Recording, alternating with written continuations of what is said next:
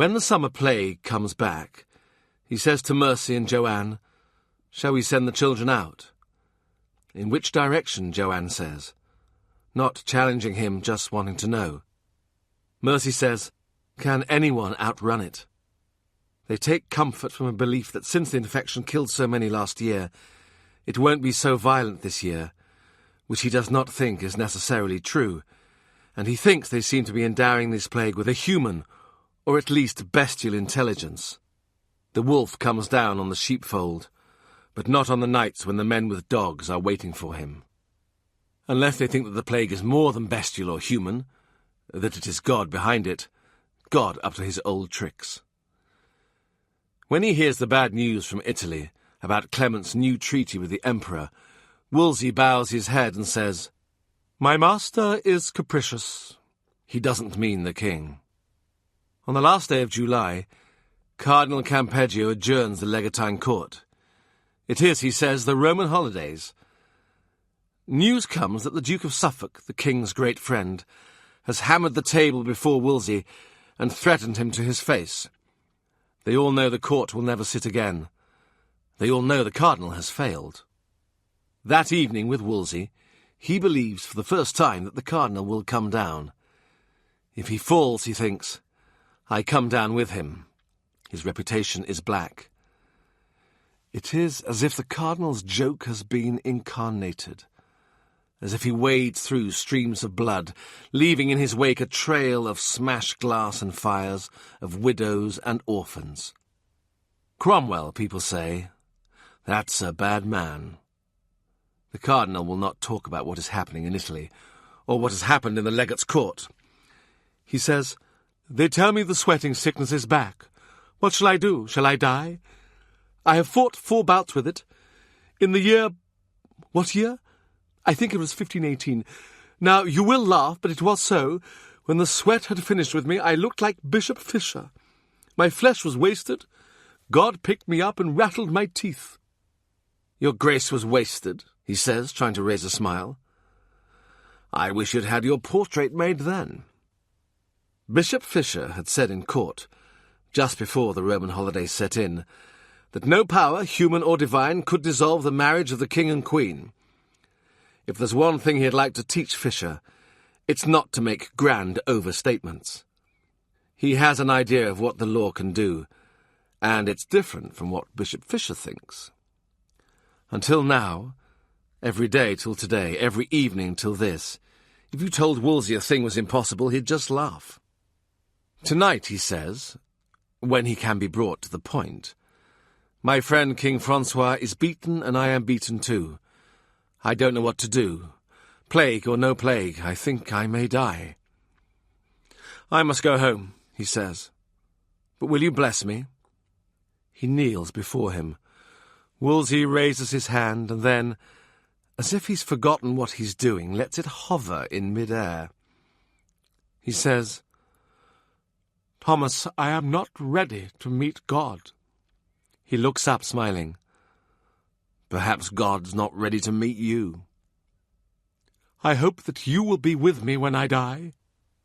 "But that will be at some distant date." He shakes his head. "If you had seen how Suffolk set on me today, he, Norfolk, Thomas Boleyn, Thomas Lord Darcy, they have been waiting only for this, for my failure with this court. And now I hear they are devising a book of articles. They are drawing up a list of accusations, how I have reduced the nobility, and so forth. They are making a book called, what will they call it? 20 Years of Insults. They are brewing some stew pot into which they are pouring the dregs of every slight, as they conceive it, by which they mean every piece of truth I have told them." He takes a great rattling breath and looks at the ceiling, which is embossed with the Tudor rose. "There will be no such stewpots in your Grace's kitchen," he says. He gets up, he looks at the cardinal, and all he can see is more work to be done. "Liz Wicks," Mercy says, "wouldn't have wanted her girls dragged about the countryside, especially as Anne, to my knowledge, cries if she does not see you." "Anne?" He's amazed. "Anne cries? What did you think?" Mercy asks with some asperity. "Do you think your children don't love you?" He lets her make the decision. The girls stay at home. It's the wrong decision. Mercy hangs outside their door, the signs of the sweating sickness. She says, "How has this happened? We scour, we scrub the floors. I do not think you will find in the whole of London a cleaner house than ours. We say our prayers. I have never seen a child pray as Anne does. She prays as if she's going into battle." Anne falls ill first. Mercy and Joanne shout at her and shake her to keep her awake, since they say, "If you sleep, you will die." But the pull of the sickness is stronger than they are, and she falls exhausted against the bolster, struggling for breath, and falls further into black stillness, only her hand moving, the fingers clenching and unclenching. He takes it in his own and tries to still it, but it is like the hand of a soldier, itching for a fight. Later she rouses herself, asks for her mother. She asks for the copybook in which she has written her name. At dawn the fever breaks. Joanne bursts into tears of relief, and Mercy sends her away to sleep. Anne struggles to sit up. She sees him clearly. She smiles. She says his name. They bring a basin of water strewn with rose petals and wash her face. Her finger reaches out, tentative, to push the petals below the water, so each of them becomes a vessel shipping water, a cup, a perfumed grail. But when the sun comes up, her fever rises again. He will not let them begin it again, the pinching and pummeling, the shaking. He gives her into God's hands and asks God to be good to him. He talks to her, but she makes no sign that she hears. He is not himself afraid of contagion. If the cardinal can survive this plague 4 times, I am sure I am in no danger, and if I die, I have made my will. He sits with her, watching her chest heaving, watching her fight and lose. He is not there when she dies. Grace has already taken sick, and he is seeing her put to bed. So he's out of the room, just, and when they usher him in, her stern little face has relaxed into sweetness. She looks passive, placid. Her hand is already heavy, and heavy beyond his bearing. He comes out of the room. He says, "She was already learning Greek." "Of course," Mercy says. "She was a wonderful child, and your true daughter." She leans against his shoulder and cries. She says, "She was clever and good, and in her way, you know, she was beautiful." His thought had been, she was learning Greek. Perhaps she knows it now.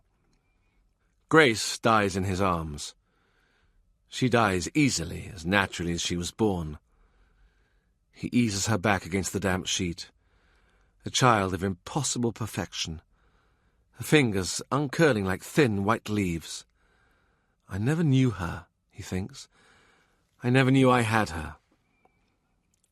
It has all seemed impossible to him that some act of his gave her life, some unthinking thing that he and Liz did on some unmemorable night.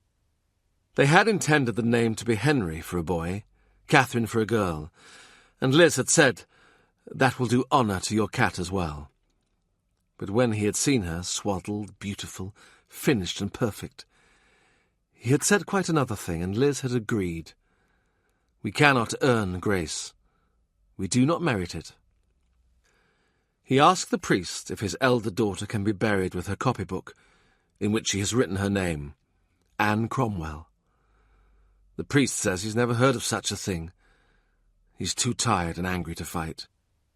His daughters are now in purgatory, a country of slow fires and ridged ice. Where in the Gospels does it say purgatory? Tyndale says, "Now abideth faith, hope, and love, even these 3, but the greatest of these is love." Thomas More thinks it is a wicked mistranslation. He insists on charity. He would chain you up for a mistranslation. He would, for a difference in your Greek, kill you. He wonders again if the dead need translators. Perhaps in a moment, in a simple twist of unbecoming, they know everything they need to know. Tyndale says, "Love never falleth away." October comes in. Wolsey presides, as usual, over the meetings of the King's Council. But in the law courts, as Michaelmas term opens, writs are moved against the cardinal. He is charged with success. He is charged with the exercise of power. Specifically, he is charged with asserting a foreign jurisdiction in the king's realm, that is to say, with exercising his role as papal legate. What they mean to say is this: he is alter rex. He has always been, more imperious than the king. For that, if it is a crime, he is guilty. So now they swagger into York Place, the Duke of Suffolk, the Duke of Norfolk, the two great peers of the realm. Suffolk, his blonde beard bristling, looks like a pig amongst truffles. A florid man, he remembers, turns my Lord Cardinal sick. Norfolk looks apprehensive, and as he turns over the Cardinal's possessions, it is clear that he expects to find wax figures, perhaps of himself, perhaps with long pins stuck through them. The Cardinal has done his feats by a compact with the devil. That is his fixed opinion. He, Cromwell, sends them away. They come back. They come back with further and higher commissions and better signatures, and they bring with them the Master of the Rolls. They take the Great Seal from my Lord Cardinal. Norfolk glances sideways at him and gives him a fleeting, ferrety grin. He doesn't know why. "Come and see me," the Duke says. "Why, my lord?" Norfolk turns down his mouth. He never explains. "When?" "No hurry," Norfolk says. "Come when you've mended your manners." It is the 19th of October, 1529. Chapter 3. Make or Mar. All Hallows, 1529. Halloween. The world's edge seeps and bleeds. This is the time when the tally-keepers of purgatory, its clerks and jailers, listen in to the living who are praying for the dead. At this time of year, with their parish, he and Liz would keep vigil. They would pray for Henry Wicks, her father, for Liz's dead husband, Thomas Williams, for Walter Cromwell, and for distant cousins, for half-forgotten names, long-dead half-sisters, and lost stepchildren. Last night he kept the vigil alone. He lay awake, wishing Liz back, waiting for her to come and lie beside him.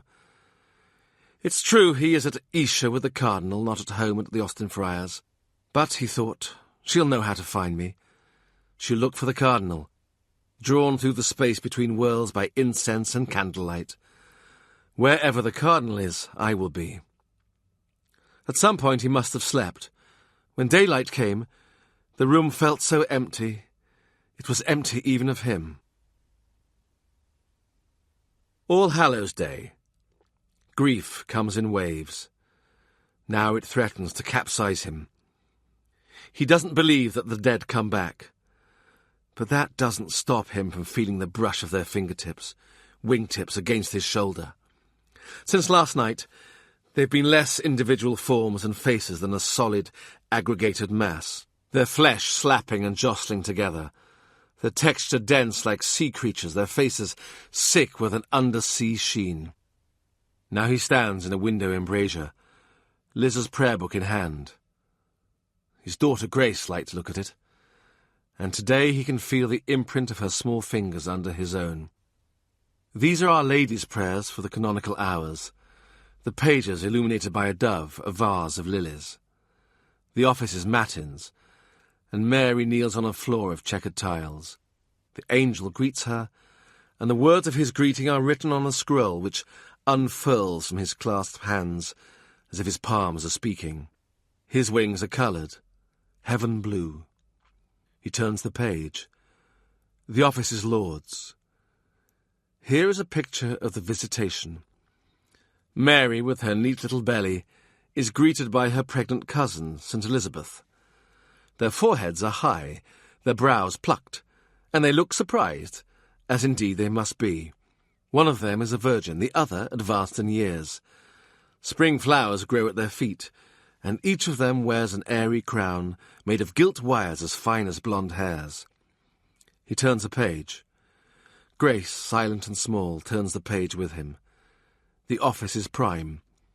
The picture is the Nativity. A tiny white Jesus lies in the folds of his mother's cloak. The office is sexed. The Magi proffer jewelled cups. Behind them is a city on a hill. A city in Italy, with its bell tower, its view of rising ground and its misty line of trees. The office is known. Joseph carries a basket of doves to the temple. The office is Vespers. A dagger sent by Herod makes a neat hole in a shocked infant. A woman throws up her hands in protest or prayer, her eloquent, helpless palms. The infant corpse scatters 3 drops of blood, each one shaped like a tear. Each bloody tear is a precise vermilion. He looks up. Like an after-image, the form of the tears swims in his eyes. The picture blurs. He blinks. Someone is walking towards him. It is George Cavendish. His hands washed together. His face is a mask of concern.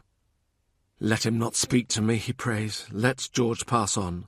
"Master Cromwell," he says, "I believe you are crying. What is this? Is there bad news about our master?" He tries to close Liz's book, but Cavendish reaches out for it. "Ah, you are praying." He looks amazed. Cavendish cannot see his daughter's fingers touching the page, or his wife's hands holding the book. George simply looks at the pictures upside down. He takes a deep breath and says, "Thomas?" "I'm crying for myself," he says. "I'm going to lose everything I've worked for all my life, because I will go down with the Cardinal. No, George, don't interrupt me. Because I have done what he asked me to do, and been his friend, and the man at his right hand. If I had stuck to my work in the city instead of hurtling about the countryside making enemies, I'd be a rich man. And you, George, I'd be inviting you out to my new country house and asking your advice on furniture and flower beds. But look at me. I'm finished." George tries to speak. He utters a consolatory bleat. "Unless," he says. "Unless, George.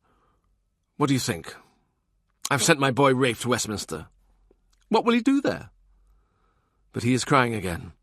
The ghosts are gathering. He feels cold. His position is irretrievable.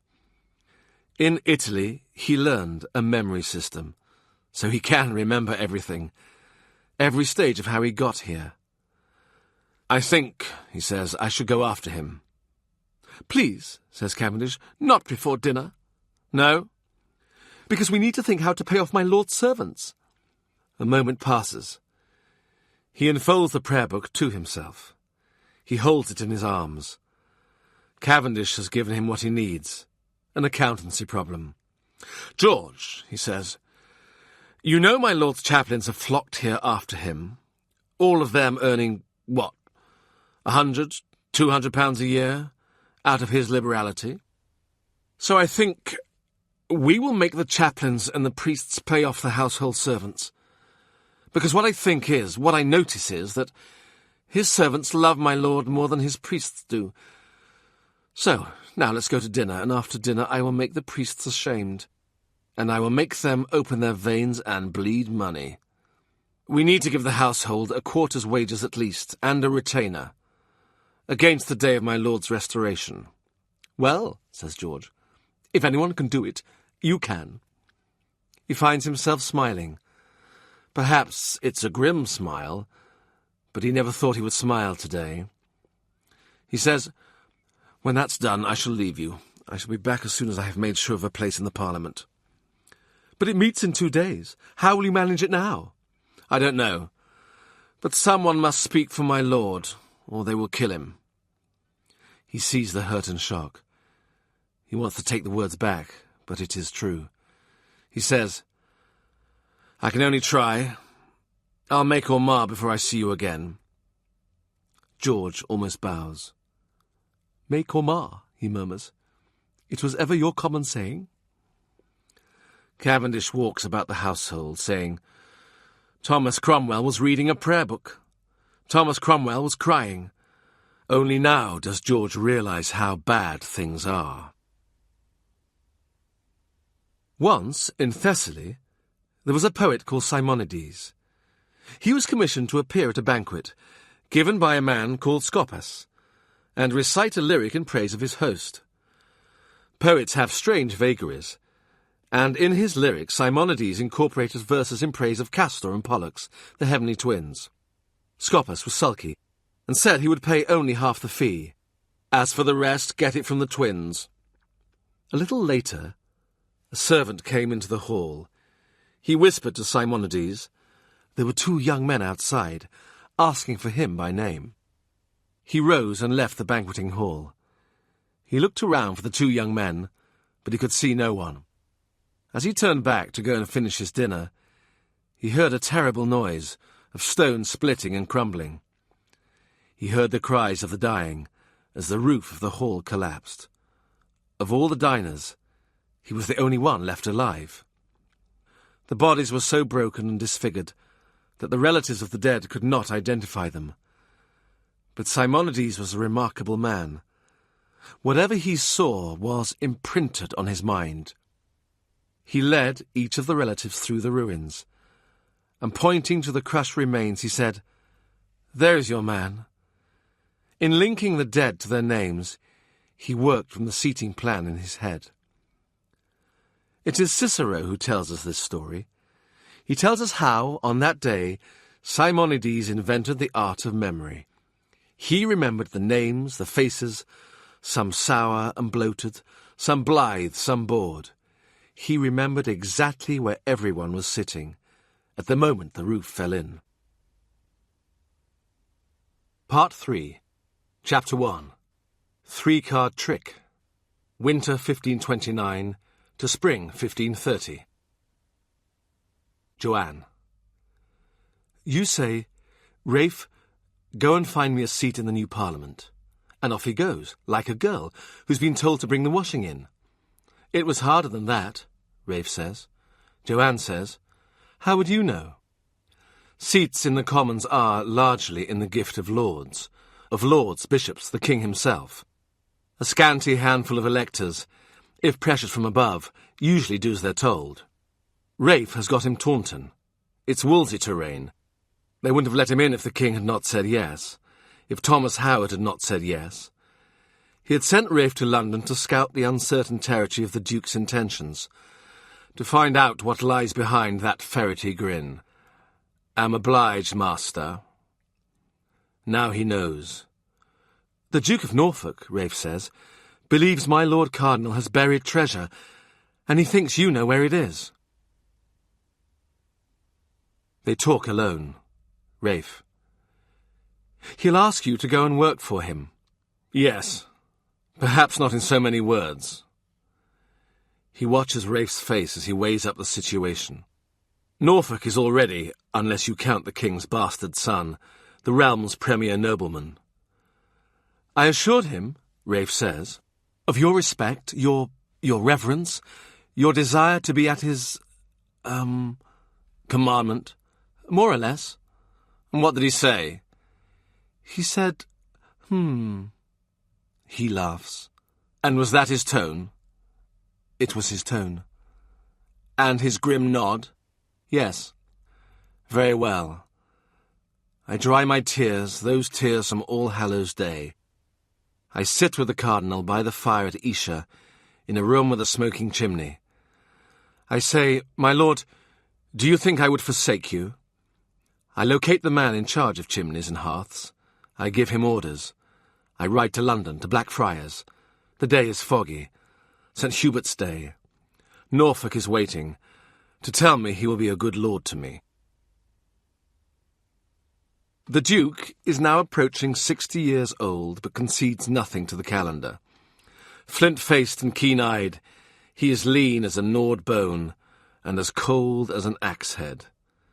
His joints seem knitted together of supple chain links, and indeed he rattles a little as he moves, for his clothes conceal relics. In tiny jewelled cases he has shavings of skin and snippets of hair, and set into medallions he wears splinters of martyrs' bones. "Marry," he says, for an oath, and "by the mass," and sometimes he takes out one of his medals or charms from wherever it is hung about his person, and kisses it in a fervour, calling on some saint or martyr to stop his current rage getting the better of him. "St. Jude, give me patience," he will shout. Probably he has mixed him up with Job, whom he heard about in the story when he was a little boy at the knee of his first priest. It's hard to imagine the Duke as a little boy, or in any way younger or different from the self he presents now. He thinks the Bible a book unnecessary for lay people, though he understands priests make some use of it. He thinks book reading an affectation altogether, and wishes there were less of it at court. His niece is always reading, Anne Boleyn, which is perhaps why she is unmarried at the age of 28. He does not see why it's a gentleman's business to write letters. There are clerks for that. Now he fixes an eye red and fiery. "Cromwell, I am content you are a burgess in the Parliament." He bows his head. "My lord." "I spoke to the king for you, and he is also content. You will take his instructions in the Commons, and mine. Will they be the same, my lord?" The Duke scowls. He paces. He rattles a little. At last he bursts out. "Damn it all, Cromwell, why are you such a person? It isn't as if you could afford to be." He waits, smiling. He knows what the Duke means. He is a person. He is a presence. He knows how to edge blackly into a room so that you don't see him. But perhaps those days are over. "Smile away," says the Duke. "Wolsey's household is a nest of vipers, not that—" He touches a medal, flinching. "God forbid I should—" Compare a prince of the church to a serpent. The Duke wants the cardinal's money, and he wants the cardinal's place at the king's side. But then again, he doesn't want to burn in hell. He walks across the room, he slaps his hands together, he rubs them, he turns. "The king is preparing to quarrel with you, master. Oh, yes. He will favour you with an interview because he wishes to understand the cardinal's affairs. But he has, you will learn, a very long and exact memory, and what he remembers, master, is when you were a burgess of the Parliament before this, and how you spoke against his war. I hope he doesn't think still of invading France. God damn you! What Englishman does not? We own France. We have to take back our own." A muscle in his cheek jumps. He paces, agitated. He turns. He rubs his cheek. The twitch stops. And he says in a voice perfectly matter-of-fact, "Mind you, you're right." He waits. "We can't win," the Duke says, "but we have to fight as if we can. Hang the expense, hang the waste, money, men, horses, ships. That's what's wrong with Wolsey, you see, always at the treaty table. How can a butcher's son understand la gloire? Are you a butcher's son? A blacksmith's? Are you really? Shoe a horse?" He shrugs. "If I were put to it, my lord, but I can't imagine." "You can't? What can you imagine? A battlefield? A camp? The night before a battle? Can you imagine that?" "I was a soldier myself." "Were you so? Not in any English army, I'll be bound. There, you see." The Duke grins, quite without animosity. "I knew there was something about you. I knew I didn't like you, but I couldn't put my finger on it. Where were you?" "Garigliano." "With?" "The French." The Duke whistles. "Wrong side, lad." "So I noticed." "With the French," he chuckles. "With the French. And how did you scramble out of that disaster?" "I went north. Got into—" He's going to say money, but the Duke wouldn't understand trading in money. "Cloth," he says. "Silk, mostly. You know what the market is with the soldier over there." "By the mass, yes. Johnny Freelance, he puts his money on his back. Those Switzers. Like a troupe of play actors. Lace, stripes, fancy hats. Easy target, that's all. Longbowmen." "Now and then," he smiles. On the short side for that. Me too. Now, Henry draws a bow. Very nice. Got the height for it. Got the arm. Still, we won't win many battles like that anymore. Then how about not fighting any? Negotiate, my lord. It's cheaper. I tell you, Cromwell, you've got face coming here. My lord, you sent for me. Did I? Norfolk looks alarmed. It's come to that. The king's advisers are preparing no fewer than 44 charges against the cardinal. They range from the violation of the statutes of praemunire, that is to say, the upholding of a foreign jurisdiction within the king's realm, to buying beef for his household at the same price as the king, from financial malfeasance to failing to halt the spread of Lutheran heresies. The law of praemunire dates from another century. No one who is alive now quite knows what it means. From day to day it seems to mean what the king says it means. The matter is argued in every talking shop in Europe. Meanwhile my Lord Cardinal sits, and sometimes mutters to himself, and sometimes speaks aloud, saying, "Thomas, my colleges! Whatever happens to my person, my colleges must be saved. Go to the king. Whatever vengeance, for whatever imagined injury he would like to wreak on me, he surely cannot mean to put out the light of learning." In exile at Esher, the cardinal paces and frets. The great mind which once revolved the affairs of Europe now cogitates ceaselessly on its own losses. He lapses into silent inactivity, brooding as the light fails. "For God's sake, Thomas," Cavendish begs him, "don't tell him you're coming if you're not."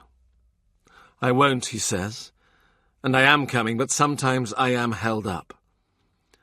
The House sits late, and before I leave Westminster, I have to gather up the letters and petitions to my Lord Cardinal, and talk with all the people who want to send messages, but don't want them put into writing.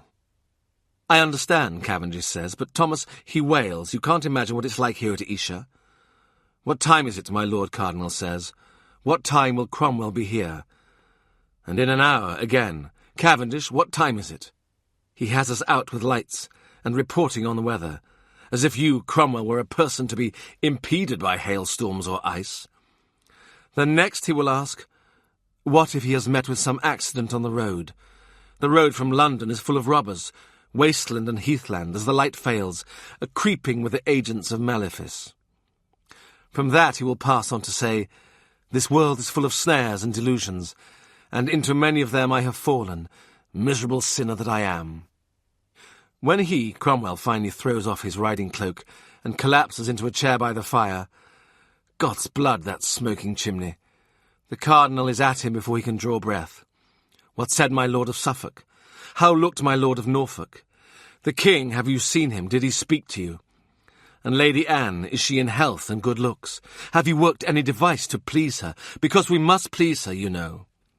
He says, there is one short way to please that lady, and that is to crown her queen. He closes his lips on the topic of Anne, and has no more to say.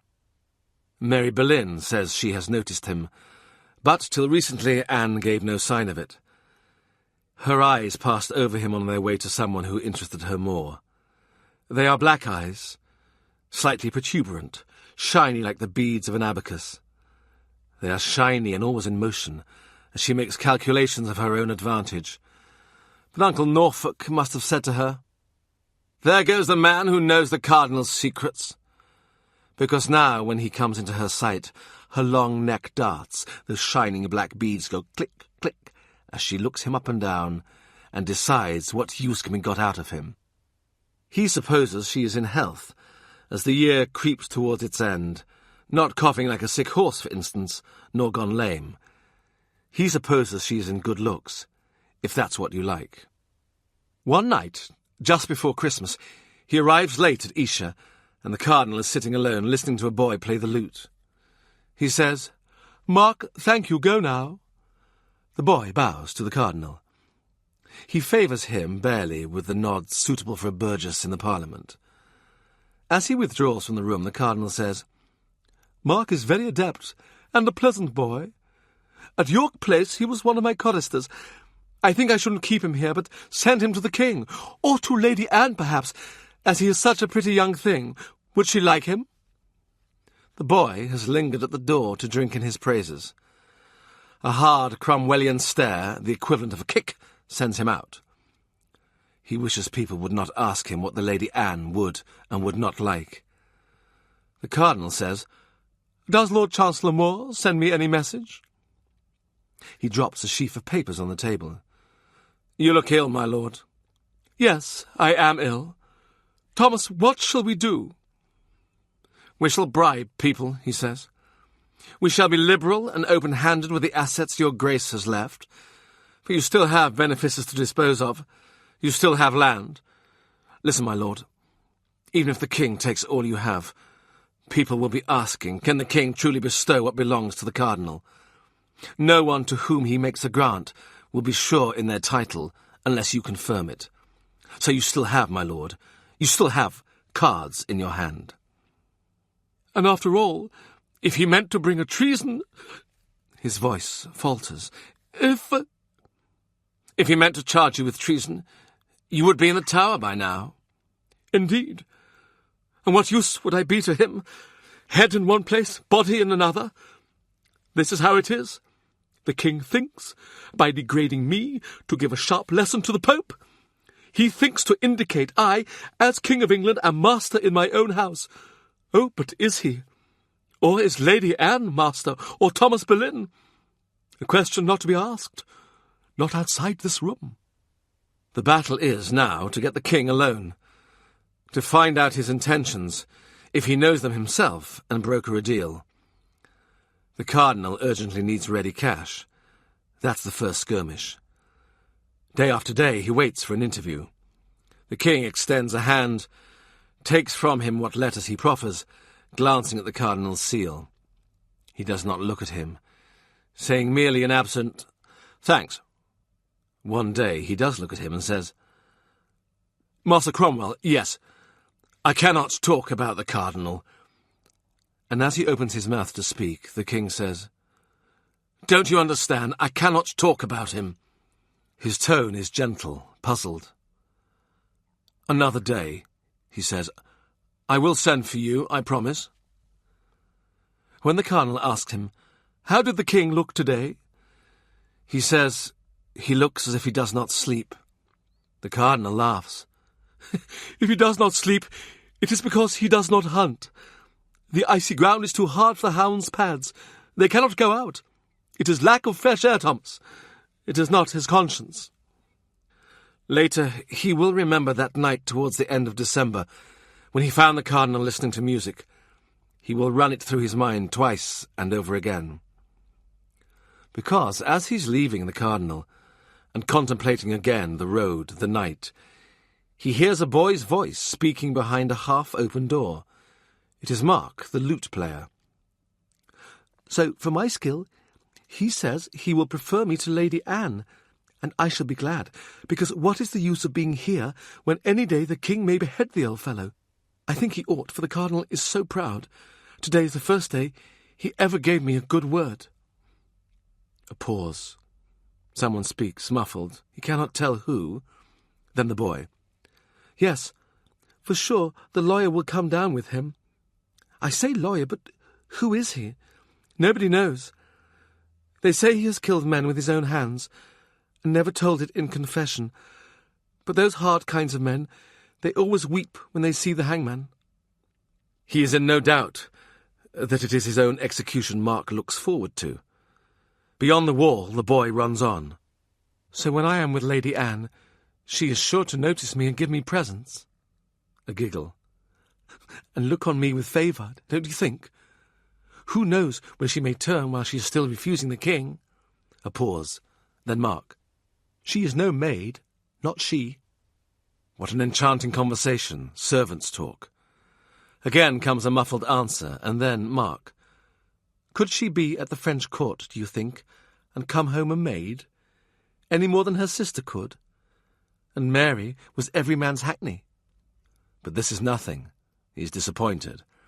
I had hopes of particulars, and this is just the on dit. But still he hesitates and doesn't move away. Besides, Tom Wyatt has had her, and everybody knows it down in Kent. I have been down to Penshurst with the Cardinal, and you know that palace is near to Hever, where the lady's family is, and the Wyatt's house an easy ride away. Witnesses, dates. But then, from the unseen person, shh! Again, a soft giggle. One can do nothing with this, except bear it in mind. The conversation is in Flemish, language of Mark's birthplace. Christmas comes, and the King, with Queen Catherine, keeps it at Greenwich. Anne is at York Place. The King can come upriver to see her. Her company, the women say, is exacting. The King's visits are short, few, and discreet. At Esher, the Cardinal takes to his bed. Once he would never have done that, though he looks ill enough to justify it. He says, "Nothing will happen while the King and Lady Anne are exchanging their New Year kisses. We are safe from incursions till Twelfth Night." He turns his head against his pillows, says, vehement, "Body of Christ, Cromwell, go home!" The house at the Austin Friars is decorated with wreaths of holly and ivy, of laurel and ribboned yew. The kitchen is busy, feeding the living, but they omit this year their usual songs and Christmas plays. No year has brought such devastation. His sister, Cat, her husband, Morgan Williams, have been plucked from this life as fast as his daughters were taken. One day walking and talking, the next day cold as stones, tumbled into their Thameside graves, and dug in beyond reach of the tide, beyond sight and smell of the river. Deaf now to the sound of Putney's cracked church bell, to the smell of wet ink, of hops, of malted barley, and the scent, still animal, of woolen bales. Dead to the autumn aroma of pine resin and apple candles, of soul cakes, baking. As the year ends, 2 orphans are added to this house, Richard and the child Walter.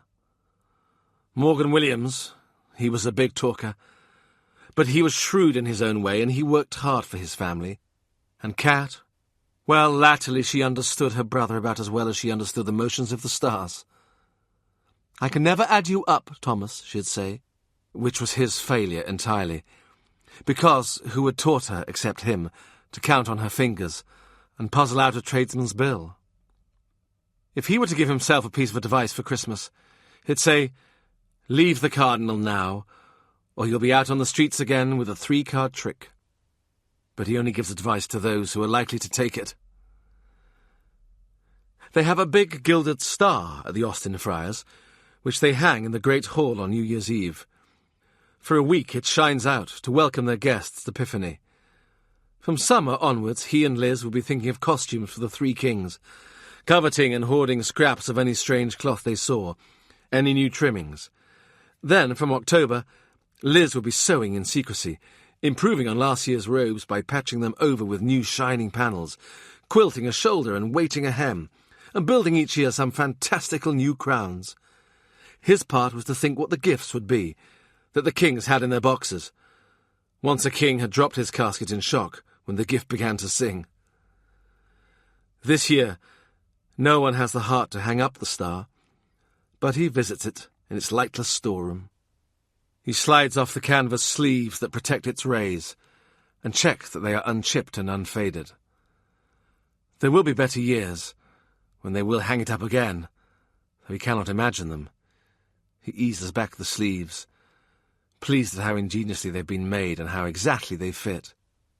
The 3 kings' robes are packed into a chest, as also the sheepskins for the children who will be sheep. The shepherd's crooks lean in a corner. From a peg hang angels' wings. He touches them. His finger comes away dusty. He shifts his candle out of danger, then lifts them from the peg and gently shakes them.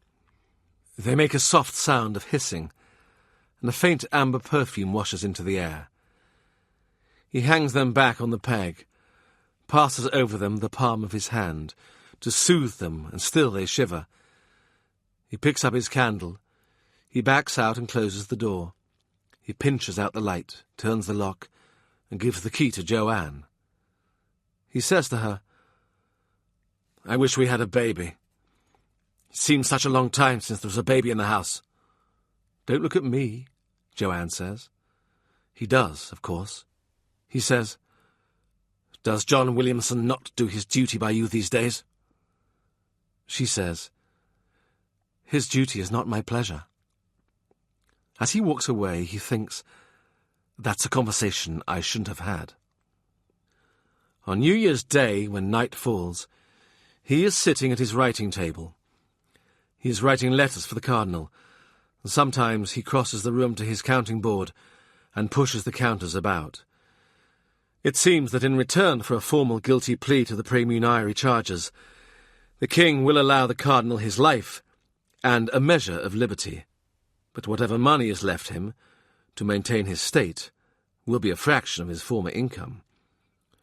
York Place has been taken already, Hampton Court is long gone, and the king is thinking of how to tax and rob the rich bishopric of Winchester. Gregory comes in. "I brought you lights. My Aunt Joanne said go into your father." Gregory sits. He waits, he fidgets, he sighs. He gets up. He crosses to his father's writing table and hovers in front of him. Then, as if someone had said, "Make yourself useful," he reaches out timidly and begins to tidy the papers. He glances up at his son, while keeping his head down over his task. For the first time, perhaps, since Gregory was a baby, he notices his hands, and he's struck by what they have become. Not childish paws, but the large, white, untroubled hands of a gentleman's son. What is Gregory doing? He's putting the documents into a stack. On what principle is he doing it? He can't read them. They're the wrong way up. He's not filing them by subject. Is he filing them by date? For God's sake, what is he doing? He needs to finish this sentence with its many vital subclauses. He glances up again and recognizes Gregory's design. It is a system of holy simplicity. Big papers on the bottom, small ones on top. "Father," Gregory says. He sighs. He crosses to the counting board. With a forefinger he inches the counters about. Then he scoops them together, picks them up, and clicks them into a tidy pile. He looks up at last. "That was a calculation. It wasn't just where I dropped them." "Oh, sorry," Gregory says politely. He sits down by the fire and tries not to disturb the air as he breathes. The mildest eyes can be commanding. Under his son's gaze, he asks, "What is it?" "Do you think you can stop writing?" "A minute," he says, holding up a delaying hand. He signs the letter, his usual form. "Your assured friend, Thomas Cromwell."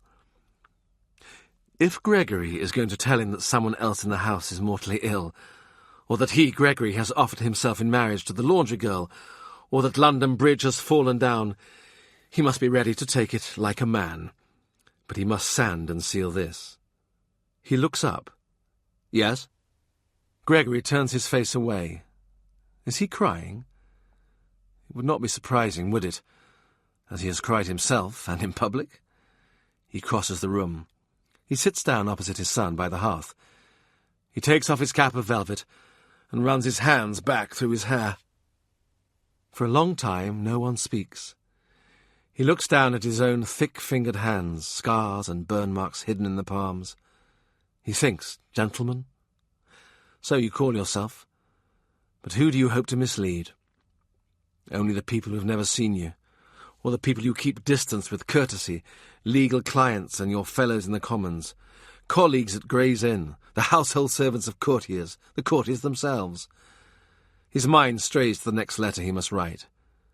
Then Gregory says, his voice small, as if it had receded into the past, "Do you remember that Christmas, when there was the giant in the pageant?" "Here in the parish?" "I remember." He said, "I am a giant. My name is Marlinspike." They said he was as tall as the Cornhill Maypole. What's the Cornhill Maypole? They took it down. The year of the riots. Evil May Day, they called it. You were only a baby then. Where's the Maypole now? The city has it in store. Shall we have our star again next year? if our fortunes look up. Shall we be poor now the cardinal is down? No. The little flames leap and flare, and Gregory looks into them. You remember the year I had my face dyed black, and I was wrapped in a black calfskin, when I was a devil in the Christmas play? I do. His face softens. I remember. Anne had wanted to be dyed, but her mother had said it was not suitable for a little girl. He wishes he had said that Anne must have her turn as a parish angel, even if, being dark, she had to wear one of the parish's yellow knitted wigs, which slipped sideways or fell over the children's eyes. The year that Grace was an angel, she had wings made of peacock feathers. He himself had contrived it. The other little girls were dowdy goose creatures, and their wings fell off if they caught them on the corners of the stable.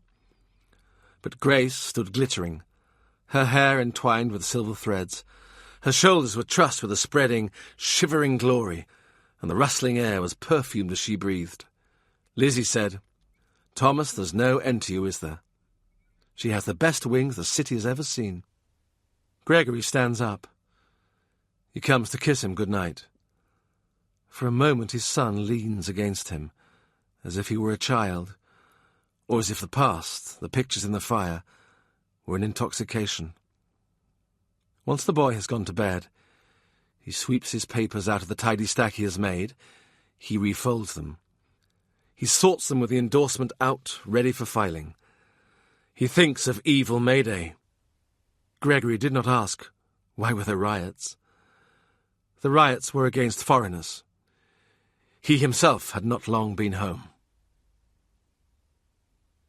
As 1530 begins, he does not hold an Epiphany feast, because so many people, sensible of the cardinal's disgrace, would be obliged to refuse his invitation.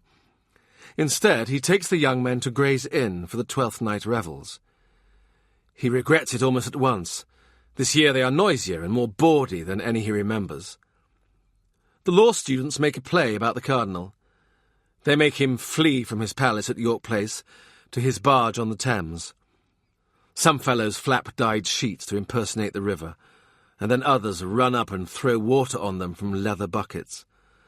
As the cardinal scrambles into his barge, there are hunting cries, and one benighted fool runs into the hall with a brace of otter-hounds on a leash.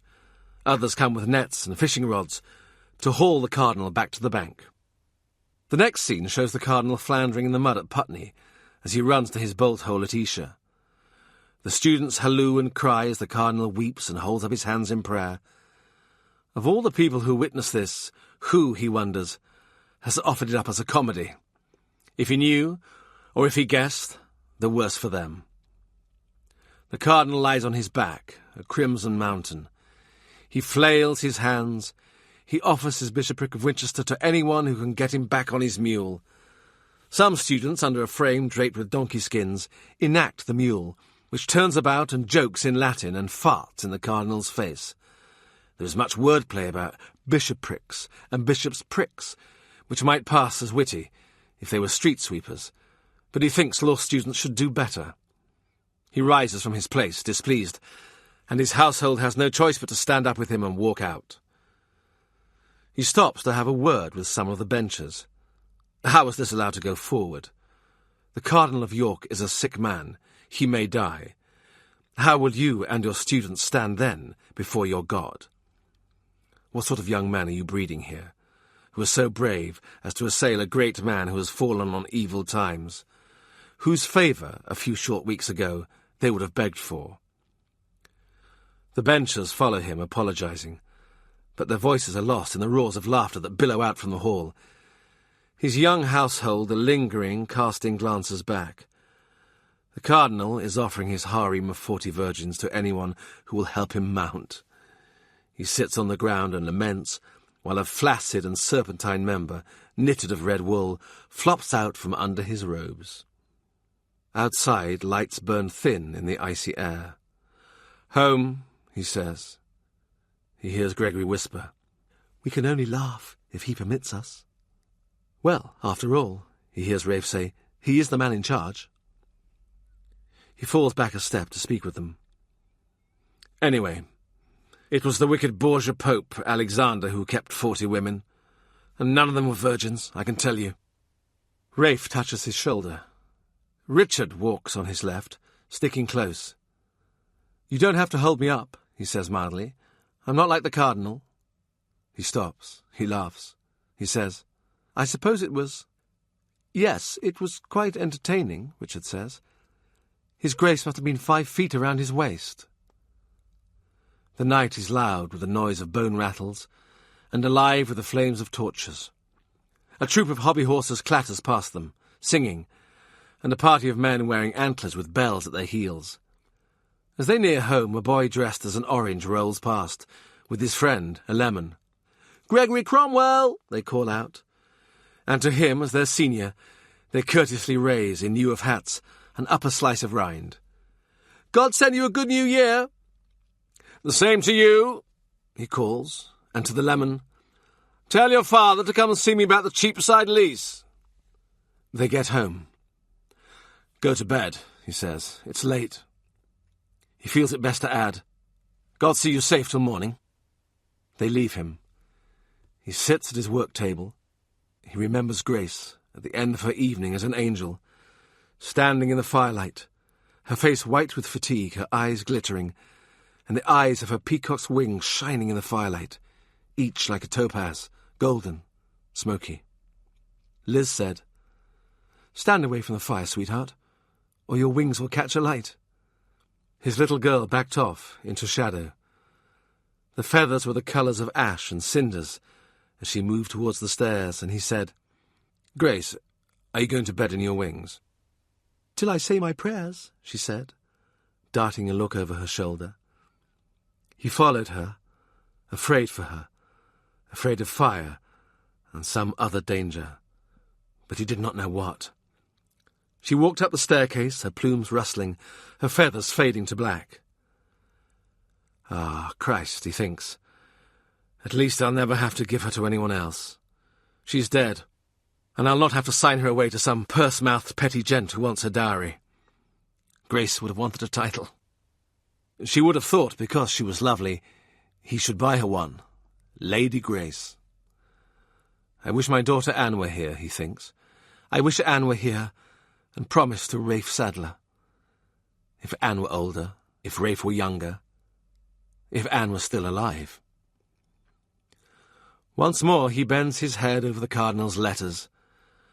Wolsey is writing to the rulers of Europe to ask them to support him, vindicate him, fight his cause. He, Thomas Cromwell, wishes the Cardinal would not, or if he must, could the encryption be more tricky? Is it not treasonable for Wolsey to urge them to obstruct the king's purpose? Henry would deem it is. The Cardinal is not asking them to make war on Henry on his behalf. He's merely asking them to withdraw their approval of a king who very much likes to be liked. He sits back in his chair, hands over his mouth, as if to disguise his opinion from himself. He thinks, "I am glad I love my Lord Cardinal, because if I did not, and I were his enemy, let us say I am Suffolk, let us say I am Norfolk, let us say I am the king, I would be putting him on trial next week." The door opens. "Richard, you can't sleep?" "Well, I knew it. The play was too exciting for you." It is easy to smile now, but Richard does not smile. His face is in shadow. He says, "Master, I have a question to put to you. Our father is dead, and you are our father now." Richard Williams, and Walter named after Walter Williams, these are his sons. "Sit down," he says. "So, shall we change our name to yours?" "You surprise me. The way things are with me, the people called Cromwell will be wanting to change their names to Williams." "If I had your name, I should never disown it." "Would your father like it?" "You know, he believed he had his descent from Welsh princes." "Ah, he did. When he'd had a drink, he would say, 'Who will give me a shilling for my principality?'" "Even so, you have the Tudor name in your descent, by some accounts." "Don't," Richard pleads. "It makes beads of blood stand out on my forehead." It's not that hard. He laughs. Listen, the old king had an uncle, Jasper Tudor. Jasper had 2 bastard daughters, Joan and Helen. Helen was Gardiner's mother. Joan married William ap Evan. She was your grandmother. Is that all? Why did my father make it sound so deep? But if I am the king's cousin— Richard pauses— and Stephen Gardiner's cousin, what good can it do me? We're not at court, and not likely to be, now the cardinal— well— He looks away. Sir, when you were on your travels, did you ever think you would die? Yes. Oh, yes. Richard looks at him. How did that feel? I felt, he said, irritated. It seemed a waste, I suppose, to come so far, to cross the sea, to die for— He shrugs. God knows why. Richard says, Every day I light a candle for my father. Does that help you? No, I just do it. Does he know you do it? I can't imagine what he knows. I know the living must comfort each other. This comforts me, Richard Cromwell. Richard gets up, kisses his cheek. Good night. Cuscandawel. Sleep well. It is the familiar form for those who are close to home. It is the usage for fathers, for brothers. It matters what name we choose, what name we make. The people lose their name who lie dead on the field of battle, the ordinary corpses of no lineage, with no herald to search for them, and no chantry, no perpetual prayers. Morgan's bloodline won't be lost, he's sure of it, though he died in a busy year for death, when London was never out of black. He touches his throat, where the medal would have been, the holy medal that Cat gave him. His fingers are surprised not to find it there. For the first time he understands why he took it off and slid it into the sea. It was so that no living hand could take it. The waves took it, and the waves have it still. The chimney at Esher continues to smoke.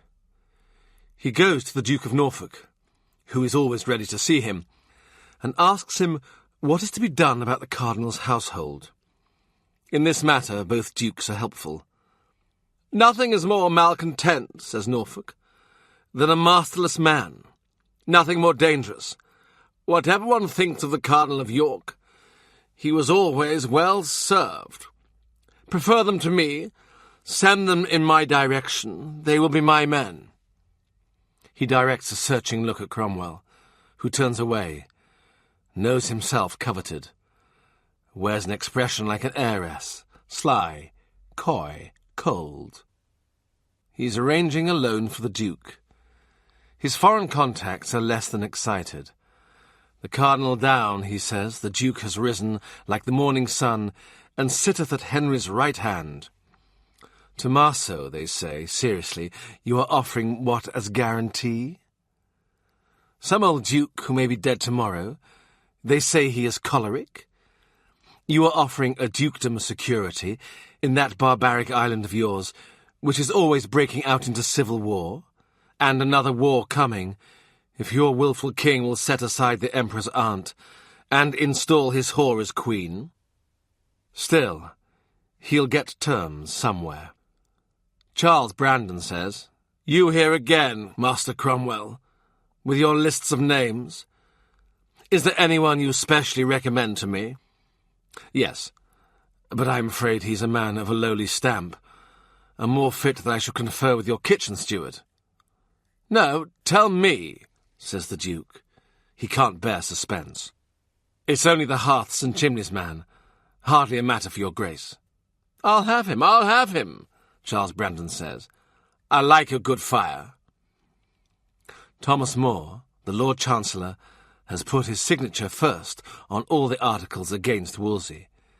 They say one strange allegation has been added at his behest. The Cardinal is accused of whispering in the King's ear and breathing into his face. Since the Cardinal has the French pox, he intended to infect our monarch. When he hears this, he thinks, imagine living inside the Lord Chancellor's head. Imagine writing down such a charge, and taking it to the printer, and circulating it through the court and through the realm, putting it out there to where people will believe anything, putting it out there to the shepherds on the hills, to Tyndale's ploughboy, to the beggar on the roads, and the patient beast in its byre or stall, out there to the bitter winter winds, and to the weak early sun, and the snowdrops in the London gardens. It is a wan morning, low unbroken cloud.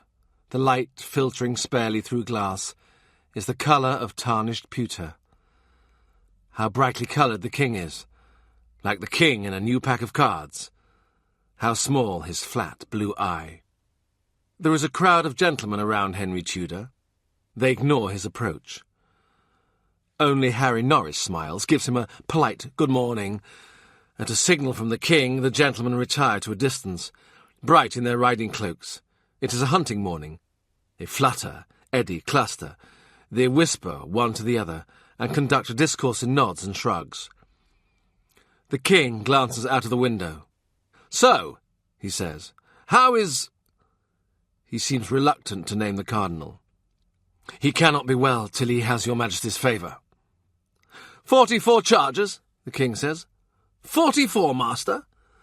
Saving your Majesty, there is an answer to each one, and given a hearing, we would make them. Could you make them here and now? If your Majesty would care to sit. I heard you were a ready man. Would I come here unprepared? He has spoken almost without thinking. The king smiles, that fine curl of the red lip. He has a pretty mouth, almost like a woman's. It is too small for his face. Another day I'd put you to the test, he says. But my Lord Suffolk is waiting for me. Will the cloud lift, do you think? I wish I'd gone out before Mass. I think it'll be clear, he says. A good day to be chasing something. Master Cromwell? The king turns, he looks at him astonished. You are not of Thomas More's opinion, are you? He waits. He cannot imagine what the king is going to say. La chasse. He thinks it barbaric. Oh, I see. No, your Majesty, I favour any sport that's cheaper than battle. It's rather that... How can he put it? In some countries they hunt the bear, and the wolf, and the wild boar. We once had these animals in England, when we had our great forests. My cousin France has bought a hunt. From time to time he says he will ship me some, but I feel... You feel he is taunting you. We usually say... Henry looks straight at him. We usually say, we gentlemen, that the chase prepares us for war, which brings us to a sticky point, Master Cromwell. It does indeed, he says, cheerful. You said in the Parliament some 6 years ago that I could not afford a war. It was 7 years, 1523. And how long has this audience lasted? 7 minutes? 7 minutes, and he is sure already. There's no point backing off. Do that, and Henry will chase you down. Advance, and he may just falter. He says, no ruler in the history of the world has ever been able to afford a war. They're not affordable things. No prince ever says, this is my budget, so this is the kind of war I can have. You enter into one, and it uses up all the money you've got, and then it breaks you and bankrupts you. When I went into France in the year 1513, I captured the town of Terouanne, which in your speech you called a dog-hole, Majesty. A dog-hole, the king repeats. How could you say so? He shrugs. I've been there. A flash of anger. And so have I, at the head of my army. Listen to me, master. You said I should not fight because the taxes would break the country. What is the country for, but to support its prince in his enterprise?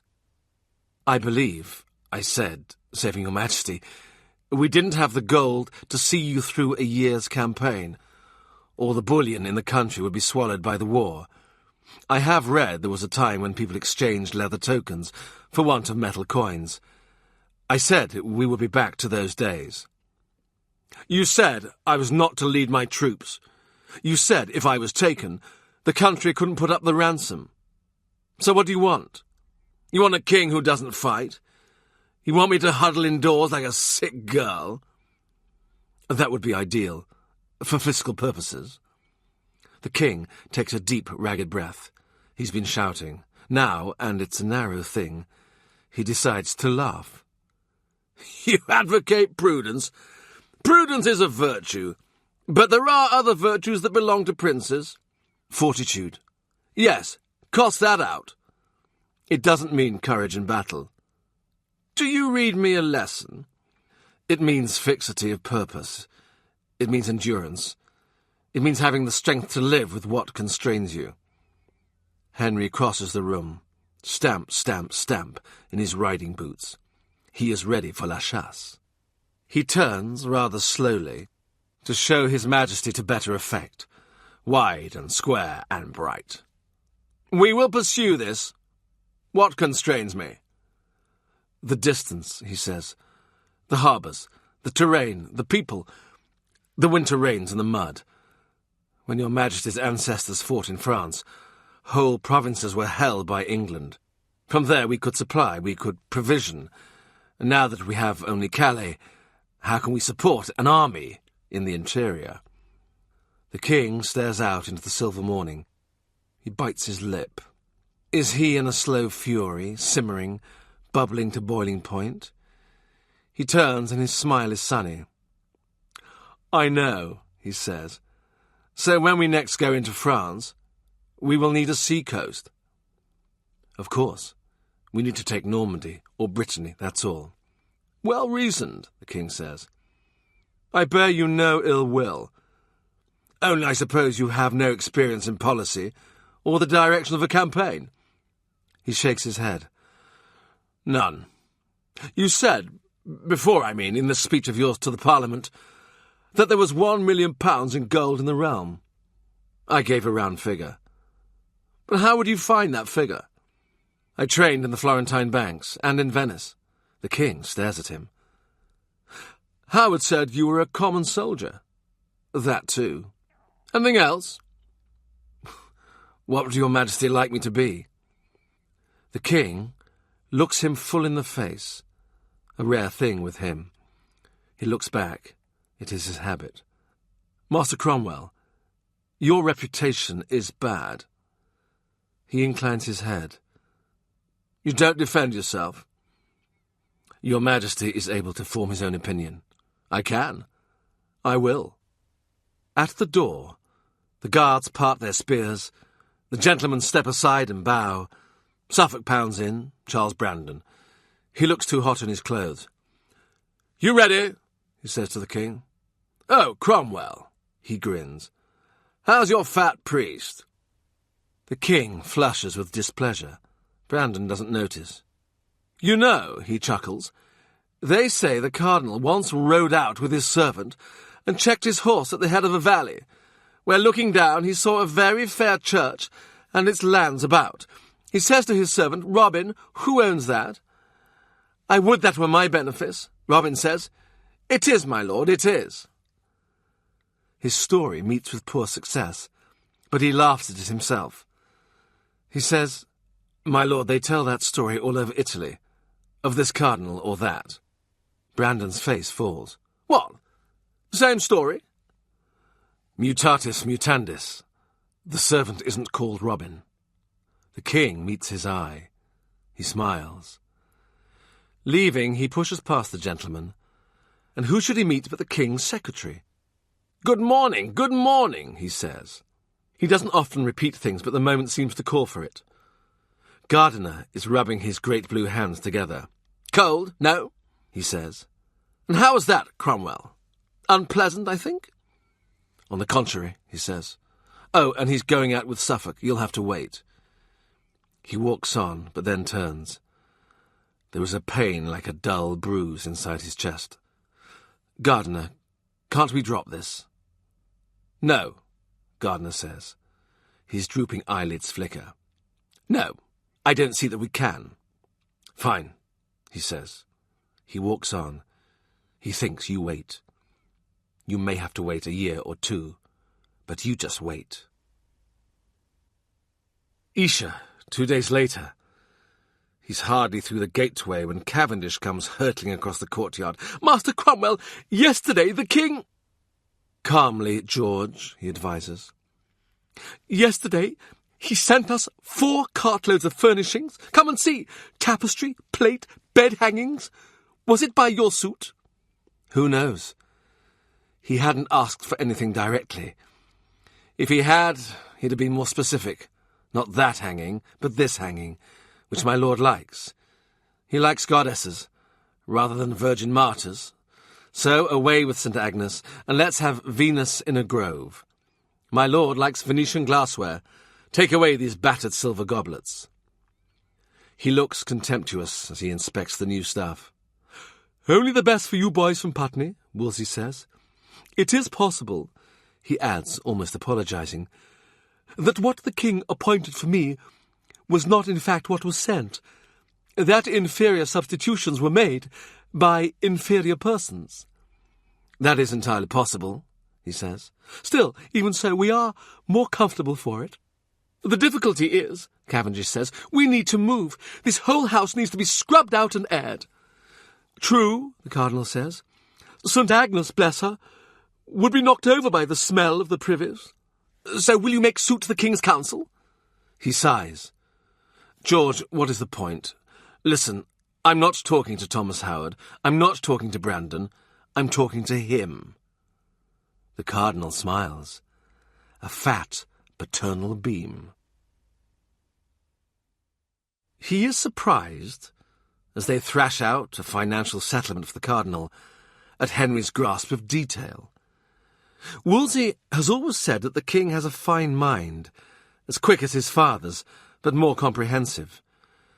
The old king grew narrow as he aged. He kept a hard hand on England.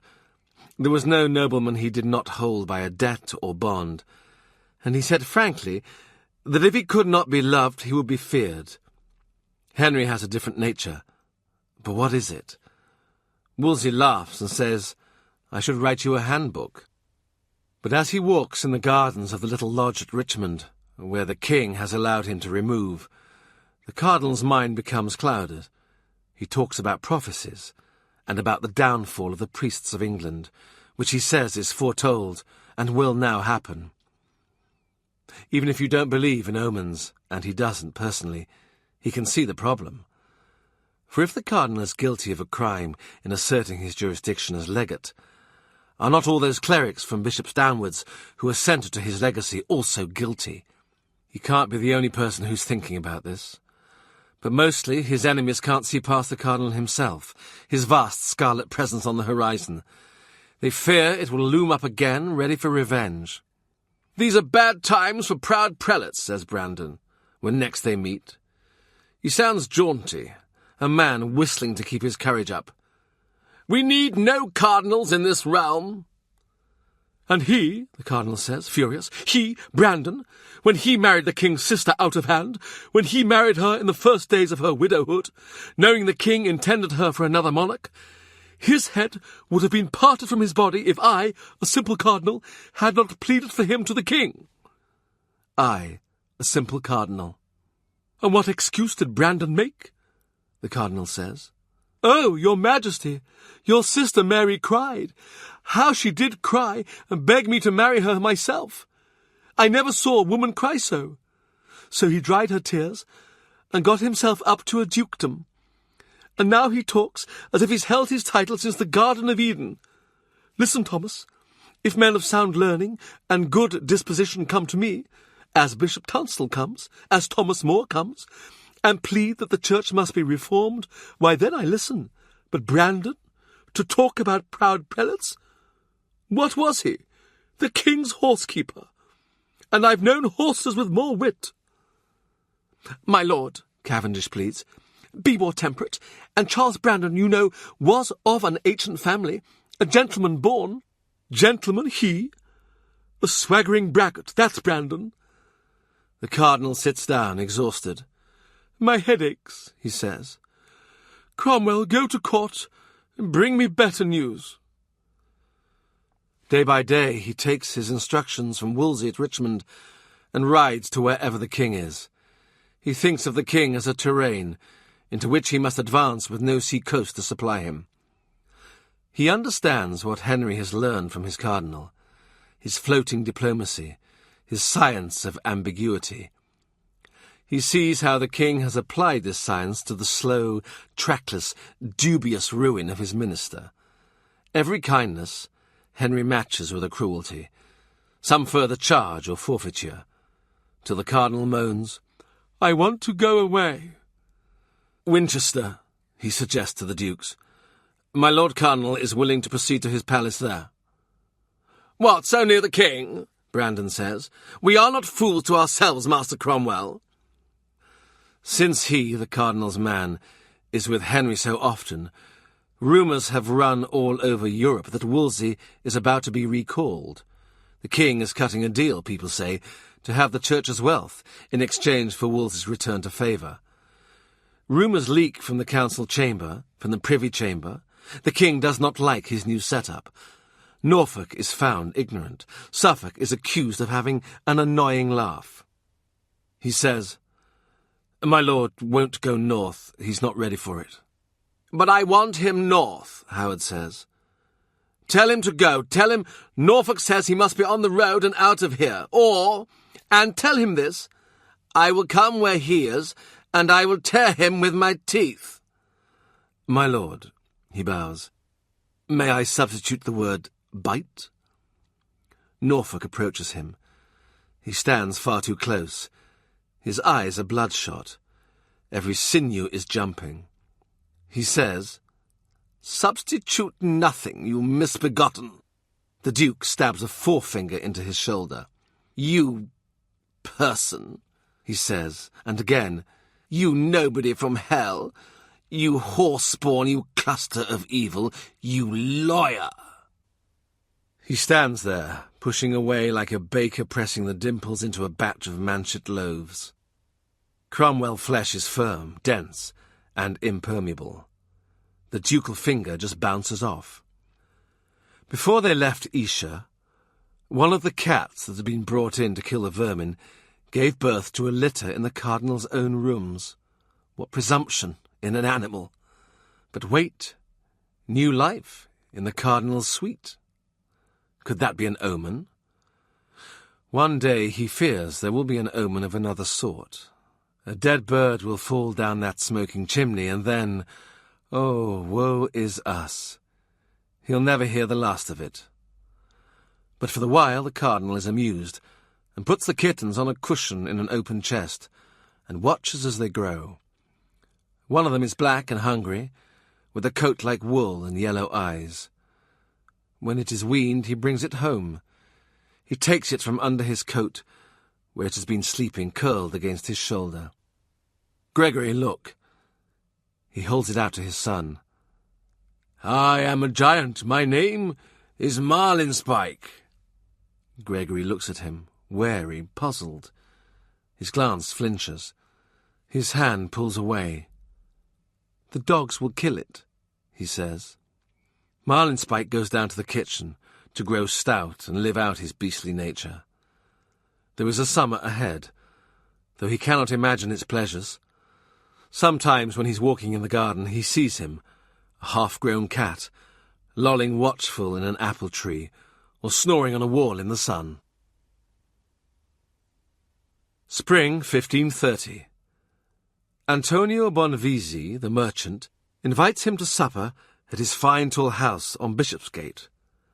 "I won't be late," he tells Richard, expecting that it will be the usual tense gathering, everyone cross and hungry, for even a rich Italian with an ingenious kitchen cannot find 100 ways with smoked eel or salt cod. The merchants in Lent miss their mutton and malmsey, their nightly grunt in a feather bed with wife or mistress. From now till Ash Wednesday their knives will be out for some cutthroat intelligence, some mean commercial advantage. But it is a grander occasion than he thought. The Lord Chancellor is there, amongst a company of lawyers and aldermen. Humphrey Monmouth, whom More once locked up, is seated well away from the great man. More looks at his ease, holding the company captive with one of his stories about that great scholar Erasmus, his dear friend.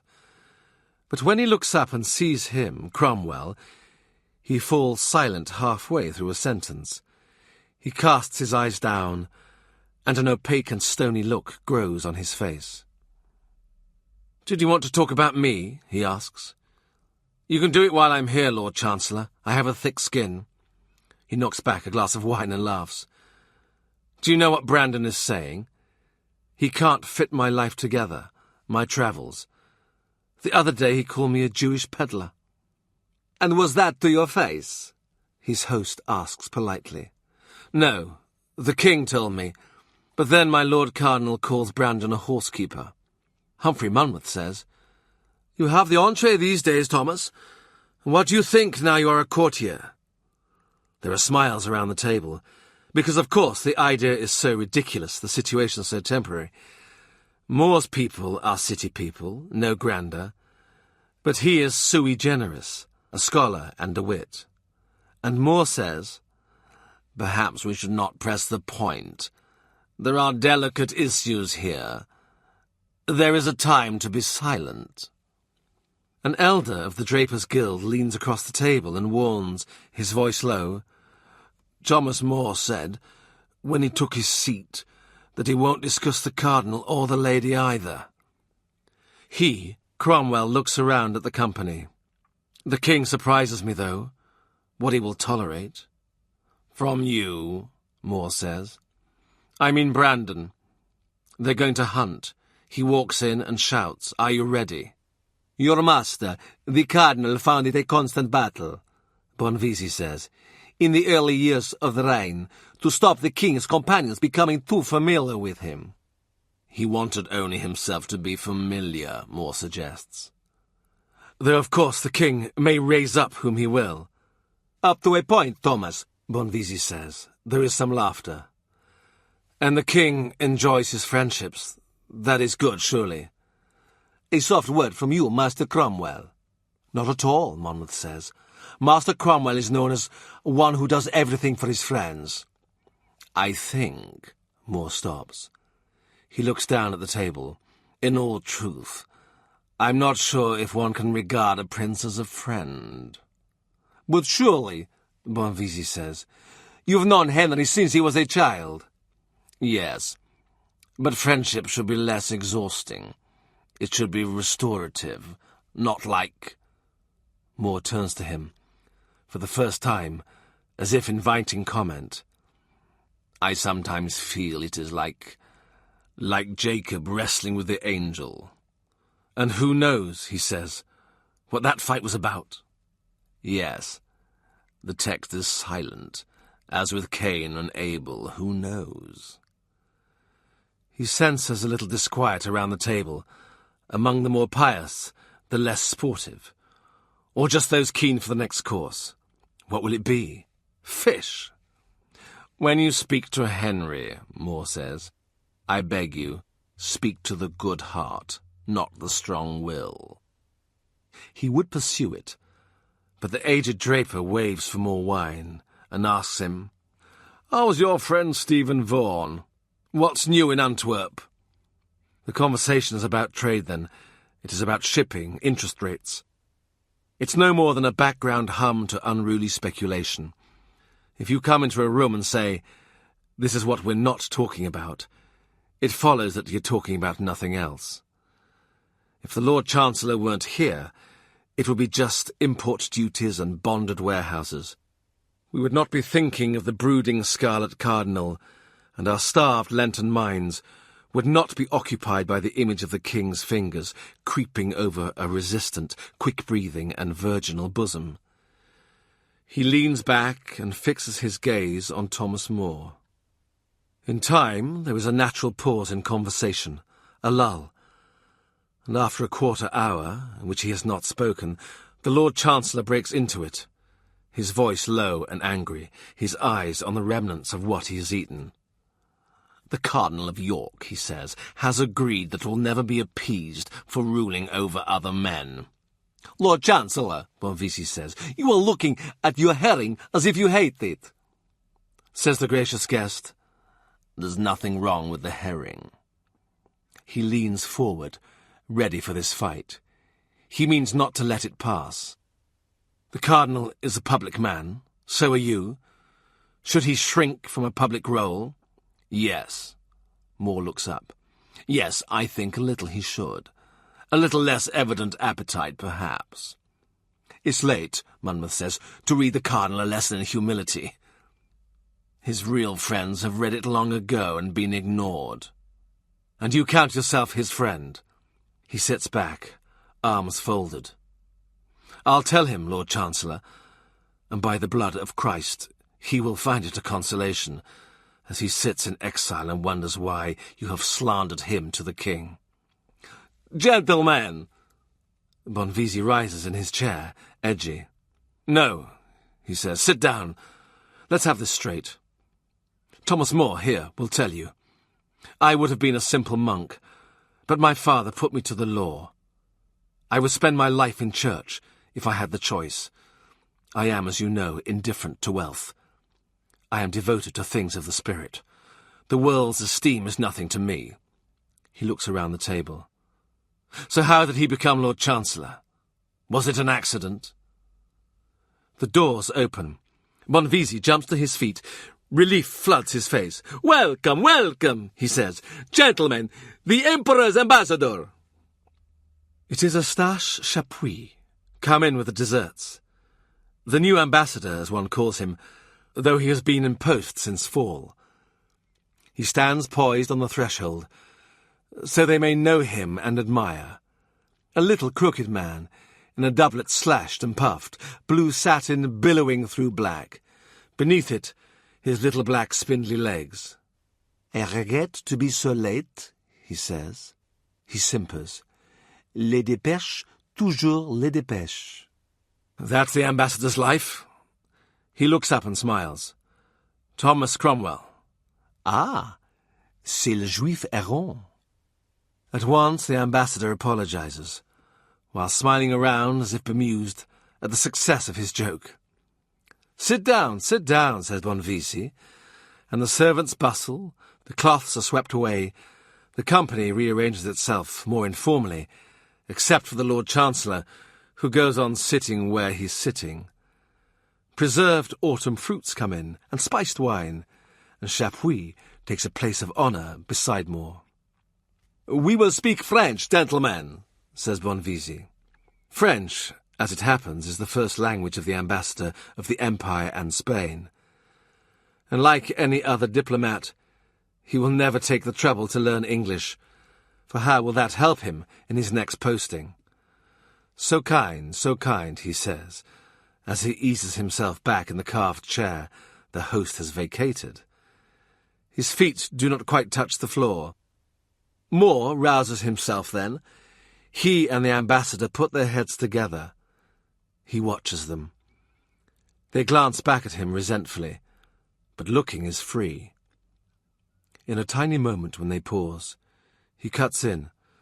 Monsieur Chapuis, you know, I was talking with the king recently about those events, so regrettable, when your master's troops plundered the holy city.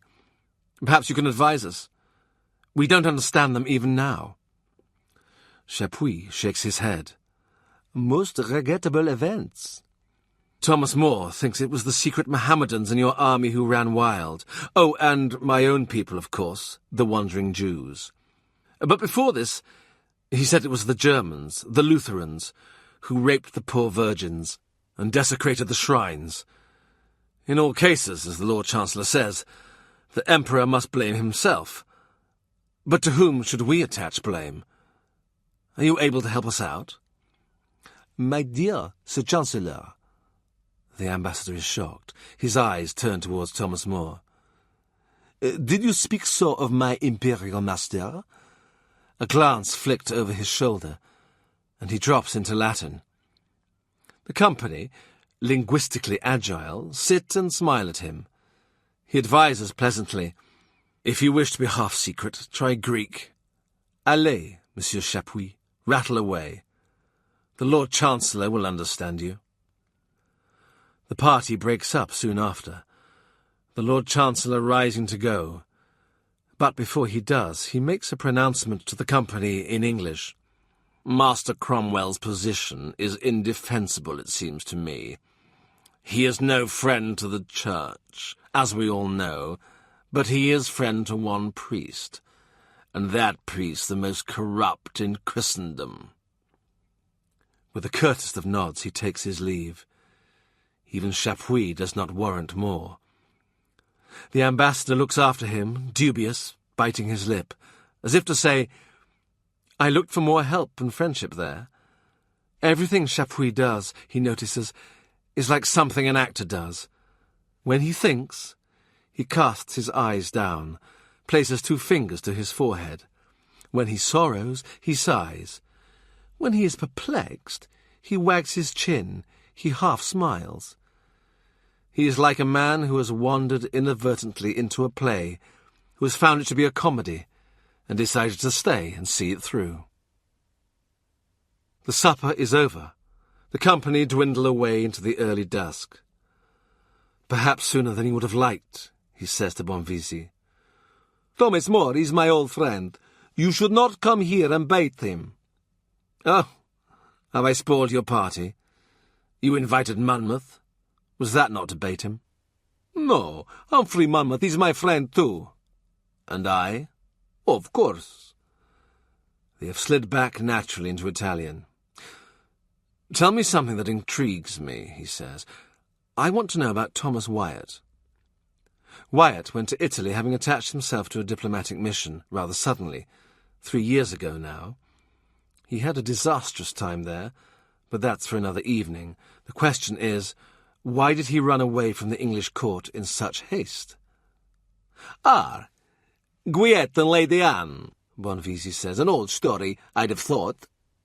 Well, perhaps, he says, but he tells him about the boy Mark, the musician, who seems sure Wyatt's had her.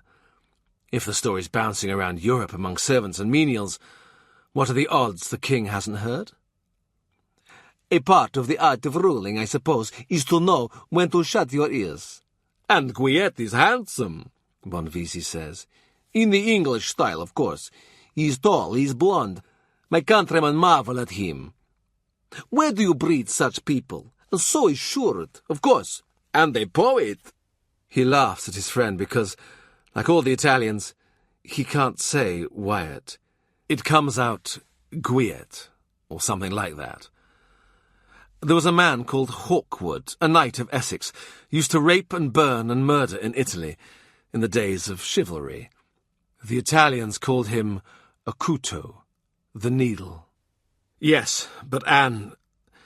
He senses, from his glimpses of her, that she is unlikely to be moved by anything so impermanent as beauty. These few years she has needed a husband more than anything, a name, an establishment, a place from which she can stand and negotiate with the king. Now Wyatt's married. What could he offer her? Verses, says the merchant. It wasn't diplomacy took him out of England. It was that she was torturing him. He no longer dared to be in the same room with her, the same castle, the same country. He shakes his head. Aren't the English odd? Christ, aren't they? He says. You must take care. The lady's family, they are pushing a little against the limit of what can be done. They are saying, why wait for the Pope? Can we not make a marriage contract without him? It would seem to be the way forward. Try one of these sugared almonds. He smiles. Bonvisi says, Tommaso, I may give you some advice? The cardinal is finished. Don't be so sure. Yes, and if you did not love him, you would know it was true. The cardinal has been nothing but good to me. But he must go north. The world will chase him. You ask the ambassadors. Ask Chapuis. Ask them who they report to. We have them at Isha, at Richmond. Toujours les dépêches. That's us. But that is what he's accused of, running a country within the country. He sighs. I know. But what will you do about it? Ask him to be more humble. Bonvisi laughs. Thomas, please. You know when he goes north, you will be a man without a master. That is the point. You are seeing the king. But it is only for now, while he works out how to give the cardinal a payoff that will keep him quiet. But then? He hesitates. The king likes me. The king is an inconstant lover. Not to Anne. That is where I must warn you. Oh, not because of Gwiet, not because of any gossip, any light thing said, but because it must all end soon. She will give away. She is just a woman. Think how foolish a man would have been if he had linked his fortunes to those of the lady's sister who came before her. Yes, just think. He looks around the room. That's where the Lord Chancellor sat. On his left, the hungry merchants. On his right, the new ambassador. There, Humphrey Monmouth the heretic. There, Antonio Bonvisi. Here, Thomas Cromwell. And there are ghostly places set for the Duke of Suffolk, large and bland. For Norfolk, jangling his holy medals and shouting, "By the Mass!" There is a place set for the king, and for the doughty little queen, famished in this penitential season, her belly quaking inside the stout armour of her robes. There is a place set for Lady Anne, glancing around with her restless black eyes, eating nothing, missing nothing, tugging at the pearls around her little neck. There is a place for William Tyndale, and one for the Pope. Clement looks at the candid quinces, too coarsely cut, and his Medici lip curls.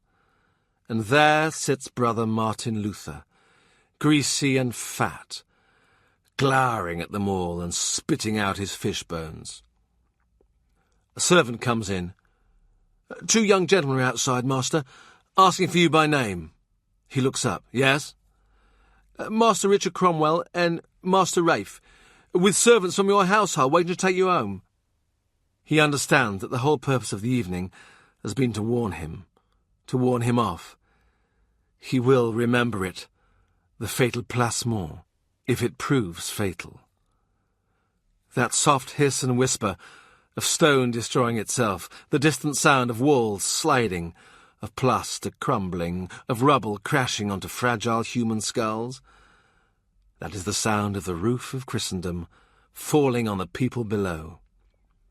Bonvisi says, "You have a private army, Tommaso.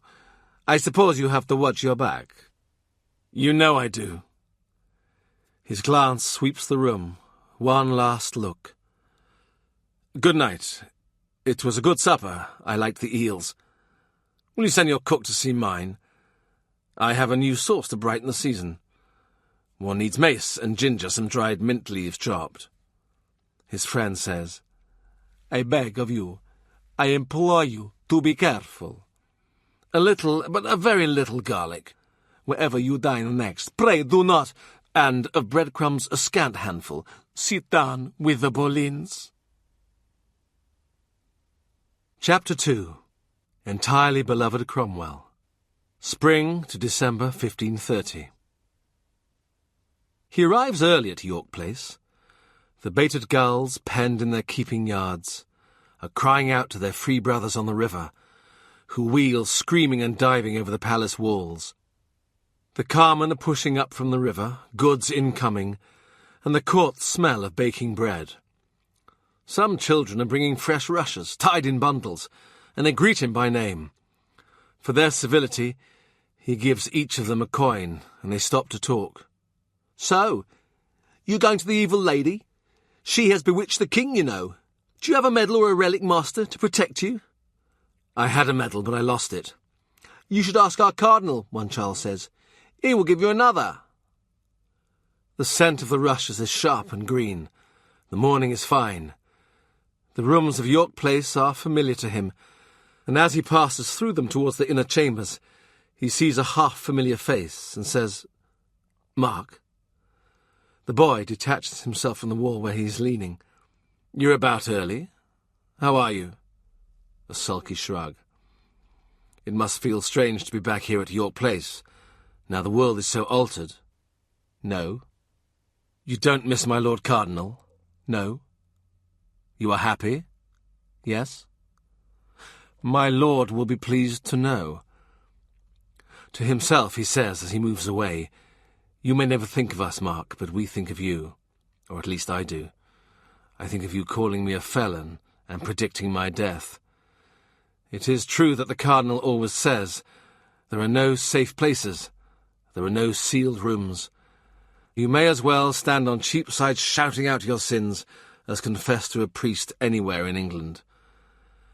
But when I spoke to the Cardinal of killing, when I saw a shadow on the wall, there was no one to hear. So if Mark reckons I'm a murderer, that's only because he thinks I look like one. 8 anterooms. In the last, where the Cardinal should be, he finds Anne Boleyn. Look, there are Solomon and Sheba, unrolled again back on the wall. There is a draught. Sheba eddies towards him, rosy, round, and he acknowledges her. And Selma, lady made of wool, I thought I'd never see you again. He had sent word back to Antwerp, applied discreetly for news. And Selma was married, Stephen Vaughan said, and to a younger man, a banker. So if he drowns or anything, he said, let me know. Vaughan writes back, Thomas, come now. Isn't England full of widows and fresh young girls? Sheba makes Anne look bad, sallow and sharp. She stands by the window, her fingers tugging and ripping at a sprig of rosemary. When she sees him, she drops it, and her hands dip back into her trailing sleeves. In December, the King gave a banquet to celebrate her father's elevation to be Earl of Wiltshire. The Queen was elsewhere, and Anne sat where Catherine should sit. There was frost on the ground, frost in the atmosphere. They only heard of it in the Wolsey household. The Duchess of Norfolk, who is always furious about something, was furious that her niece should have precedence. The Duchess of Suffolk, Henry's sister, refused to eat. Neither of these great ladies spoke to Boleyn's daughter. Nevertheless, Anne had taken her place as the First Lady of the kingdom. But now it's the end of Lent, and Henry has gone back to his wife. He hasn't the face to be with his concubine as we move towards the week of Christ's Passion. Her father is abroad on diplomatic business. So is her brother George, now Lord Rochford. So is Thomas Wyatt, the poet whom she tortures. She's alone and bored at York Place, and she's reduced to sending for Thomas Cromwell to see if he offers any amusement. A flurry of little dogs, 3 of them, run away from her skirts, yapping, darting towards him. "Don't let them out," Anne says, and with practised and gentle hands he scoops them up. They are the kind of dogs, bellas, with ragged ears and tiny wafting tails, that any merchant's wife would keep across the narrow sea. By the time he has given them back to her, they have nibbled his fingers, and his coat licked his face, and yearned towards him with goggling eyes, as if he were someone they had so much longed to meet. 2 of them he sets gently on the floor. The smallest he hands back to Anne. "Vous êtes gentille," she says, "and how my babies like you. I could not love, you know, those apes that Catherine keeps. Les singes enchaînés. Their little hands, their little necks fettered. My babies love me for myself." She's so small. Her bones are so delicate, her waist so narrow. If 2 law students make one cardinal, 2 Annes make one Catherine. Various women are sitting on low stools, sewing, or rather pretending to sew. One of them is Mary Boleyn. She keeps her head down, as well she might. One of them is Mary Shelton, a bold pink and white Boleyn cousin, who looks him over and, quite obviously, says to herself, "Mother of God, is that the best Lady Carey thought she could get?" Back in the shadows there is another girl, who has her face turned away, trying to hide. He does not know who she is, but he understands why she's looking fixedly at the floor. Anne seems to inspire it. Now that he's put the dogs down, he's doing the same thing. "Alors," Anne says softly, "suddenly everything is about you. The king does not cease to quote Master Cromwell." She pronounces it as if she can't manage the English. Cromwell. He is so right. He is at all points correct. Also, let us not forget, Maître Cromwell makes us laugh. I see the king does sometimes laugh, but you, madame, in your situation as you find yourself. A black glance over her shoulder. I suppose I seldom laugh, if I think, but I had not thought. This is what your life has come to. Dusty fragments, dried leaves and stems, have fallen down her skirts.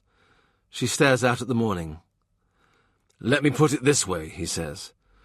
Since my Lord Cardinal was reduced, how much progress have you seen in your cause? None. No one knows the workings of Christian countries like my Lord Cardinal. No one is more intimate with kings. Think how bound to you he would be, Lady Anne, if you were the means of erasing these misunderstandings and restoring him to the king's grace. She doesn't answer. Think, he says. He is the only man in England who can obtain for you what you need. Very well. Make his case. You have 5 minutes. Otherwise, I can see you're really busy. Anne looks at him with dislike and speaks in French. What do you know of how I occupy my hours? My lady, are we having this conversation in English or French? Your choice entirely. But let's make it one or the other, yes? He sees a movement from the corner of his eye. The half-hidden girl has raised her face. She is plain and pale. She looks shocked. You are indifferent, Anne says. Yes. Very well. In French.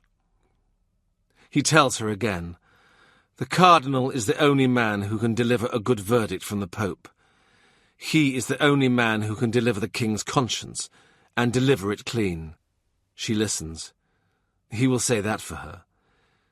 He's always wondered how well women can hear beneath the muffling folds of their veils and hoods, but Anne does give the impression that she is hearing what he has said. She waits him out, at least.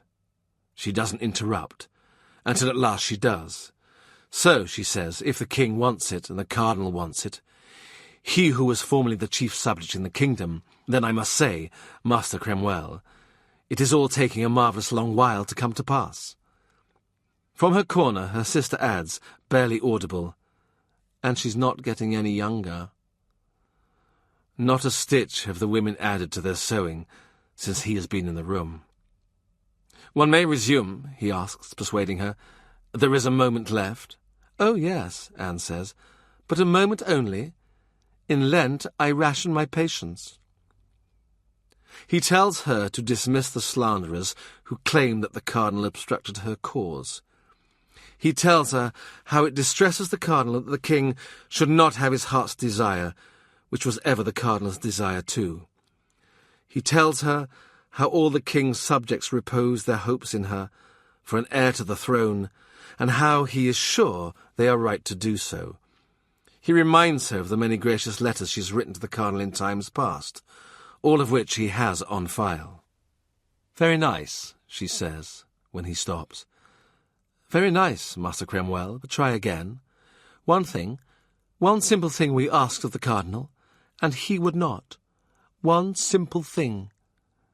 You know it was not simple. Perhaps I am a simple person, Anne says. Do you feel I am? You may be. I hardly know you. The reply incenses her. He sees her sister smirk. You may go, Anne says, and Mary jumps up and follows him out.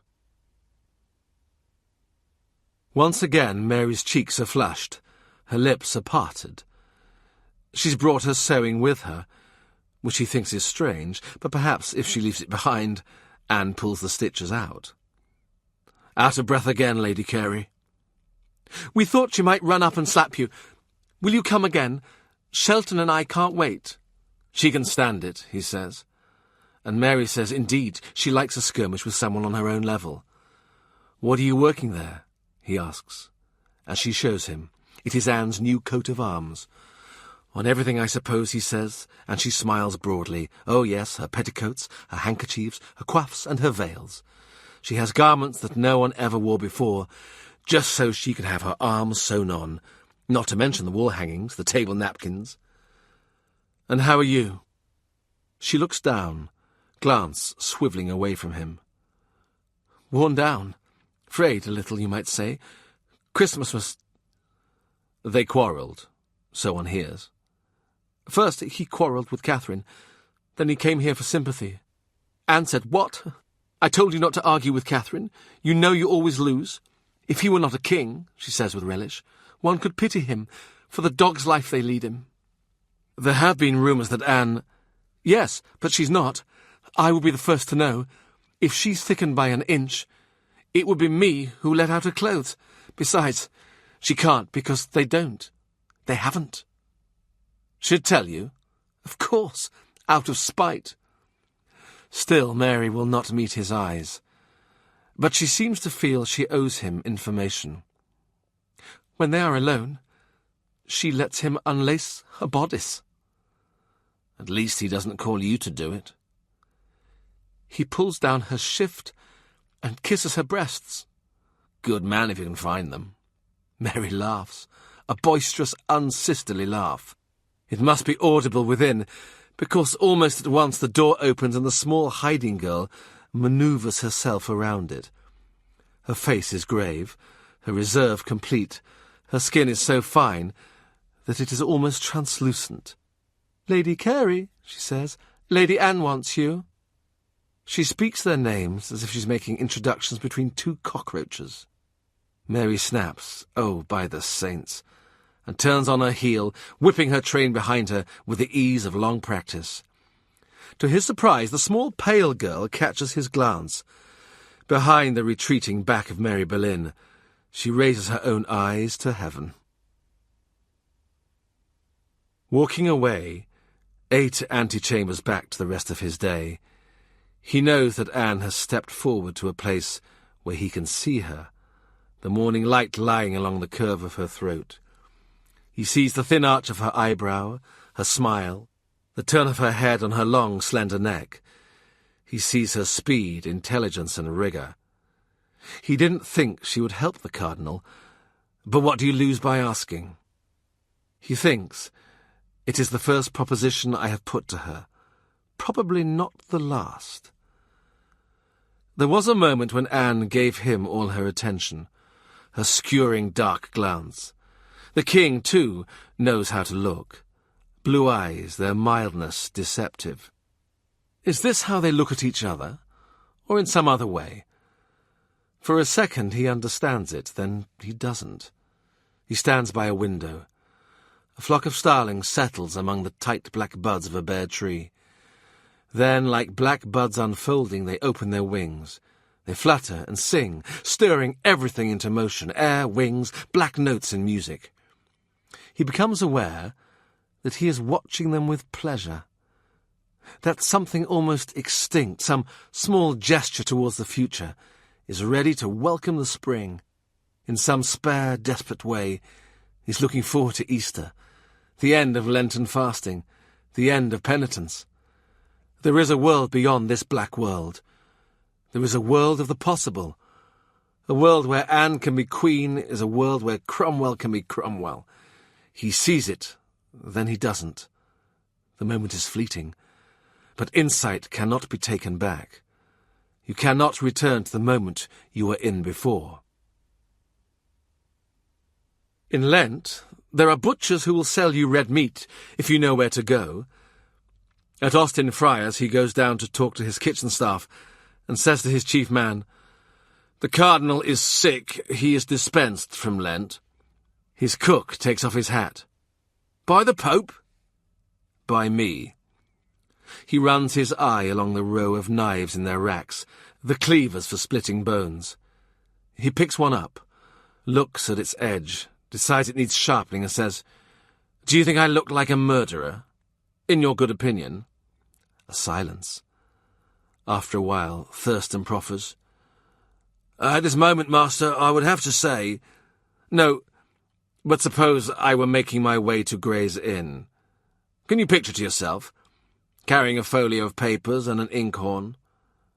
I do suppose a clerk would be carrying those, so you can't picture it." Thurston takes off his hat again and turns it inside out. He looks at it as if his brains might be inside it, or at least some prompt as to what to say next. I see how you would look like a lawyer. Not like a murderer, no. But if you will forgive me, master, you always look like a man who knows how to cut up a carcass. He has the kitchen make beef olives for the cardinal, stuffed with sage and marjoram, neatly trussed and placed side by side in trays, so that the cooks at Richmond need to do nothing but bake them. Show me where it says in the Bible, "A man shall not eat beef olives in March." He thinks of Lady Anne, her unslaked appetite for a fight, the sad ladies about her. He sends those ladies some flat baskets of small tarts, made of preserved oranges and honey. To Anne herself, he sends a dish of almond cream. It is flavoured with rose water and decorated with the preserved petals of roses and with candied violets. He is above riding across the country, carrying food himself, but not that much above it. It's not so many years since the Frescobaldi kitchen in Florence, or perhaps it is, but his memory is clear, exact. He was clarifying calf's foot jelly, chatting away in his mixture of French, Tuscan and Putney, when someone shouted, "Tommaso, they want you upstairs." His movements were unhurried as he nodded to a kitchen child, who brought him a basin of water. He washed his hands, dried them on a linen cloth. He took off his apron and hung it on a peg. For all he knows, it is there still. He saw a young boy, younger than him, on hands and knees, scrubbing the steps. He sang as he worked. Scaramella va alla guerra, con la lancia e la rotella, la zombero bora la bora borombo. "If you please, Giacomo," he said. To let him pass, the boy moved aside into the curve of the wall. A shift of the light wiped the curiosity from his face, blanking it, fading his past into the past, washing the future clean. Scaramella is off to war. But I've been to war, he thought. He had gone upstairs. In his ears the roll and stutter of the song's military drum. He had gone upstairs and never come down again. In a corner of the Frescobaldi counting-house, a table was waiting for him. "Scaramella fa la gala," he hummed. He had taken his place, sharpened a quill. His thoughts bubbled and swirled, Tuscan, Putney, Castilian oaths. But when he committed his thoughts to paper, they came out in Latin and perfectly smooth. Even before he walks in from the kitchens at Austin Friars, the women of the house know that he has been to see Anne. "So," Joanne demands, "tall or short?" "Neither. I heard she was very tall. Sallow, is she not?" "Yes, sallow." "They say she is graceful, dances well." "We did not dance." Mercy says, "But what do you think? A friend to the gospel?" He shrugs. "We did not pray." Alice, his little niece, what was she wearing? "Ah, I can tell you that." He prices and sauces her, hood to hem, foot to fingertip. For her headdress, Anne affects the French style, the round hood flattering the fine bones of her face. He explains this, and though his tone is cool, mercantile, the women somehow do not appreciate it. "You don't like her, do you?" Alice says. And he says it's not for him to have an opinion, or you either, Alice, he says, hugging her and making her giggle. The child, Joe, says, "Our master is in a good mood." "This squirrel trim," Mercy says, and he says, "Calabrian." Alice says, "Oh, Calabrian," and wrinkles her nose. Joanne remarks, "I must say, Thomas, it seems you got close." "Are her teeth good?" Mercy says. "For God's sake, woman, when she sinks them into me, I'll let you know." When the Cardinal had heard that the Duke of Norfolk was coming out to Richmond to tear him with his teeth, he had laughed and said, "Marry, Thomas, time to be going." But to go north, the Cardinal needs funding. The problem is put to the King's Council, who fall out and continue the quarrel in his hearing. "After all," Charles Brandon says, "one can't let an archbishop creep away to his enthronement like a servant who's stolen the spoons." "He's done more than steal the spoons," Norfolk says. "He's eaten the dinner that would have fed all England. He's filched the tablecloth, by God, and drunk the cellar dry." The king can be elusive. One day, when he thinks he has an appointment to meet Henry, he gets Master Secretary instead. "Sit down," Gardiner says. "Sit down and listen to me. Contain yourself in patience, while I put you straight on a few matters." He watches him ranging to and fro, Stephen the noonday devil. Gardiner is a man with bones loose-jointed, his lines flowing with menace. He has great hairy hands and knuckles which crack when he folds his right fist into his left palm. He takes away the menace conveyed, and the message. Pausing in the doorway, he says mildly, "Your cousin sends greetings." Gardiner stares at him. His eyebrows bristle like a dog's hackles.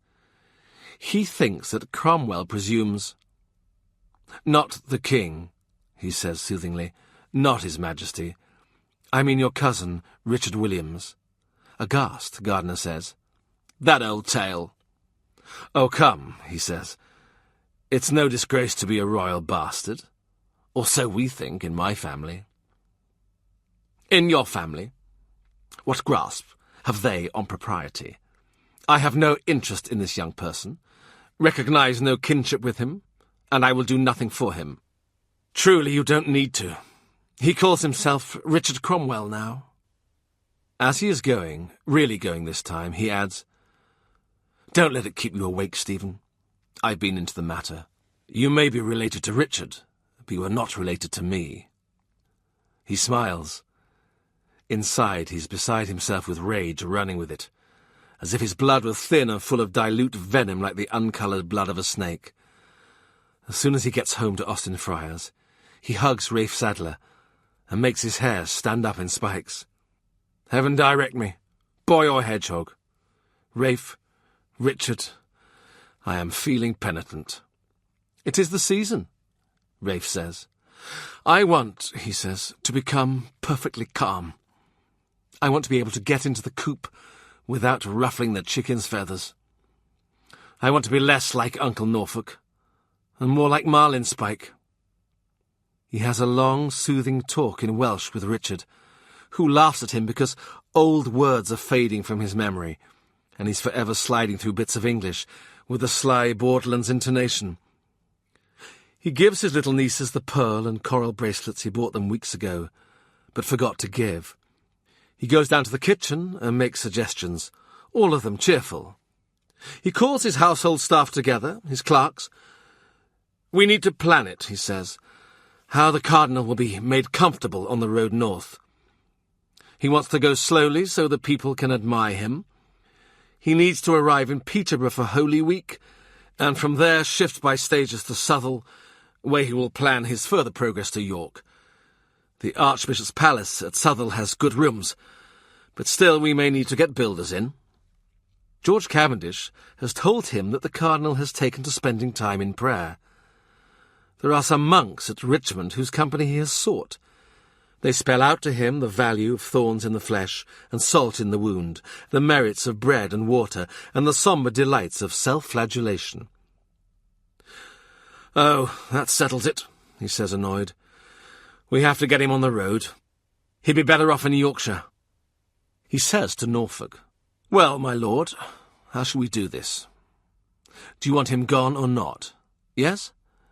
Then come to the king with me." Norfolk grunts. Messages are sent.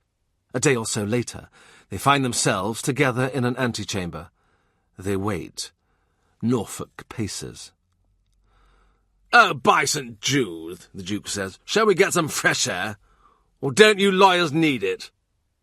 They stroll in the gardens, or he strolls, the Duke stamps.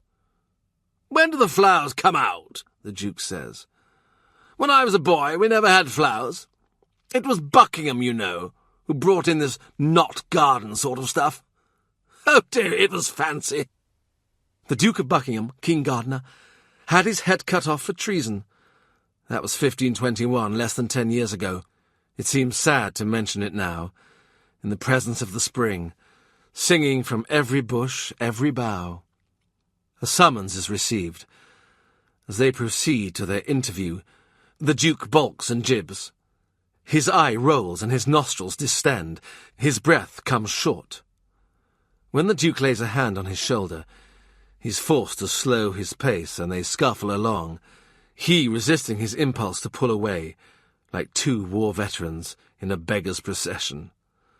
Scaramella va alla guerra. Norfolk's hand is trembling. But it is only when they get into the presence that he fully understands how it rattles the old Duke to be in a room with Henry Tudor. The gilded ebullience makes him shrink inside his clothes. Henry greets them cordially. He says it is a wonderful day, and pretty much a wonderful world. He spins around the room, arms wide, reciting some verses of his own composition. He will talk about anything except the Cardinal. Frustrated, Norfolk turns a dusky red and begins to mutter. Dismissed, they are backing out. Henry calls, "Oh, Cromwell!" He and the Duke exchange glances. "By the mass," mutters the Duke. Hand behind his back, he indicates, "Begone, my Lord Norfolk. I'll catch up with you later." Henry stands with arms folded, eyes on the ground. He says nothing till he, Cromwell, has come close. £1,000? Henry whispers. It is on the tip of his tongue to say, "That will be a start on the 10,000 which, to the best of my knowledge and belief, you have owed the Cardinal of York for a decade now." He doesn't say it, of course. At such moments, Henry expects you to fall to your knees, Duke, Earl, Commoner, light and heavy, old and young. He does it. Scar tissue pulls. Few of us, by our 40s, are not carrying injuries. The King signals you can get up. He adds, his tone curious, "The Duke of Norfolk shows you many marks of friendship and favour." The hand on the shoulder, he means the minute and unexpected vibration of ducal palm against plebeian muscle and bone. The Duke is careful to preserve all distinctions of rank. Henry seems relieved. An unwelcome thought creeps into his head. What if you, Henry Tudor, were to be taken ill and fall at my feet? Am I allowed to pick you up? Or must I send for an earl to do it, or a bishop? Henry walks away. He turns and says in a small voice, "Every day I miss the Cardinal of York." There is a pause. He whispers, "Take the money with our blessing. Don't tell the Duke. Don't tell anyone. Ask your master to pray for me. Tell him it is the best I can do."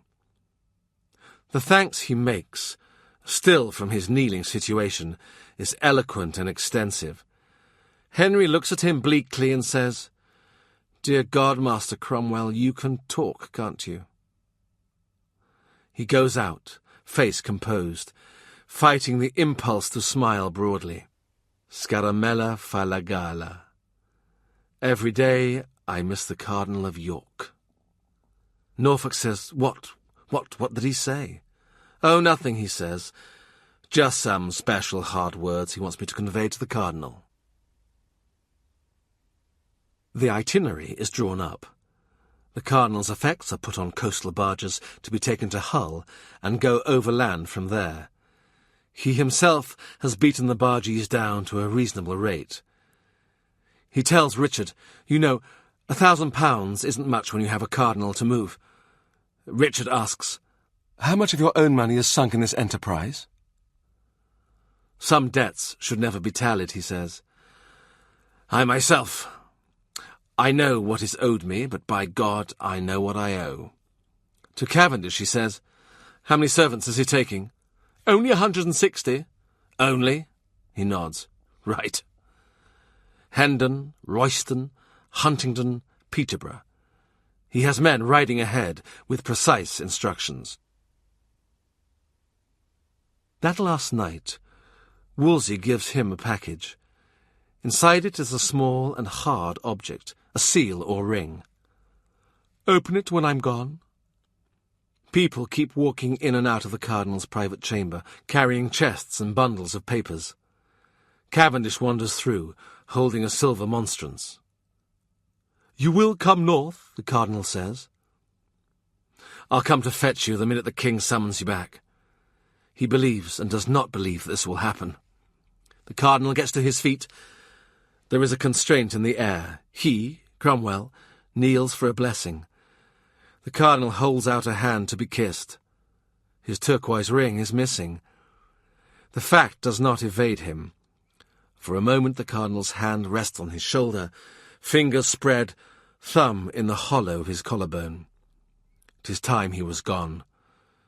So much has been said between them that it is needless to add a marginal note. It is not for him now to gloss the text of their dealings, nor append a moral.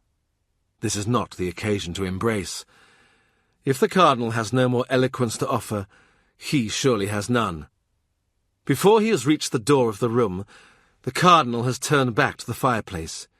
He pulls his chair to the blaze, and raises a hand to shield his face. But his hand is not between himself and the fire. It is between himself and the closing door. He makes for the courtyard. He falters. In a smoky recess, where the light has extinguished itself, he leans against the wall. He is crying.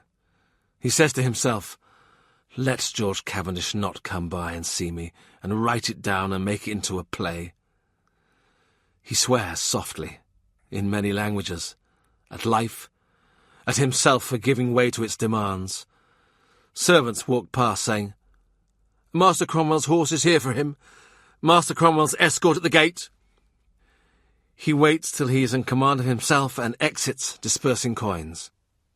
When he gets home, the servants ask him, "Are we to paint out the Cardinal's coat of arms?" "No, by God," he says. "On the contrary, repaint it." He stands back for a look.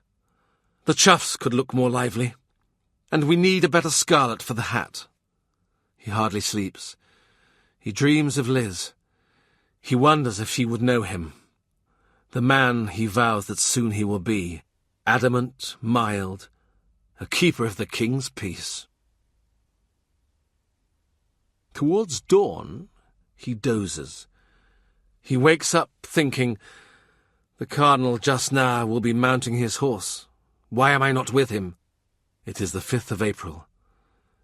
Joanne meets him on the stairs. Chastely she kisses his cheek. "Why does God test us?" she whispers. He murmurs, "I do not feel we will pass." He says perhaps I should go up to Southwell myself. "I'll go for you," Rafe says. He gives him a list. "Have the whole of the Archbishop's palace scrubbed out. My lord will be bringing his own bed. Draft in kitchen staff from the King's Arms. Check the stabling. Get in musicians. Last time I passed through, I noticed some pigsties up against the palace wall. Find out the owner, pay him off, and knock them down. Don't drink in the Crown. The ale is worse than my father's." Richard says, "Sir, it is time to let the Cardinal go." This is a tactical retreat, not a rout. They think he's gone, but he's only gone into a back room. He skulks among the files. He hears Richard say, "His heart is leading him." It is an experienced heart. But can a general organize a retreat when he doesn't know where the enemy is? The King is so double in this matter. One could retreat straight into his arms. "Jesus, you think our master is double too?" "Triple at least," Rafe says. "Look, there was no profit for him, ever, in deserting the old man. What would he get but the name of deserter? Perhaps something is to be got by sticking fast, for all of us." "Off you go then, swine boy. Who else would think about the pigsties? Thomas More, for instance, would never think about them. Or he would be exhorting the pig-keeper, 'My good man, Easter approacheth. Hast thou prepared to receive Holy Communion?'" Rafe laughs. "By the way, Richard, hast thou?" Richard says, I can get a piece of bread any day in the week. During Holy Week, reports come in from Peterborough. More people have crowded in to look at Wolsey than have been in that town in living memory. As the Cardinal moves north, he follows him on the map of these islands he keeps in his head: Stamford, Grantham, Newark. The travelling court arrives in Southwell on the 28th of April. He, Cromwell, writes to soothe him. He writes to warn him. He is afraid that the Boleyns, or Norfolk, or both, have found some way of implanting a spy in the Cardinal's retinue. The ambassador, Chapuis, hurrying away from an audience with the king, has touched his sleeve, drawn him aside. Monsieur Cromwell, I thought to call at your house. We are neighbours, you know. I should like to welcome you. But people inform me you are often with the king now, which is pleasant, is it not? Your old master, I hear from him every week. He has become solicitous about the Queen's health. He asks if she is in good spirits, and begs her to consider that soon she will be restored to the king's bosom and bed. Chapuis smiles. He is enjoying himself. The concubine will not help him. We know you have tried with her and failed. So now he turns back to the Queen. He is forced to ask. And the Queen says... She says, I hope God in his mercy finds it possible to forgive the Cardinal, for I never can. Chapuis waits. He does not speak. The ambassador resumes. I think you are sensible of the tangle of wreckage that will be left if this divorce is granted, or, shall we say, somehow extorted from his holiness. The Emperor, in defense of his aunt, may make war on England. Your merchant friends will lose their livelihoods, and many will lose their lives. Your Tudor king may go down, and the old nobility come into their own. Why are you telling me this? I am telling all Englishmen. Door to door? He is meant to pass to the Cardinal this message, that he has come to the end of his credit with the Emperor. What will that do but drive him into an appeal to the French king? Either way, treason lies. He imagines the Cardinal among the canons at Southwell, in his chair in the chapter house, presiding beneath the high vaulting like a prince at his ease in some forest glade, wreathed by carvings of leaves and flowers. They are so supple that it is as if the columns, the ribs, have quickened, as if stone has burst into florid life. The capitals are decked with berries, finials are twisted stems, roses entangle the shafts, flowers and seeds flourish on one stalk. From the foliage, faces peer, the faces of dogs, of hares, of goats. There are human faces, too, so lifelike that perhaps they can change their expression. Perhaps they stare down, astonished, at the portly scarlet form of his patron, and perhaps in the silence of the night, when the canons are sleeping, the stone men whistle and sing. In Italy he learned a memory system, and furnished it with pictures. Some are drawn from wood and field, from hedgerow and copse, shy, hiding animals, eyes bright in the undergrowth. Some are foxes and deer. Some are griffins, dragons. Some are men and women, nuns, warriors, doctors of the church. In their hands he puts unlikely objects. St. Ursula, a crossbow. St. Jerome, a scythe. While Plato bears a soup ladle, and Achilles a dozen damsons in a wooden bowl. It is no use hoping to remember, with the help of common objects, familiar faces. One needs startling juxtapositions, images that are more or less peculiar, ridiculous, even indecent. When you have made the images, you place them about the world in locations you choose, each one with its parcel of words, of figures, which they will yield you on demand. At Greenwich, a shaven cat may peep at you from behind a cupboard. At the Palace of Westminster, a snake may leer down from a beam and hiss your name. Some of these images are flat, and you can walk on them. Some are clothed in skin and walk around in a room. But perhaps they are men with their heads on backwards, or with tufted tails like the leopards in coats of arms. Some scowl at you like Norfolk, or gawp at you like my Lord Suffolk, with bewilderment. Some speak, some quack. He keeps them in strict order in the gallery of his mind's eye. Perhaps it is because he is used to making these images that his head is peopled with the cast of 1,000 plays, 10,000 interludes. It is because of this practice that he tends to glimpse his dead wife lurking in a stairwell, her white face upturned, or whisking around a corner of the Austin Friars, or the house at Stepney.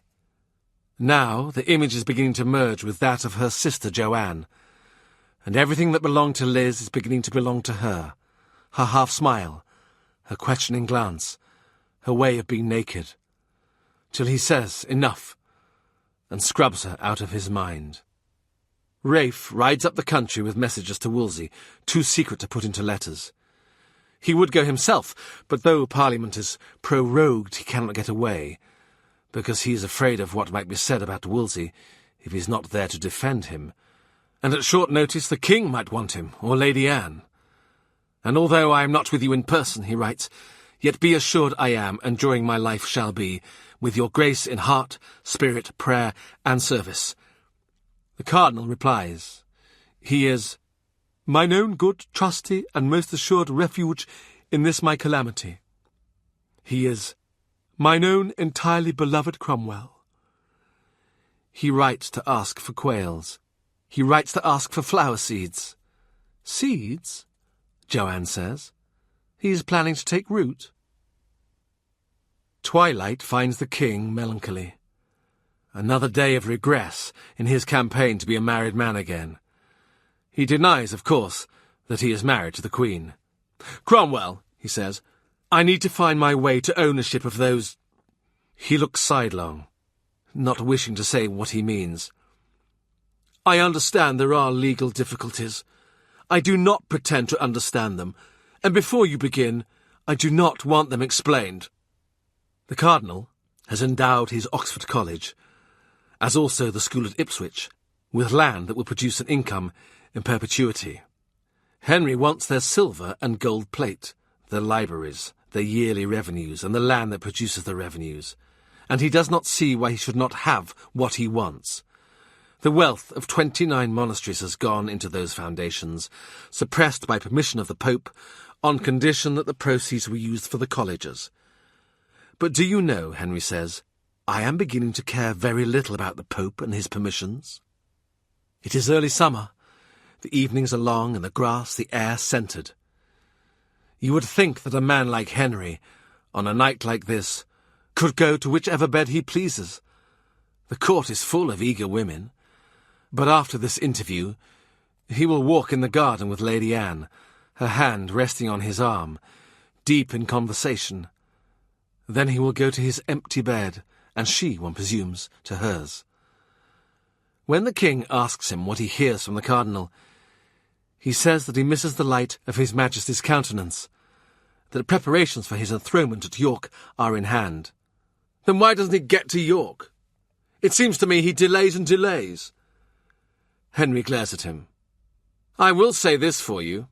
You stick by your man. I have never had anything from the Cardinal other than kindness. Why would I not?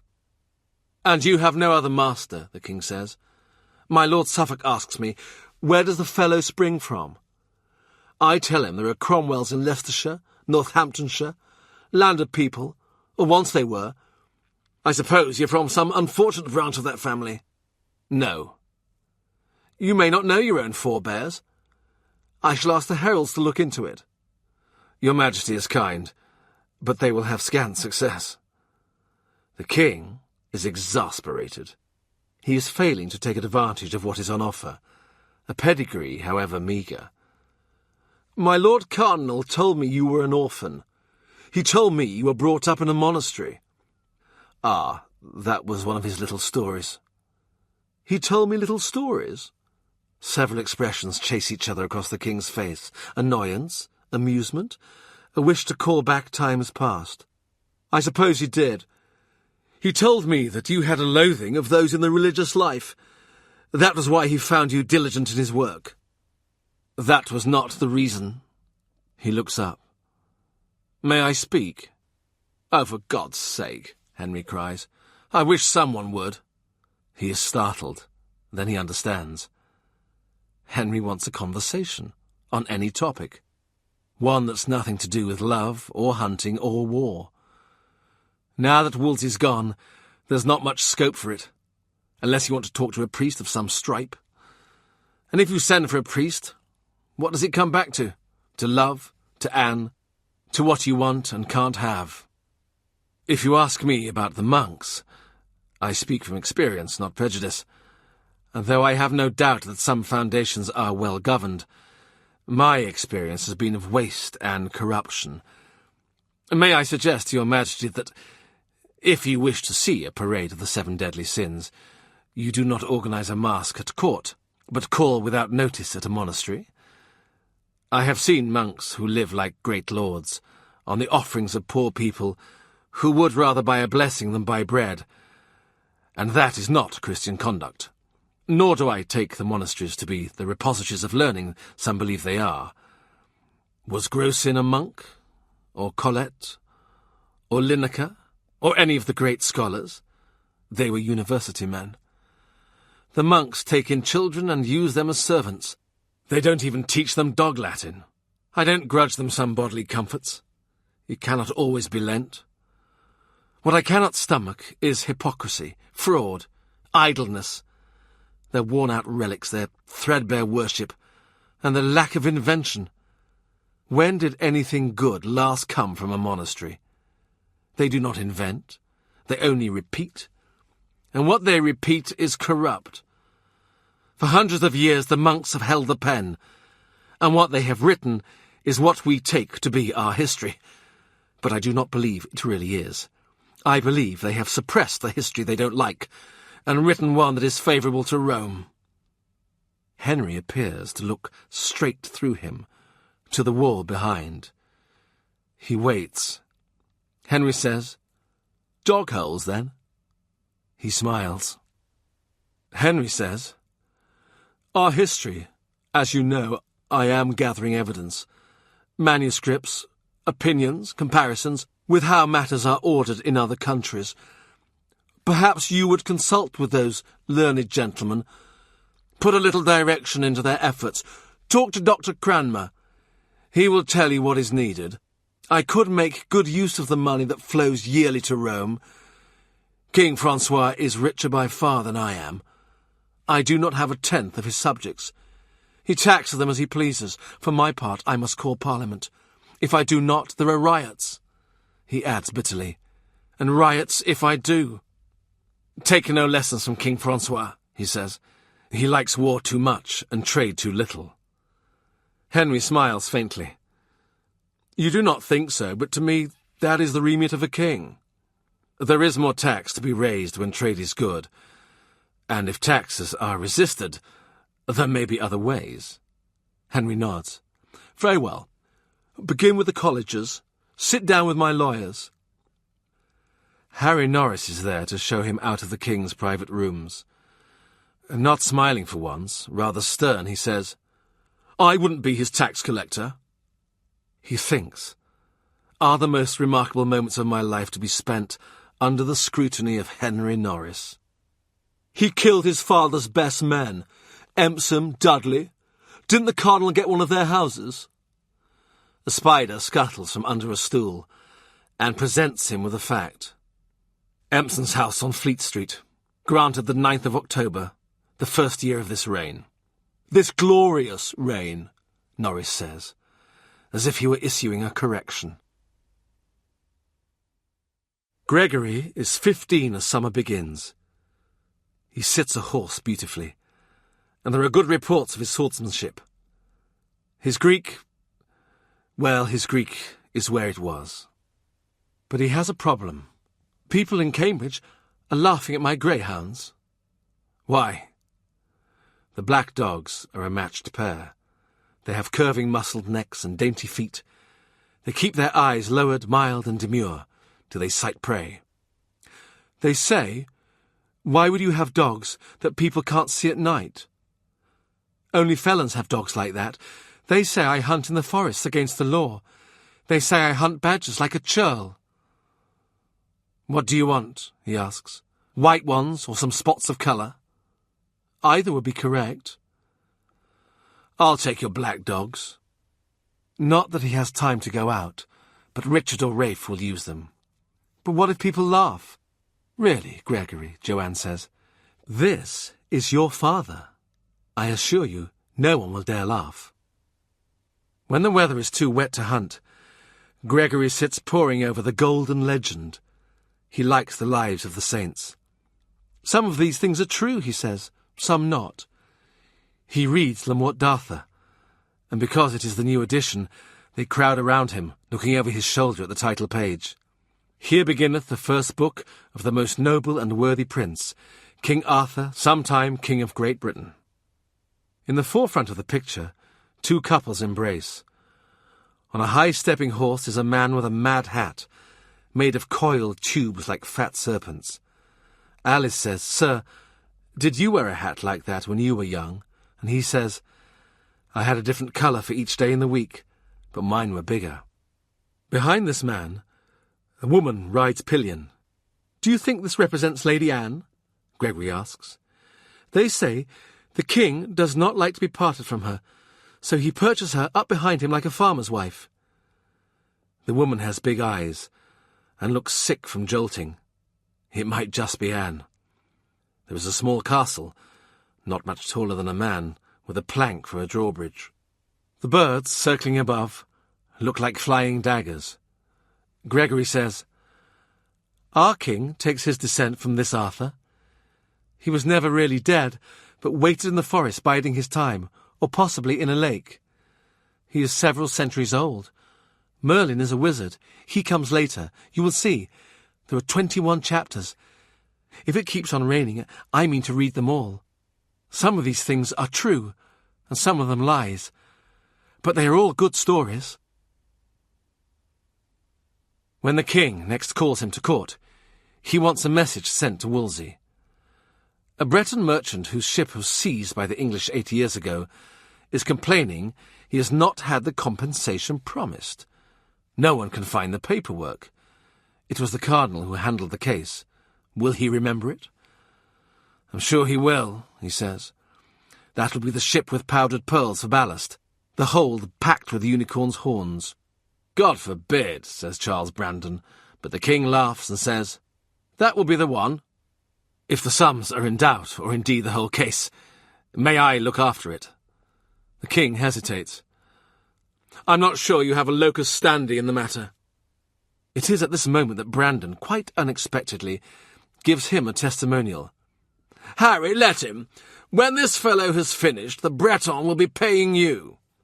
Dukes revolve in their spheres. When they confer, it is not for pleasure in each other's society. They like to be surrounded by their own courts, by men who reflect them and are subservient to them. For pleasure, they are as likely to be found with a kennel-man as another duke. So it is that he spends an amiable hour with Brandon, looking over the king's hounds. It is not yet the season for hunting the hart, so the running dogs are well fed in their kennels, their musical barking rising into the evening air, and the tracking dogs, silent, as they are trained to be, rise on their hind legs and watch, dripping saliva, the progress of their suppers. The kennel children are carrying baskets of bread and bones, buckets of offal, and basins of pig's blood pottage. Charles Brandon inhales, appreciative, like a dowager in a rose garden. A huntsman calls forward a favourite bitch, white patched with chestnut, Barbada, 4 years old. He straddles her and pulls back her head to show her eyes, clouded with a fine film. He will hate to kill her, but he doubts she will be much use this season. He, Cromwell, cups the bitch's jaw in his hand. You can draw off the membrane with a curved needle. I've seen it done. You need a steady hand and to be quick. She doesn't like it, but then she won't like to be blind. He runs his hand over her ribs, feels the panicked throb of her little animal heart.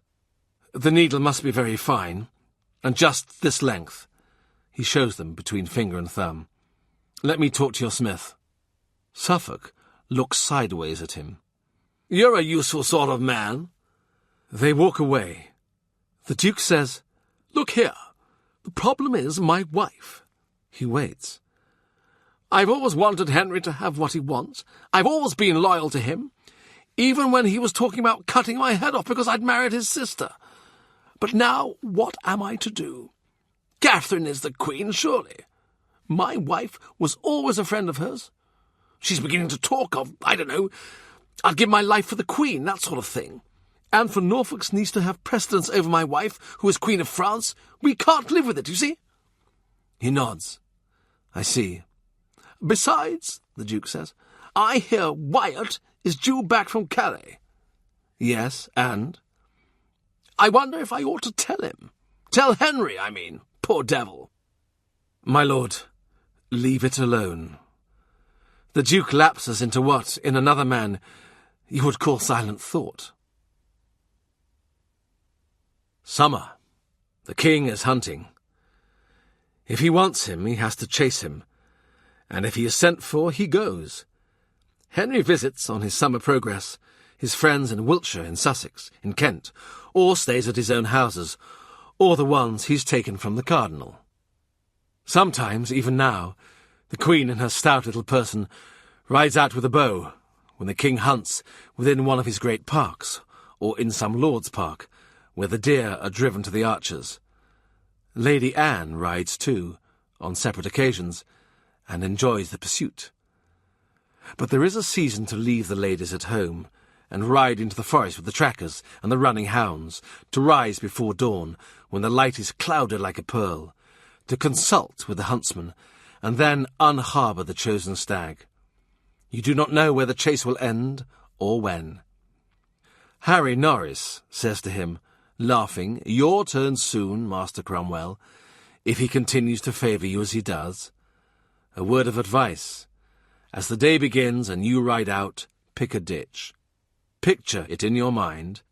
When he has worn out 3 good horses, when the horn is blowing for another chase, you will be dreaming of that ditch. You will imagine lying down in it. Dead leaves and cool ditch water will be all you desire.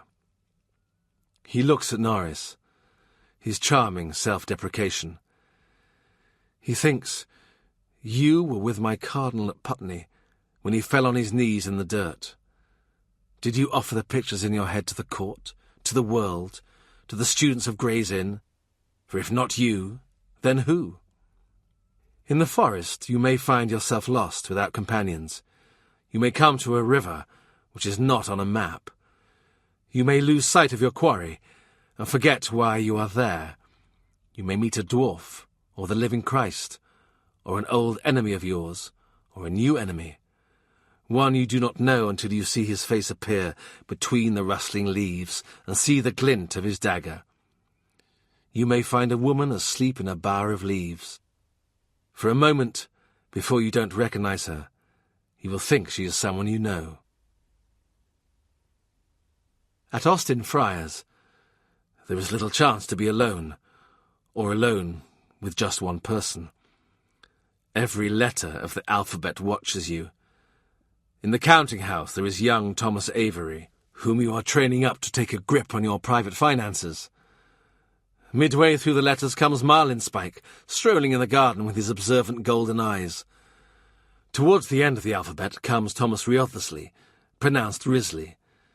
He's a bright young man, 25 or so, and well-connected, son of York Herald, nephew to Garter King-at-Arms. In Wolsey's household he worked under your direction, then was carried away by Gardiner, as Master Secretary, to work for him. Now he is sometimes at court, sometimes at Austin Friars. He's Stephen's spy, the children say, Richard and Rafe. Master Risley is tall, with red blonde hair, but without the propensity of others of that complexion, the king, let's say, to grow pink when gratified, or mottled when cross. He's always pale and cool, always his handsome self, always composed. At Trinity Hall, he was a great actor in the students' plays, and he has certain affectations, a consciousness of himself, of how he appears. They mimic him behind his back, Richard and Rafe, and say, "My name is Wriothesley, but as I wish to spare you effort, you can call me Risley." They say he only complicates his name like that so he can come here and sign things and use up our ink. They say, you know Gardiner, he is too angry to use long names. Gardiner just calls him you. They are pleased with this joke, and for a while, every time Mr. W. appears, they shout, "It's you!" "Have mercy," he says, "on Master Risley. Cambridge men should have our respect." He would like to ask them, Richard, Rafe, Master Wriothesley, call me Risley, do I look like a murderer? There is a boy who says I do. This year there has been no summer plague. Londoners give thanks on their knees. On St. John's Eve the bonfires burn all night. At dawn, white lilies are carried in from the fields. The city daughters with shivering fingers weave them into drooping wreaths to pin on the city's gates and on city doors. He thinks about that little girl like a white flower, the girl with Lady Anne, who manoeuvred herself around the door. It would have been easy to find out her name, except he didn't, because he was busy finding out secrets from Mary. Next time he sees her... But what's the use of thinking of it? She will come of some noble house. He had meant to write to Gregory and say, "I've seen such a sweet girl.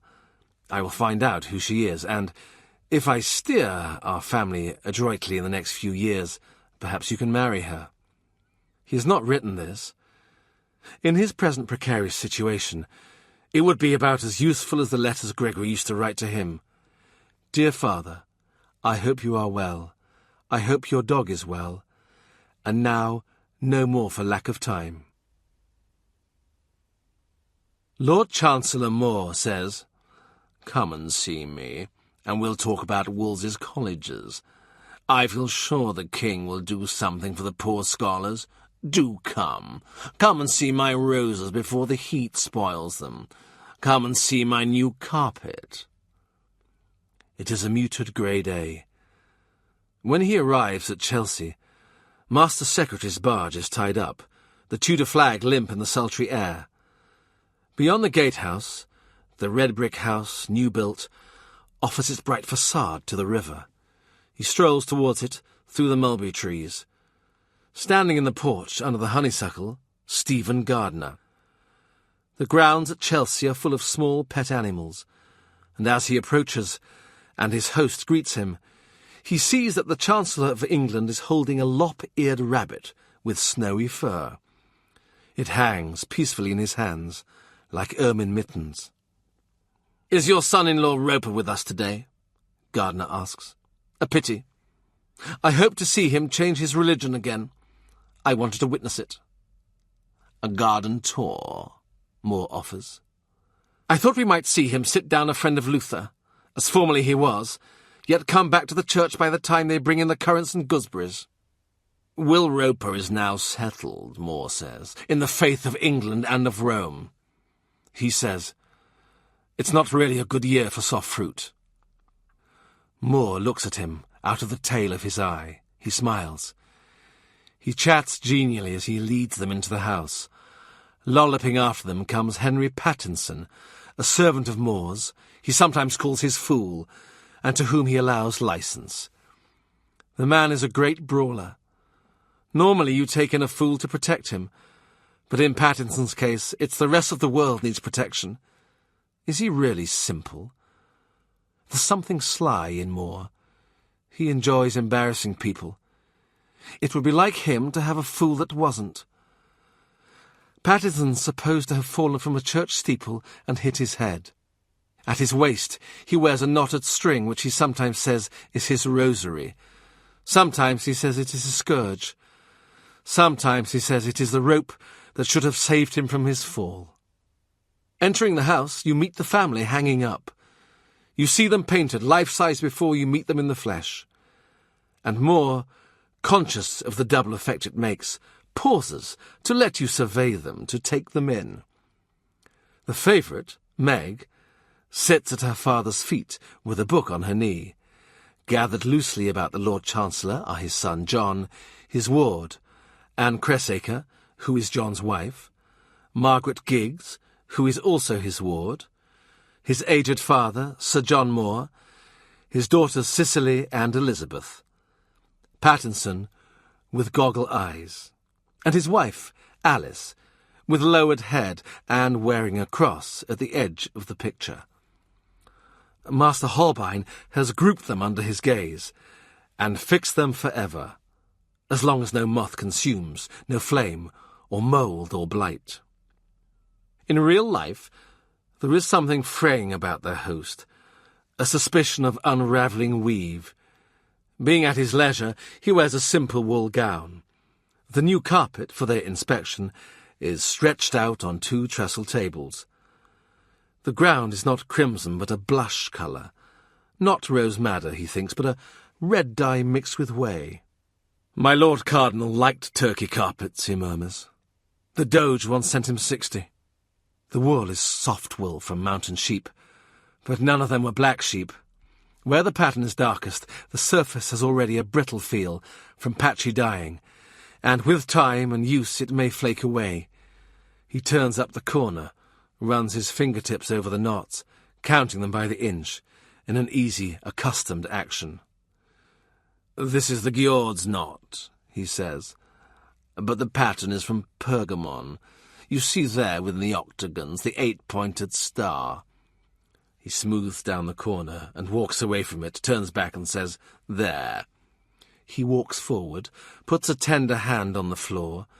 The interruption in the weave, the lozenge slightly distorted, warped out of true. At worst, the carpet is 2 carpets pieced together. At best, it has been woven by the villagers Pattinson, or patched together last year by Venetian slaves in a backstreet workshop. To be sure, he needs to turn the whole thing over. His host says, "Not a good buy?" "It's beautiful," he says, not wanting to spoil his pleasure.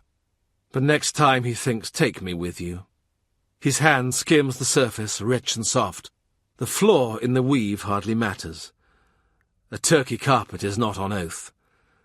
There are some people in this world who like everything squared up and precise, and there are those who will allow some drift at the margins. He is both these kinds of person. He would not allow, for example, a careless ambiguity in a lease, but instinct tells him that sometimes a contract need not be drawn too tight. Leases, writs, statutes, all are written to be read, and each person reads them by the light of self-interest. Moore says, "What do you think, gentlemen? Walk on it, or hang it on the wall?" "Walk on it." "Thomas, your luxurious tastes." And they laugh. You would think they were friends. They go out to the aviary. They stand deep in talk, while finches flit and sing. A small grandchild toddles in. A woman in an apron shadows him or her. The child points to the finches, makes sounds expressive of pleasure, flaps its arms. It eyes Stephen Gardiner. Its small mouth turns down. The nurse swoops in, before tears ensue. How must it be, he asks Stephen, to have such effortless power over the young? Stephen scowls. Moore takes him by the arm. "Now, about the colleges," he says. "I have spoken to the King, and Master Secretary here has done his best. Truly he has. The King may refound Cardinal College in his name, but for Ipswich I see no hope. After all, it is only... I am sorry to say this, Thomas, but it is only the birthplace of a man now disgraced, and so has no special claim on us." "It is a shame for the scholars." "It is, of course. Shall we go into supper?" In Moore's great hall, the conversation is exclusively in Latin. Then Moore's wife, Alice, is their hostess, and does not have a word of it. It is their custom to read a passage of Scripture by way of a grace. "It is Meg's turn tonight," Moore says. He's keen to show off his darling. She takes the book, kissing it. Over the interruptions of the fool, she reads in Greek. Gardiner sits with his eyes shut tight. He looks not holy, but exasperated. He watches Margaret. She's perhaps 25. She has a sleek, darting head, like the head of the little fox which Moore says he has tamed. All the same, he keeps it in a cage for safety. The servants come in. It is Alice's eye they catch as they place the dishes. Here, madam, and here. The family in the picture don't need servants, of course. They exist just by themselves, floating against the wall.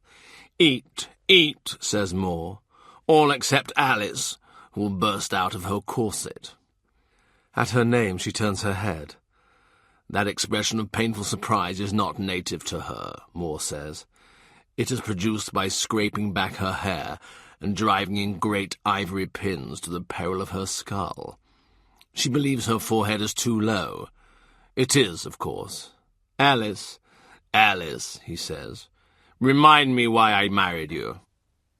To keep house, father, Meg says in a low voice. Yes, yes, Moore says. A glance at Alice frees me from stain of concupiscence. He is conscious of an oddity, as if time has performed some loop or snared itself in a noose. He has seen them on the wall as Hans froze them, and here they enact themselves, wearing their various expression of aloofness or amusement, benignity and grace. A happy family. He prefers their host as Hans painted it. The Thomas More on the wall, you can see that he's thinking, but not what he's thinking, and that's the way it should be. The painter has grouped them so skillfully that there's no space between the figures for anyone new. The outsider can only soak himself into the scene, as an unintended blot or stain. Certainly, he thinks, Gardiner is a blot or stain. The secretary waves his black sleeves. He argues vigorously with their host. What does St. Paul mean when he says Jesus was made a little lower than the angels? Do Hollanders ever make jokes? What is the proper coat of arms of the Duke of Norfolk's heir? Is that thunder in the distance? Or will this heat keep up? Just as in the painting, Alice has a little monkey on a gilt chain. In the painting, it plays about her skirts. In life, it sits in her lap and clings to her like a child. Sometimes she lowers her head and talks to it, so that no one else can hear. Moore takes no wine, though he serves it to his guests. There are several dishes, which all taste the same. Flesh of some sort, with a gritty sauce like Thames mud. And then junkets, and a cheese which he says one of his daughters has made. One of his daughters, wards, stepdaughters, one of the women of whom the house is full. Because one must keep them employed, he says. They cannot always be at their books, and young women are prone to mischief and idleness. For sure, he mutters. They'll be fighting in the streets next. His eyes are drawn unwillingly to the cheese. It is pitted and wobbling, like the face of a stable boy after a night out.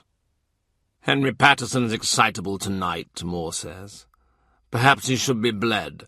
I hope his diet has not been too rich. Oh, says Gardiner, I have no anxieties on that score.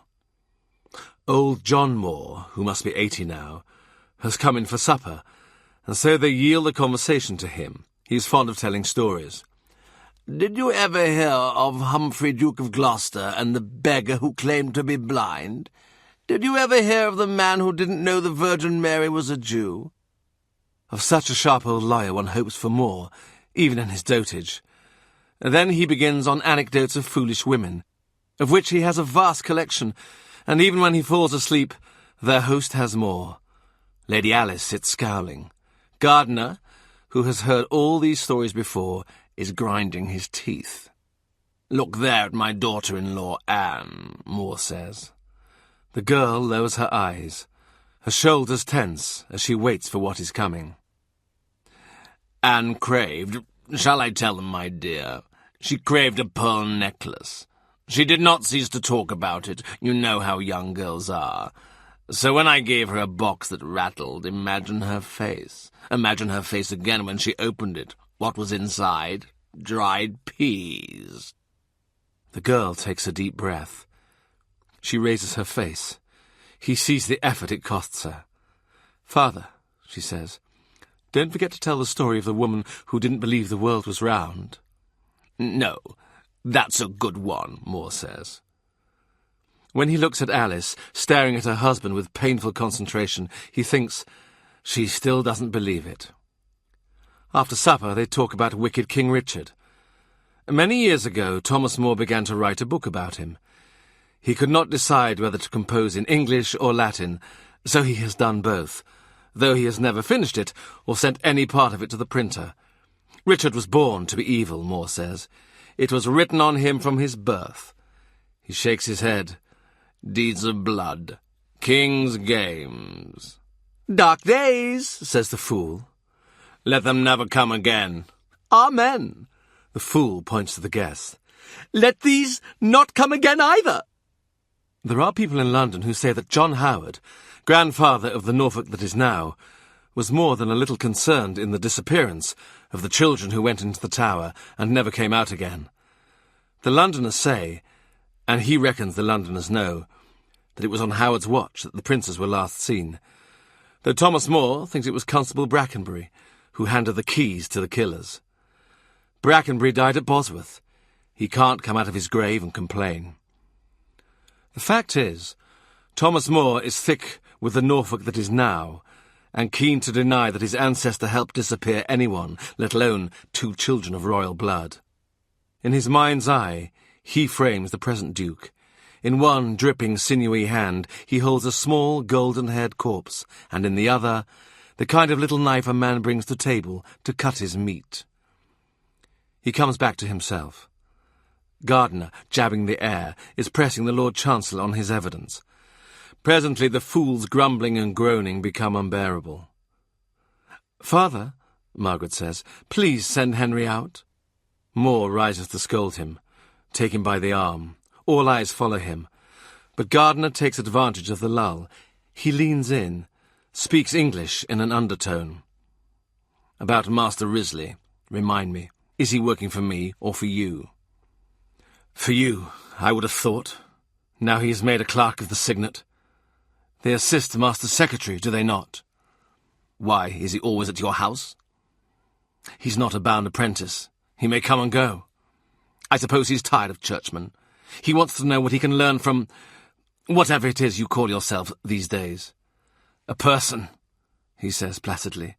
"The Duke of Norfolk says I'm a person." "Master Risley has his eye on his advantage." "I hope we all have that. Or why did God give us eyes?"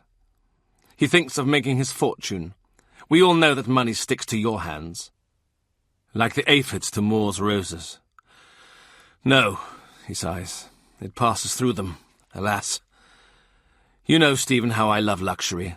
Show me a carpet, and I'll walk on it."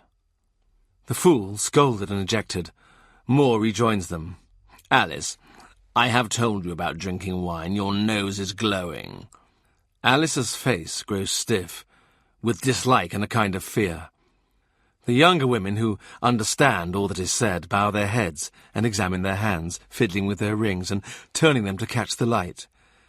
Then something lands on the table with a thud, and Anne Cressacre, provoked into her native tongue, cries, "Henry, stop that!" There is a gallery above with oriel windows. The fool, leaning through one of them, is peppering them with broken crusts. "Don't flinch, masters," he shouts. "I am pelting you with God." He scores a hit on the old man, who wakes with a start. Sir John looks about him. With his napkin, he wipes dribble from his chin. "Now, Henry," Moore calls up, "you have wakened my father, and you are blaspheming and wasting bread." "Dear Lord, he should be whipped," Alice snaps. He looks around him. He feels something which he identifies as pity, a heavy stirring beneath the breastbone. He believes Alice has a good heart, continues to believe it even when, taking his leave, permitted to thank her in English, he raps out, "Thomas Cromwell, why don't you marry again?" "No one will have me, Lady Alice." "Nonsense. Your master may be down, but you're not poor, are you? Got your money abroad, that's what I'm told. Got a good house, haven't you? Got the king's ear, my husband says. And from what my sisters in the city say, got everything in good working order." Alice, Moore says. Smiling, he takes her wrist, shakes her a little. Gardiner laughs, his deep bass chuckle, like laughter through a crack in the earth. When they go out to Master Secretary's barge, the scent of the gardens is heavy in the air. Moore goes to bed at 9 o'clock, Stephen says. With Alice? People say not. You have spies in the house? Stephen doesn't answer. It is dusk. Lights bob in the river. Dear God, I'm hungry, Master Secretary complains. I wish I'd kept back one of the fool's crusts. I wish I had laid hands on the white rabbit. I'd eat it raw. He says, You know, he daren't make himself plain. Indeed, he dare not, Gardiner says. Beneath the canopy, he sits hunched into himself, as if he were cold. But we all know his opinions, which I think are fixed and impervious to argument. When he took office, he said he would not meddle with the divorce, and the king accepted that, but I wonder how long he will accept it. I didn't mean make himself plain to the king. I meant to Alice. Gardiner laughs. True. If she understood what he said about her, she'd send him down to the kitchens and have him plucked and roasted. Suppose she died. He'd be sorry then. He'd have another wife in the house before she was cold, someone even uglier. He broods, foresees vaguely an opportunity for placing bets. That young woman, he says, Anne Cressacre. She's an heiress, you know, an orphan. There was some scandal, was there not? After her father died, her neighbours stole her, for their son to marry. The boy raped her. She was 13. This was in Yorkshire.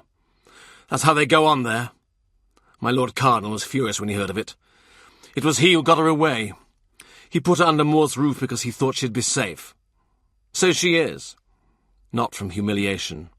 Since Moore's son married her, he lives off her lands. She has 100 a year. You'd think she could have a string of pearls.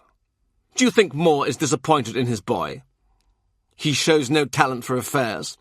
Still, I hear you have a boy like that. You'll be looking for an heiress for him soon. He doesn't reply. It's true. John Moore and Gregory Cromwell. What have we done to our sons? Made them into idle young gentlemen, but who can blame us for wanting for them the ease we didn't have? One thing about Moore, he's never idle for an hour. He's passed his life reading, writing, talking towards what he believes is the good of the Christian Commonwealth. Stephen says, Of course, you may have other sons. Aren't you looking forward to the wife Alice will find you? She is warm in your praises. He feels afraid. It is like Mark, the lute player. People imagining what they cannot know. He is sure he and Joanne have been secret. He says, Don't you ever think of marrying? A chill spreads over the waters. I am in holy orders. Oh, come on, Stephen. You must have women, don't you? The pause is so long, so silent, that he can hear the oars as they dip into the Thames, the little splash as they rise. He can hear the ripples in their wake. He can hear a dog barking from the southern shore. The secretary asks, What kind of Putney inquiry is that? The silence lasts till Westminster, but on the whole, not too bad a trip. As he mentions disembarking, neither of them has thrown the other in the river. I'm waiting till the water's colder, Gardiner says, until I can tie weights to you. You have a trick of resurfacing, don't you? By the way, why am I bringing you to Westminster? I'm going to see Lady Anne. Gardiner is affronted. You didn't say so. Should I report all my plans to you? He knows that is what Gardiner would prefer. The word is that the king is losing patience with his council. He shouts at them, The cardinal was a better man than any of you for managing matters. He thinks if my Lord Cardinal comes back, which by a caprice of the king's he may, any time now, then you're all dead. Norfolk, Gardiner, Moore. Wolsey is a merciful man, but surely only up to a point. Mary Shelton is in attendance. She looks up, simpers. Anne is sumptuous in her nightgown of dark silk. Her hair is down, her delicate feet bare inside kid-skin slippers. She's slumped in a chair, as if the day has beaten the spirit out of her. But still, as she looks up, her eyes are sparkling, hostile. "Where have you been?" "Utopia." "Oh," she is interested. "What past?" "Dame Alice has a little monkey that sits on her knee at table." "I hate them." "I know you do." He walks about. Anne lets him treat her family normally, except when she has a sudden, savage seizure of "I who will be queen," and slaps him down. She examines the toe of her slipper. "They say that Thomas More is in love with his own daughter." "I think they may be right." Anne's sniggering laugh. "Is she a pretty girl?" "No. Learned, though." "Did they talk about me?" "They never mention you in that house." He thinks, I should like to hear Alice's verdict. "Then what was the talk?" "The vices and follies of women." "I suppose you joined it." "It's true, anyway. Most women are foolish and vicious. I have seen it. I have lived among the women too long." He says, "Norfolk and my lord your father are very busy seeing ambassadors. France, Venice, the Emperor's man, just in these last 2 days." He thinks, they are working to entrap my cardinal. I know it. "I did not think you could afford such good information, though they say you have spent £1,000 on the cardinal." "I expect to get it back, from here and there." "I suppose people are grateful to you, if they have received grants out of the cardinal's lands." He thinks, your brother George, Lord Rochford, your father Thomas, Earl of Wiltshire, haven't they got rich from the cardinal's fall? Look at what George is wearing these days. Look at the money he spends on horses and girls. But I don't see much sign of gratitude from the Boleyns. He says, "I just take my conveyancer's fee." She laughs. "You look well on it." "Do you know, there are ways and ways. Sometimes people just tell me things." It is an invitation. Anne drops her head.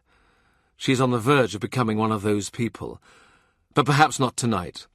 "My father says, one can never be sure of that person, one can never tell who he's working for. I should have thought, but then I am only a woman, that it's perfectly obvious that you're working for yourself."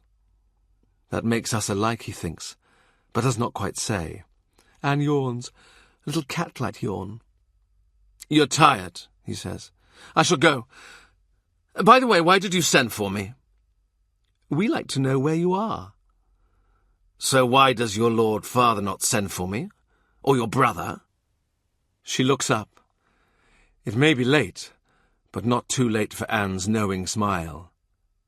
"They do not think you would come." August. The cardinal writes to the king, a letter full of complaint, saying that he's been hounded by his creditors, wrapped in misery and dread. But the stories that come back are different. He's holding dinners and inviting all the local gentry. He's dispensing charity on his old princely scale, settling lawsuits and sweet-talking estranged husbands and wives into sharing a roof again. Call Me Risley was up in Southwell in June with William Brereton of the King's Privy Chamber, getting the cardinal's signature on a petition Henry is circulating, which he means to send to the Pope. It's Norfolk's idea to get the peers and bishops to sign up to this letter, asking Clement to let the king have his freedom. It contains certain murky, unspecific threats, but Clement's used to being threatened. No one's better at spinning a question out, setting one party against the other, playing ends against the middle. The cardinal looks well, according to Risley, and his building work, it seems, has gone beyond repairs and a few renovations. He's been scouring the country for glaziers, joiners, and for plumbers. It is ominous when my lord decides to improve the sanitation. He never had a parish church, but he built the tower higher. Never lodged anywhere where he did not draw up drainage plans. Soon there will be earthworks, culverts, and pipes laid. Next he will be installing fountains. Wherever he goes, he is cheered by the people. "The people?" Norfolk says. "They'd cheer a Barbary ape! Who cares what they cheer? Hang 'em all!" But then who will you tax? He says, and Norfolk looks at him fearfully, unsure if he's made a joke. Rumours of the Cardinal's popularity don't make him glad. They make him afraid. The King has given Wolsey a pardon, but if he was offended once, he can be offended again. If they could think up 44 charges then, if fantasy is unconstrained by truth, they can think up 44 more. He sees Norfolk and Gardiner with their heads together. They look up at him. They glare and don't speak. Risley stays with him, in his shadow and footsteps, writes his most confidential letters, those to the Cardinal and the King. He never says, "I am too tired." He never says, "It is late." He remembers all that he is required to remember. Even Rafe is not more perfect. It is time to bring the girls into the family business. Joanne complains of her daughter's poor sewing, and it seems that, transferring the needle surreptitiously into her wrong hand, the child has devised an awkward little backstitch which will be hard pushed to imitate. She gets the job of sewing up his dispatches for the North. September 1530. The Cardinal leaves Southwell, travelling by easy stages to York. The next part of his progress becomes a triumphal procession. People from all over the countryside flock to him, ambushing him at wayside crosses so that he can lay his magical hands on their children. They call it confirmation, but it seems to be some older sacrament. They pour in by the thousand to gawp at him, and he prays for them all. "The council has the Cardinal under observation," Gardiner says, swishing past him. "They have had the ports closed." Norfolk says, "Tell him if I ever see him again, I will chew him up, bones, flesh, and gristle." He writes it down just so, and sends it up country. Bones, flesh, and gristle. He can hear the crunch and snap of the Duke's teeth. On the 2nd of October, the Cardinal reaches his palace at Cawood, 10 miles from York. His enthronement is planned for the 7th of November. News comes that he has called the convocation of the Northern Church. It is to meet at York the day after his enthronement. It is a signal of his independence. Some may think it is a signal of revolt. He has not informed the King. He has not informed old Warham, Archbishop of Canterbury. He can hear the Cardinal's voice, soft and amused, saying, "Now, Thomas, why do they need to know?" Norfolk calls him in. His face is crimson, and he froths a little at the mouth as he starts to shout. He has been seeing his armourer for a fitting, and is still wearing sundry parts. His cuirass, his garderins, so that he looks like an iron pot wobbling to the boil. "Does he think he can dig in up there and carve himself a kingdom? Cardinals have not enough for him. Only a crown will do for Thomas Bloody Wolsey, the bleeding butcher's boy, and I tell you! He drops his gaze in case the Duke should stop to read his thoughts. He thinks, "My lord would have made such an excellent king, so benign, so sure and suave in his dealings, so equitable, so swift, and so discerning. His rule would have been the best rule, his servants the best servants, and how he would have enjoyed his state."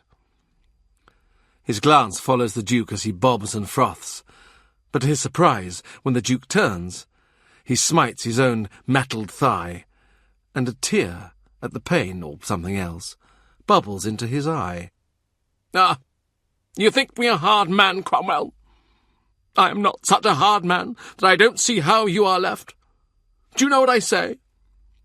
I say I don't know one man in England who would have done what you have done for a man disgraced and fallen. The King says so. Even him, Chapuis, the Emperor's man, he says, you cannot fault what's he called. I say, it's a pity you ever saw Wolsey. It's a pity you don't work for me." "Well," he says, "we all want the same thing. For your niece to be queen. Can we not work together?" Norfolk grunts. There is something amiss in his view with that word "together," but he cannot articulate what it is. "Do not forget your place."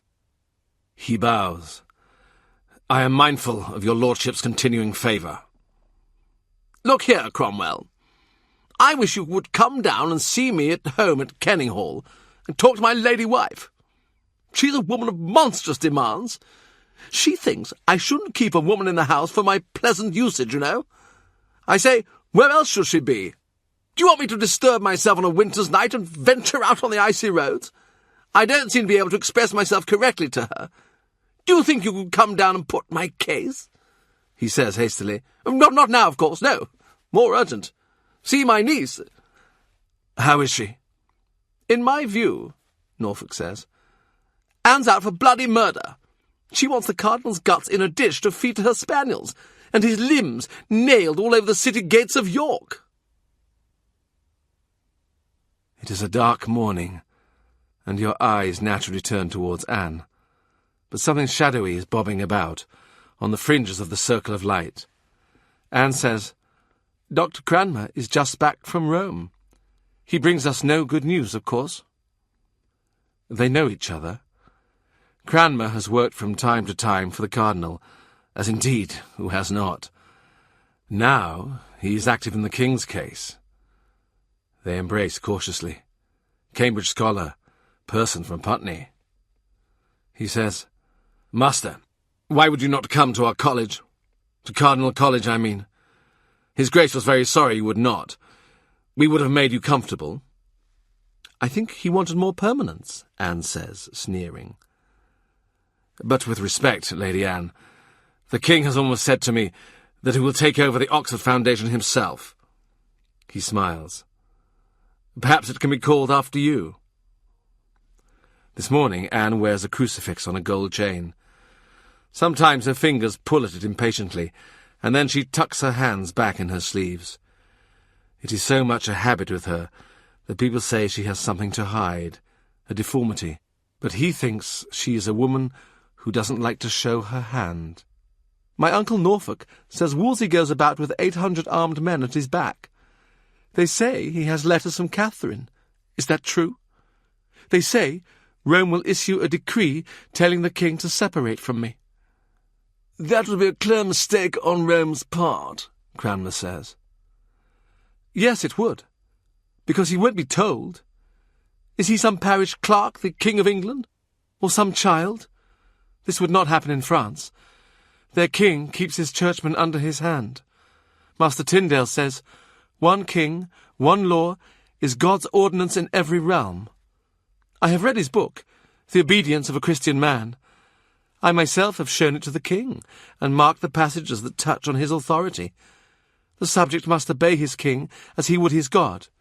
Do I have the sense of it? The Pope will learn his place. Cranmer looks at her with a half-smile. She's like a child who you're teaching to read, who dazzles you by sudden aptitude. Wait, she says. I have something to show you.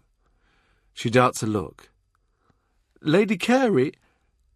Oh, please, Mary says. Do not give it currency. Anne snaps her fingers. Mary Boleyn moves forward into the light, a flash of blonde hair. Give it, Anne says.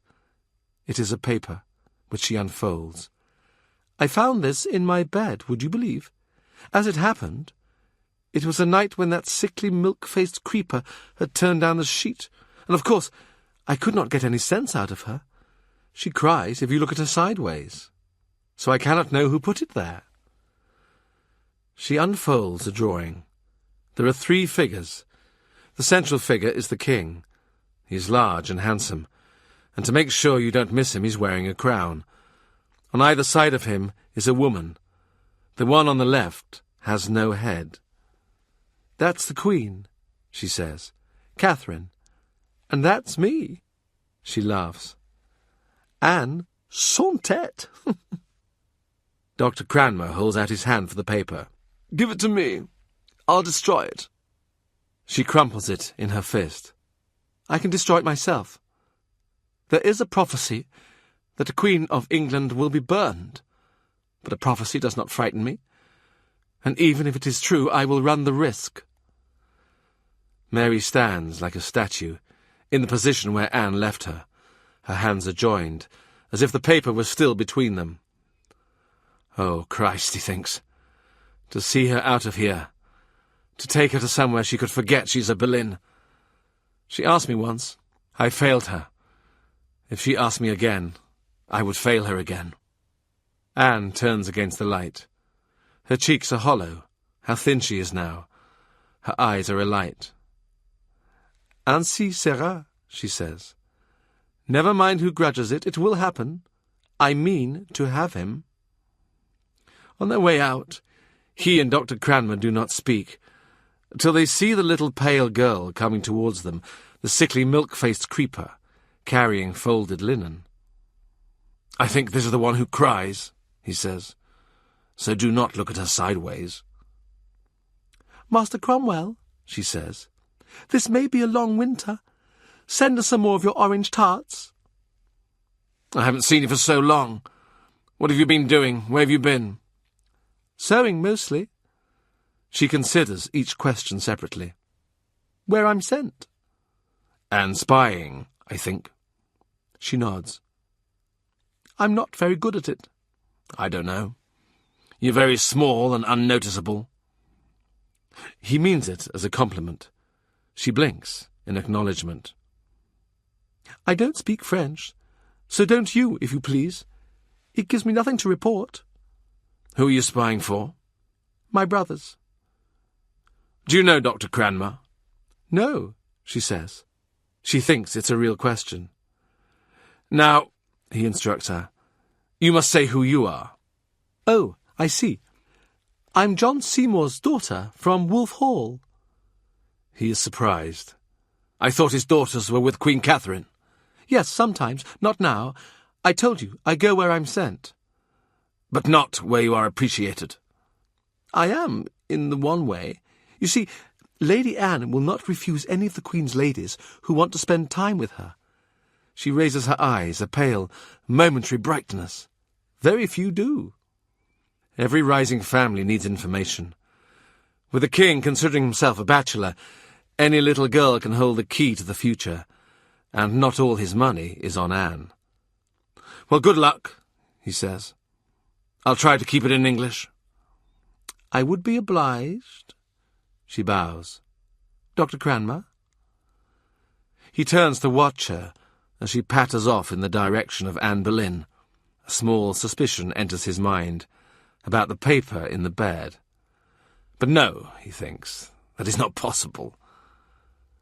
Dr. Cranmer says, smiling, You have a wide acquaintance among the court ladies? Not very wide. I still don't know which daughter that was. There are 3 at least. And I suppose Seymour's sons are ambitious. I hardly know them. The Cardinal brought Edward up. He's sharp. And Tom Seymour is not such a fool as he pretends. The father? Stays in Wiltshire. We never see him. One could envy him, Dr. Cranmer murmurs. Country life, rural felicity, a temptation he has never known. How long were you at Cambridge before the king called you up? Cranmer smiles. 26 years. They are both dressed for riding. You're going back to Cambridge today? Not to stay. The family, the Boleyns, he means, want to have me at hand. And you, Master Cromwell? A private client. I can't make a living from Lady Anne's black looks. Boys wait with their horses. From various folds of his garments, Dr. Cranmer produces objects wrapped in cloth.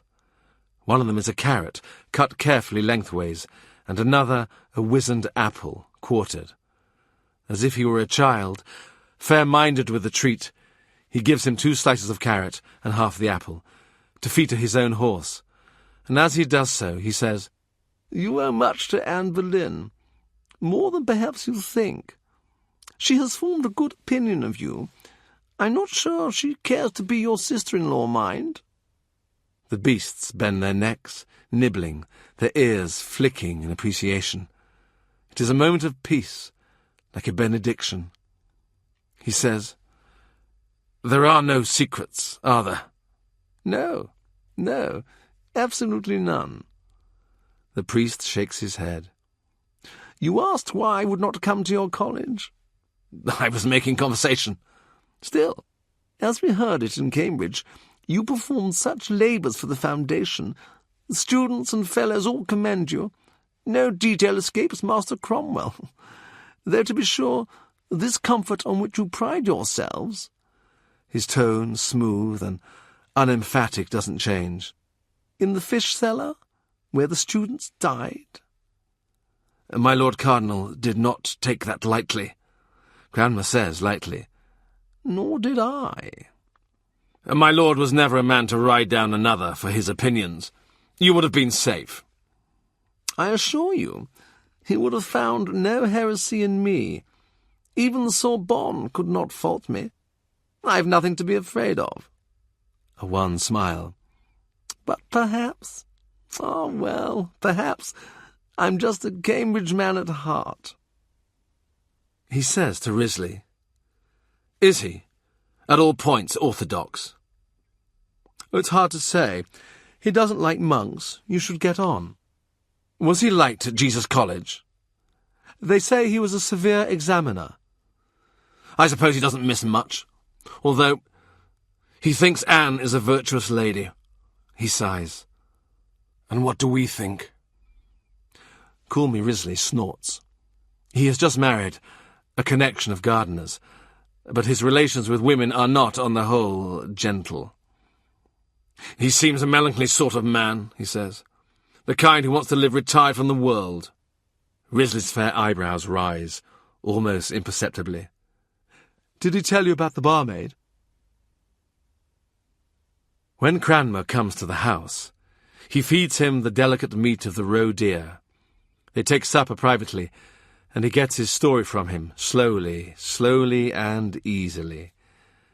He asks the doctor where he comes from, and when he says, "Nowhere you know," he says, "Try me. I've been to most places."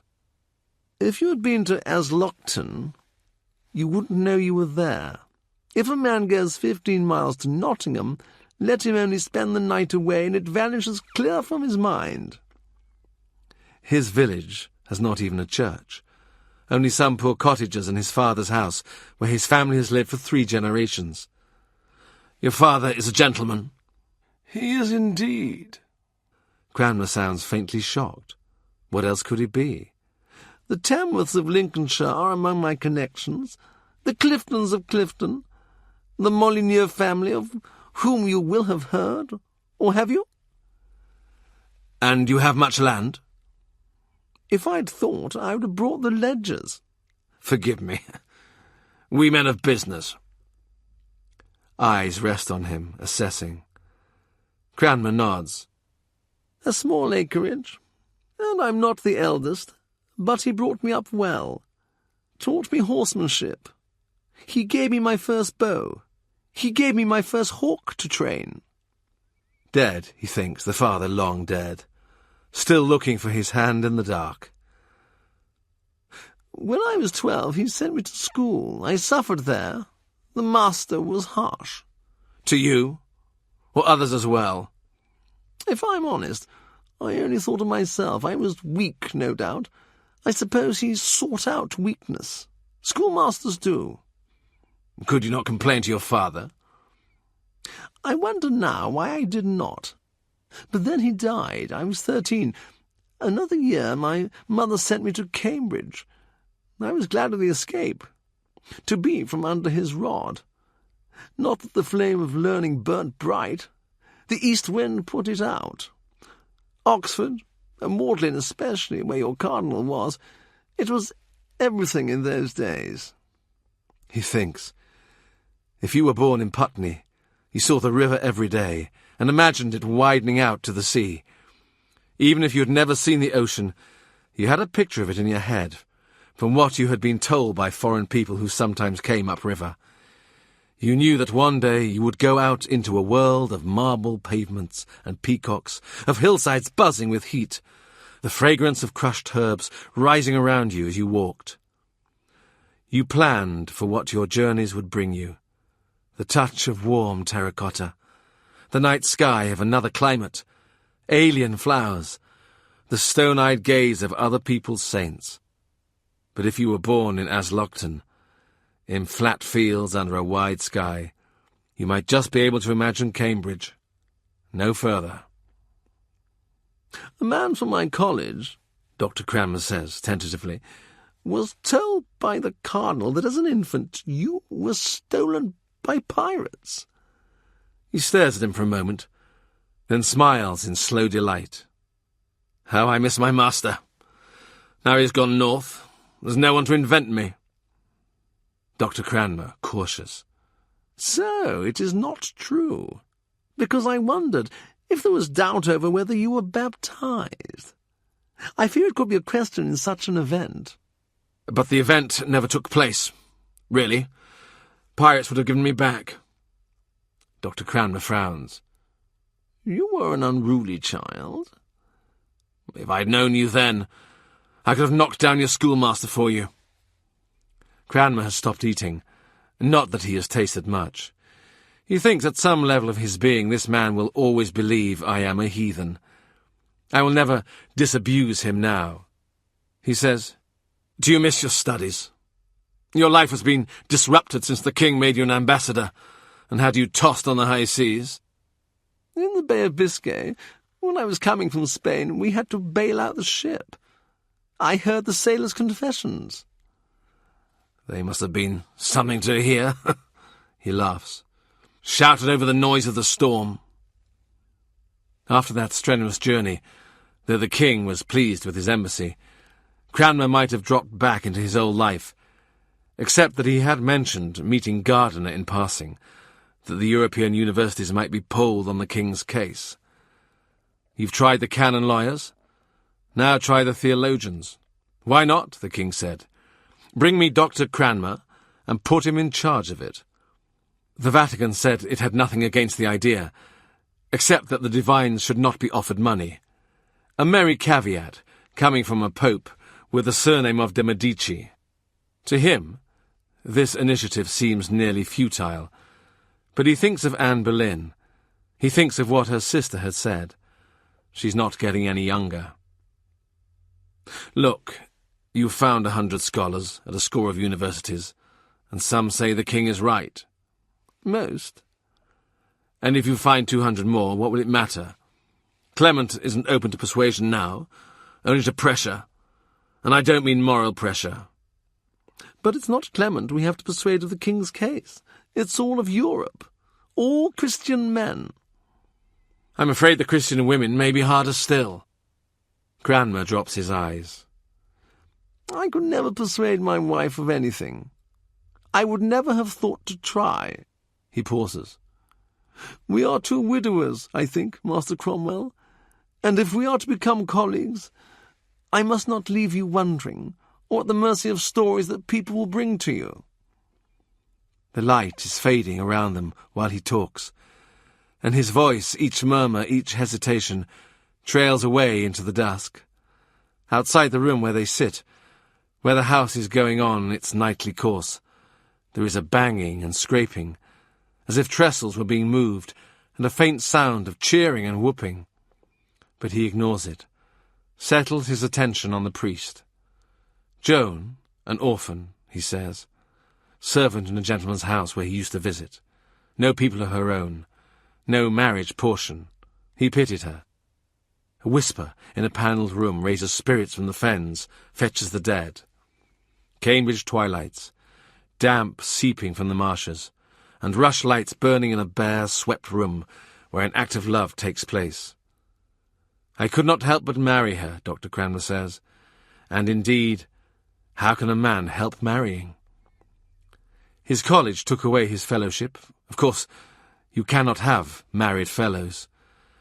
And naturally she had to leave her place, and not knowing what else to do with her, he lodged her at the Dolphin, which is kept by some connections of his, some, he confesses, not without a downward glance, some relations of his. Yes, it is true that some of his people keep the Dolphin. It's nothing to be ashamed of. The Dolphin is a good house. Ah, you know it. And he bites his lip. He studies Dr. Cranmer, his way of blinking, the cautious finger he lays to his chin, his eloquent eyes and his pale, praying hands. So Joan was not, he says, she was not, you see, a barmaid, whatever people say, and I know what they do say. She was a wife with a child in her belly, and he, a poor scholar, preparing to live with her in honest poverty, but that didn't happen in the event. He thought he might find a position as secretary to some gentleman, or as a tutor, or that he might earn a living by his pen. But all that scheming was to no avail. He thought they might move from Cambridge, even from England, but they didn't have to in the end. He hoped some connection of his would do something for him before the child was born, but when Joan died in labour, no one could do anything for him. Not any more. If the child had lived, I would have salvaged something. As it was, no one knew what to say to me. They did not know whether to condole with me on losing my wife, or congratulate me because Jesus College had taken me back. I took holy orders. Why not? All that, my marriage, the child I thought I would have, my colleagues, seemed to regard it as some sort of miscalculation. Like losing your way in the woods. You get home, never think of it again. There are some strange, cold people in this world. It is priests, I think, saving your presence, training themselves out of natural feeling. They mean it for the best, of course. It was not a mistake. We did have a year. I think of her every day. The door opens. It is Alice bringing in lights. This is your daughter? Rather than explain his family, he says, "This is my lovely Alice. This is not your job, Alice." She bobs, a small genuflection to a churchman. "No, but Rafe and the others want to know what you were talking about so long. They're waiting to know if there will be a dispatch to the Cardinal tonight. Jo is standing by with her needle and thread." "Tell them I will write in my own hand, and we will send it tomorrow. Jo may go to bed." "Oh, we're not going to bed.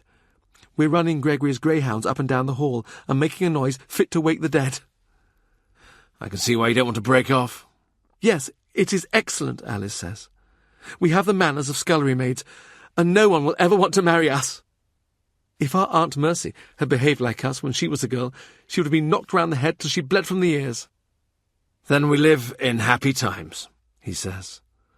When she has gone, and the door is closed behind her, Cranmer says, "The children are not whipped?" "We try to teach them by example, as Erasmus suggests, though we all like to race the dogs up and down and make a noise, so we're not doing very well in that regard." He does not know if he should smile. He has Gregory, he has Alice, and Joanne and the child Jo, and in the corner of his eye, at the periphery of his vision, the little pale girl who spies on the Boleyns. He has Hawkes in his muse, who move towards the sound of his voice.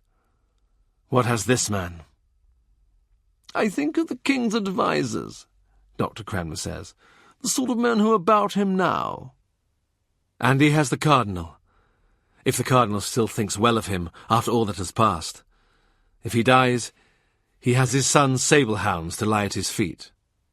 "They are able men," Cranmer says, "who will do anything he wants, but it seems to me, I do not know how it seems to you, that they are utterly lacking in any understanding of his situation, any compunction or kindness, any charity or love."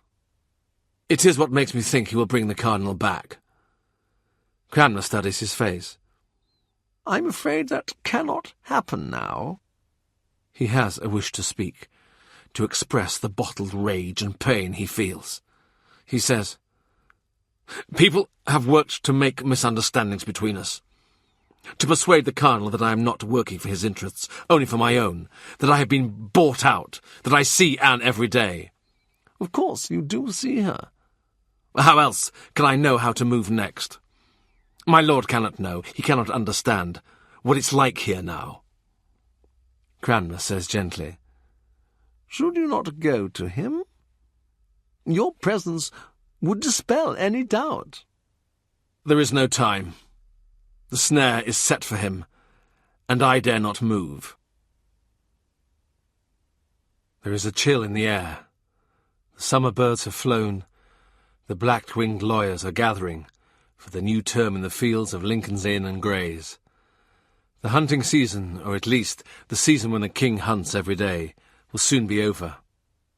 Whatever is happening elsewhere, whatever deceits and frustrations, you can forget them in the field. The hunter is among the most innocent of men. Living in the moment makes him feel pure. When he returns in the evening, his body aches. His mind is full of pictures of leaves and sky. He does not want to read documents. His miseries, his perplexities have receded, and they will stay away, provided after food and wine, laughter, and exchange of stories, he gets up at dawn to do it all over again.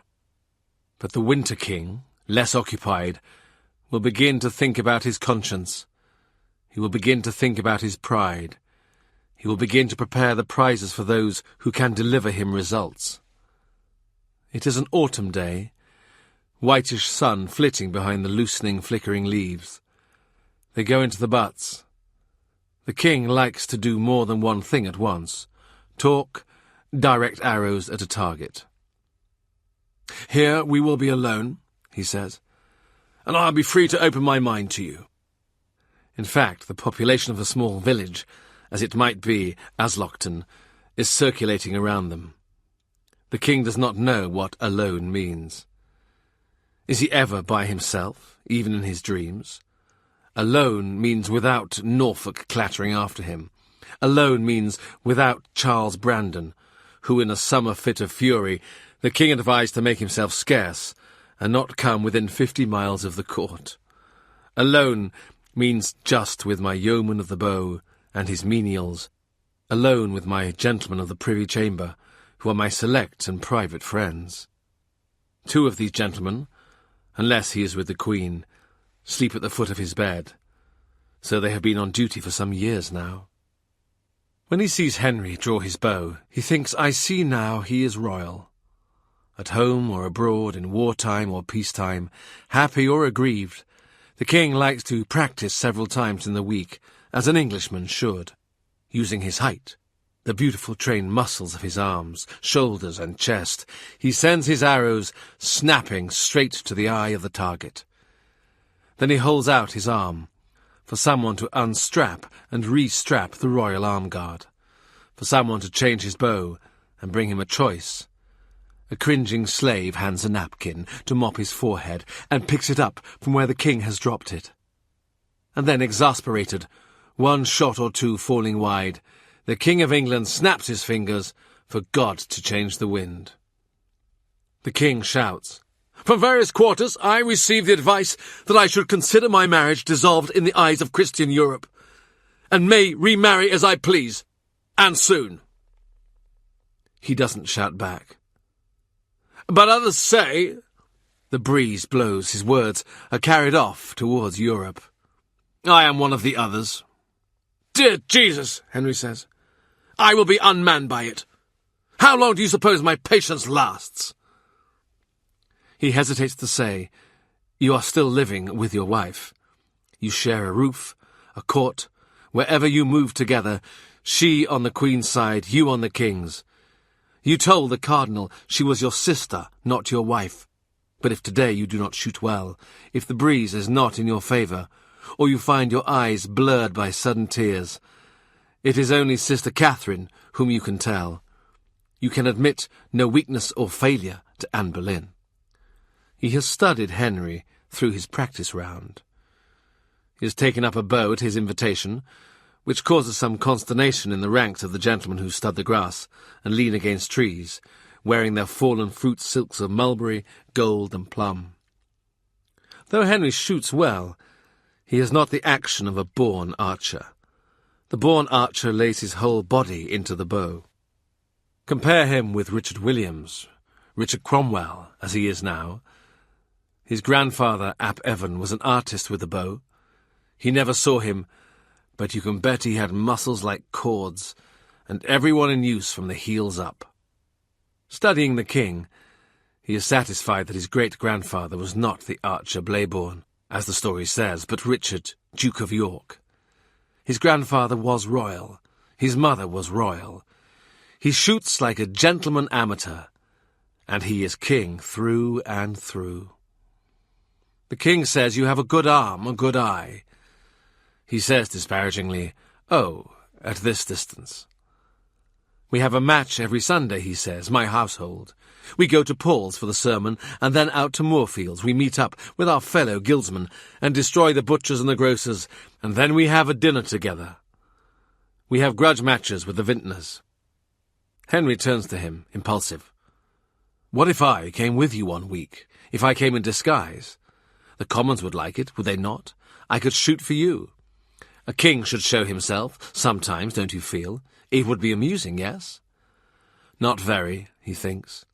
He cannot swear to it, but he thinks there are tears in Henry's eyes. For sure we would win, he says. It is what he would say to a child. The vintners will be roaring like bears. It begins to drizzle. And as they walk towards a sheltering clump of trees, a pattern of leaves shadows the king's face. He says, Nan threatens to leave me. She says that there are other men, and she is wasting her youth. Norfolk, panicking, that last week of October 1530. Listen, this fellow here... He jerks his thumb rudely at Brandon, who is back at court. Of course he is back. This fellow here, a few years ago, he charged at the king in the lists and nearly killed him. Henry had not put his visor down, God alone knows why, but these things happen. My lord here ran his lance, bam, into the king's headpiece, and the lance shattered an inch, 1 inch, from his eye. Norfolk has hurt his right hand by the force of his demonstration. Wincing but furious, earnest, he presses on. 1 year later, Henry is following his hawk. It's that cut-up sort of country, flat, deceptive, you know it. He comes to a ditch. He drives in a pole to help him cross. The infernal instrument breaks, God rot it, and there's his majesty face down and stunned in a foot of water and mud. And if some servant hadn't clawed him out, well, gentlemen, I'd shudder to think. He thinks. That's one question answered. In case of peril, you may pick him up, fish him out, whatever. Suppose he dies, Norfolk demands. Supposing a fever carries him away, or he comes off his horse and breaks his neck. Then what? His bastard Richmond? I've nothing against him, he's a fine boy. And Anne says I shall get him married to my daughter Mary. Anne's no fool. Let's put a Howard everywhere, she says. Everywhere the king looks. Now, I have no quarrel with Richmond, except he was born out of wedlock. Can he reign? Ask yourselves this. How did the Tudors get the crown? By title? No. By force? Exactly. By God's grace, they won the battle. The old king, he had such a fist as you will go many a mile to meet. He had great books into which he entered his grudges, and he forgave. When? Never. That's how one rules, masters. He turns to his audience, to the councillors waiting and watching, and to the gentlemen of the court and the bedchamber, to Henry Norris, to his friend William Brereton, to Master Secretary Gardiner, to, incidentally, as it happens, Thomas Cromwell, who is increasingly where he shouldn't be. He says, The old king bred, and by the help of heaven he bred sons. But when Arthur died, there were swords sharpened in Europe, and they were sharpened to carve up this kingdom. Henry that is now, he was a child, 9 years old. If the old king had not staggered on a few more years, the wars would have been to fight all over again. A child cannot hold England, and a bastard child? God give me strength. And it's November again. It's hard to fault what the Duke says. He understands it all, even that last cry wrung from the Duke's heart. It's November, and a year has passed since Howard and Brandon walked into York Place and demanded the Cardinal's chain of office and turned him out of his house. There is a silence. Then someone coughs, someone sighs. Someone, probably Henry Norris, laughs. It is he who speaks. The king has one child born in wedlock. Norfolk turns. He flushes a deep mottled purple. Mary, he says, that talking shrimp. She will grow up. We're all waiting, Suffolk says. She has now reached 14, has she not? But her face, Norfolk says, is the size of my thumbnail. The Duke shows off his digit to the company. A woman on the English throne, it flies in the face of nature. Her grandmother was Queen of Castile. She cannot lead an army. Isabella did, says the Duke. Cromwell, why are you here, listening to the talk of gentlemen? My lord, when you shout, the beggars on the street can hear you. In Calais. Gardiner has turned to him. He is interested. So you think Mary can rule? He shrugs. It depends who advises her. It depends who she marries. Norfolk says, We have to act soon. Catherine has half the lawyers of Europe pushing paper for her. This dispensation, that dispensation, the other dispensation with a different bloody wording that they say they've got in Spain. It doesn't matter. This has gone beyond paper. Why, Suffolk says, is your niece infernal? No, more's the pity, because if she were, he'd have to do something. What? Suffolk says. I don't know. Grant his own divorce? There is a shuffle, a grunt, a sigh. Some look at the Duke, some look at their shoes. There's no man in the room who doesn't want Henry to have what he wants. Their lives and fortunes depend on it. He sees the path ahead, a tortuous path through a flat terrain, the horizon deceptively clear, the country intersected by ditches, and the present Tudor, a certain amount of mud bespattering his person and his face, fished, gasping into clear air. He says, That good man who pulled the king out of the ditch. What was his name? Norfolk says, dryly, Master Cromwell likes to hear of the deeds of those of low birth. He doesn't suppose any of them will know. But Norris says, I know. His name was Edmund Modi. Muddy, more like, Suffolk says. He yells with laughter. They stare at him. It is All Souls' Day. As Norfolk puts it, November again. Alice and Joe have come to speak to him. They are leading Bella, the Bella that is now, on a ribbon of pink silk. He looks up. May I be of service to you two ladies? Alice says, Master, it is more than 2 years since my Aunt Elizabeth died, your lady wife. Will you write to the Cardinal, and ask him to ask the Pope to let her out of purgatory? He says, What about your Aunt Cat, and your little cousins, my daughters? The children exchange glances. We don't think they have been there so long. Anne Cromwell was proud of her working of numbers, and boasted that she was learning Greek. Grace was vain of her hair, and used to state that she had wings. This was a lie. We think perhaps they must suffer more, but the Cardinal could try. Don't ask, don't get, he thinks. Alice says encouragingly, You have been so active in the Cardinal's business that he would not refuse, and although the King does not favour the Cardinal any more, surely the Pope favours him. And I expect, says Joe, that the Cardinal writes to the Pope every day, though I do not know who sews his letters, and I suppose the Cardinal might send him a present for his trouble. Some money, I mean. Our Aunt Mercy says that the Pope does nothing except on cash terms. Come with me, he says. They exchange glances. He sweeps them along before him. Bella's small legs race. Jo drops her lead, but still Bella runs behind. Mercy and the elder Joanne are sitting together. The silence is not companionable. Mercy is reading, murmuring the words to herself. Joanne is staring at the wall, sewing in her lap. Mercy marks her place. What's this? An embassy? Tell her, he says. Jo, tell your mother what you've been asking me. Jo starts to cry. It is Alice who speaks up and puts their case. We want our Aunt Liz to come out of purgatory. What have you been teaching them? He asks. Joanne shrugs. Many grown persons believe what they believe. Dear God, what is going on under this roof?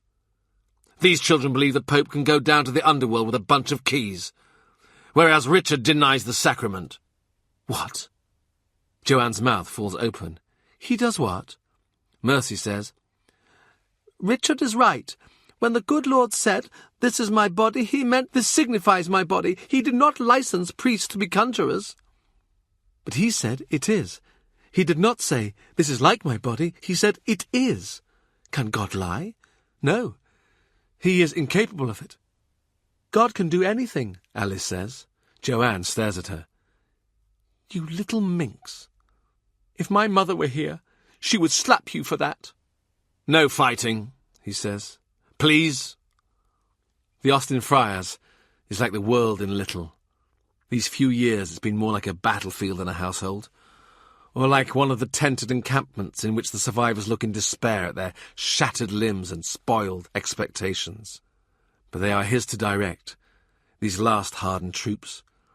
If they are not to be flattened in the next charge, it is he who must teach them the defensive art of facing both ways, faith and works, Pope and new brethren, Catherine and Anne. He looks at Mercy, who is smirking. He looks at Joanne, a high colour in her cheeks. He turns away from Joanne and his thoughts, which are not precisely theological. He says to the children, You've done nothing wrong, but their faces are stricken, and he coaxes them. I shall give you a present, Joe, for sewing the Cardinal's letters, and I shall give you a present, Alice. I'm sure we do not need a reason. I shall give you marmosets. They look at each other. Joe is tempted. Do you know where to get them? I think so. I have been to the Lord Chancellor's house, and his wife has such a creature. It sits on her knee and attends to everything she says. Alice says, They are not the fashion now. Though we thank you, says Mercy. Though we thank you, Alice repeats. But marmosets are not seen at court since Lady Anne came up. To be fashionable, we should like Bella's puppies. In time, he says. Perhaps. The room is full of undercurrents, some of which he does not understand. He picks up his dog, tucks her under his arm, and goes off to see how to provide some more money for brother George Rochford. He sits Bella on his desk to take a nap among his papers. She's been sucking the end of her ribbon and attempting subtly to undo the knot at her throat. On the 1st of November 1530, a commission for the Cardinal's arrest is given to Harry Percy, the young Earl of Northumberland. The Earl arrives at Cawood to arrest him, 48 hours before his planned arrival in York for his investiture. He's taken to Pontefract Castle under guard, from there to Doncaster, from there to Sheffield Park, the home of the Earl of Shrewsbury. Here, at Talbot's house, he falls ill. On the 22nd of November, the Constable of the Tower arrives, with 24 men-at-arms to escort him south. From there he travels to Leicester Abbey. 3 days later he dies. What was England before Wolsey? A little offshore island, poor and cold. George Cavendish comes to Austin Friars. He cries as he talks. Sometimes he dries his tears and moralizes, but mostly he cries. We had not even finished our dinner, he says. My lord was taking his dessert when young Harry Percy walked in. He was spattered with mud from the road, and he had the keys in his hands. He had taken them from the porter already and set sentries on the stairs. My lord rose to his feet. He said, Harry, if I'd known, I'd have waited dinner for you. I fear we've almost finished the fish. Shall I pray for a miracle? I whispered to him, My lord, do not blaspheme. Then Harry Percy came forward. My lord, I arrest you for high treason. Cavendish waits. He waits for him to erupt in fury. But he puts his fingers together, joined as if he were praying. He thinks Anne arranged this, and it must have given her an intense and secret pleasure. Vengeance deferred, for herself, for her old lover, once berated by the Cardinal and sent packing from the court. He says, How did he look, Harry Percy? He was shaking from head to foot. And my lord? Demanded his warrant, his commission. Percy said, "There are items in my instructions you may not see." "So," said my lord, "if you will not show it, I shall not surrender to you. So here's a pretty state of affairs, Harry. Come, George," my lord said to me, "we will go into my rooms and have some conference." They followed him on his heels, the Earl's party, so I stood in the door and I barred the way. My Lord Cardinal walked into his chamber, mastering himself, and when he turned he said, "Cavendish, look at my face. I am not afraid of any man alive." He, Cromwell, walks away, so that he does not have to see the man's distress. He looks at the wall, at the panelling, at his new linen-fold panelling, and runs his index finger across its grooves. When they took him from the house, the townspeople were assembled outside. They knelt in the road and wept. They asked God to send vengeance on Harry Percy. God need not trouble, he thinks. I shall take it in hand. We were riding south. The weather was closing in. At Doncaster it was late when we arrived. In the street the townsfolk were packed shoulder to shoulder, and each person holding up a candle against the dark. We thought they would disperse, but they stood all night in the road, and their candles burned down, and it was daylight of a sort. It must have put heart into him, seeing the crowds. Yes, but by then, I did not say, I should have told you, he had gone a week without eating. Why? Why did he do that? Some say he meant to destroy himself. I cannot believe it. A Christian soul. I ordered him a dish of warden pears, roasted with spices. Did I do right? And he ate? A little. But then he put his hand to his chest. He said, "There is something cold inside me, cold and hard like a whetstone." And that was where it began. Cavendish gets up. Now he too walks about the room. I called for an apothecary. He made a powder, and I had him pour it into 3 cups. I drank off one. He, the apothecary, he drank another. Master Cromwell, I trusted nobody. My lord took his powder, and presently the pain eased, and he said, "There, it was wind," and we laughed, and I thought, "Tomorrow he will be better." Then Kingston came. Yes. How could we tell my lord the constable of the Tower is here to fetch you? My lord sat down on a packing-case. He said, "William Kingston? William Kingston?" He kept on saying his name. And all that time a weight in his chest, a whetstone, a steel, a sharpening knife in his gut. I said to him, "Now take it cheerfully, my lord. You will come before the king and clear your name." And Kingston said the same. But my lord said, "You are leading me into a fool's paradise. I know what is provided for me and what death is prepared." That night we did not sleep. My lord voided black blood from his bowels. The next morning he was too weak to stand, and so we could not ride. But then we did ride, and so we came to Leicester. The days were very short, the light poor.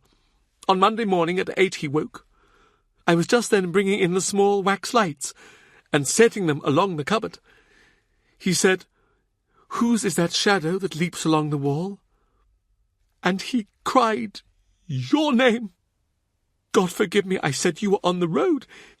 He said, "The ways are treacherous." I said, "You know, Cromwell, the devil does not delay him. If he says he is on the road, he will be here." "George, make this story short. I cannot bear it." But George must have his say. Next morning at 4, a bowl of chicken broth, but he would not eat it. Is this not a meatless day? He asked for the broth to be taken away. By now he had been ill for 8 days, continually voiding his bowels, bleeding and in pain.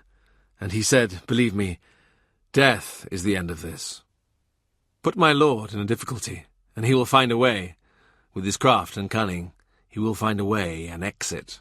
Poison? If so, then by his own hand. It was 8 next morning when he drew his last breath. Around his bed, a click of rosary beads. Outside, the restive stamp of horses in their stalls, the thin winter moon shining down on the London road. He died in his sleep. He would have wished him less pain. George says no, he was speaking to the last. Did he speak of me again? Anything? A word? I washed him, George says, laid him out for burial. I found, under his fine holland shirt, a belt of hair. I am sorry to tell you, I know you are not a lover of these practices, but so it was. I think he never did this till he was at Richmond among the monks. What became of it, this belt of hair? The monks of Leicester kept it. God Almighty. They'll make it pay. Do you know, they could provide nothing better than a coffin of plain boards? Only when he says this does George Cavendish give way.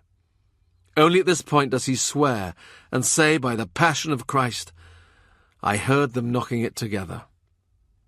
When I think of the Florentine sculptor and his tomb, the black marble, the bronze, the angels at his head and foot.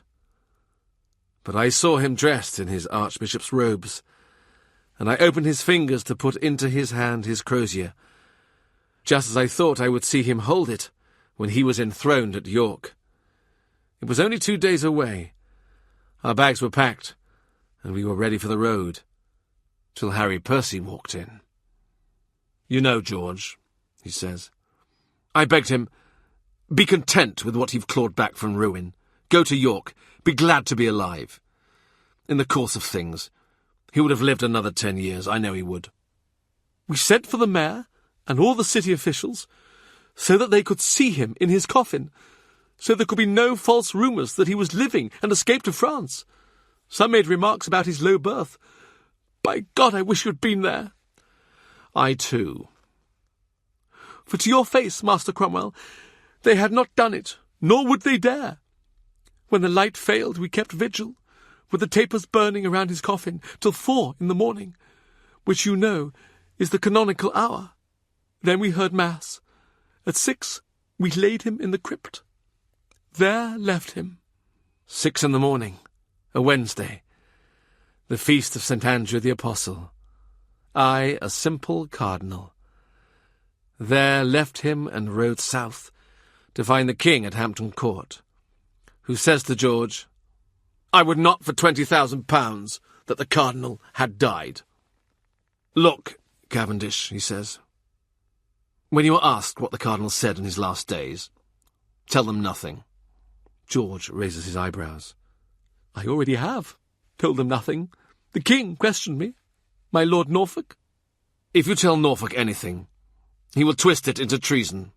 Still, as he is Lord Treasurer, he has paid me my back wages. I was 3/4 of the year in arrears. What were you paid, George? £10 a year. You should have come to me. These are the facts. These are the figures. If the Lord of the underworld rose up tomorrow in the Privy Chamber and offered a dead man back, fresh from the grave, fresh from the crypt, the miracle of Lazarus for £20,000, Henry Tudor would be pushed to scrape it together. Norfolk as Lord Treasurer? Fine. It doesn't matter who holds the title, who holds the clanking keys to the empty chests. Do you know, he says, if the Cardinal could say, as he used to say to me, Thomas, what would you like for a New Year's gift? I would say, I would like the sight of the nation's accounts. Cavendish hesitates. He begins to speak. He stops. He starts again. The king said certain things to me at Hampton Court. 3 may keep counsel if 2 are away. It is a proverb, I think. He said, if I thought my cap knew my counsel, I would cast it into the fire. I think that is also a proverb. He means to say that he will not choose any adviser now, not my Lord of Norfolk, nor Stephen Gardiner, or anyone. Any person to be close to him, to be so close as the Cardinal was. He nods. That seems a reasonable interpretation. Cavendish looks ill. It is the strain of the long, sleepless nights, of the vigil around the coffin. He is worried about various sums of money the Cardinal had on the journey, which he did not have when he died. He is worried about how to get his own effects from Yorkshire to his home. Apparently Norfolk has promised him a cart and a transport allowance.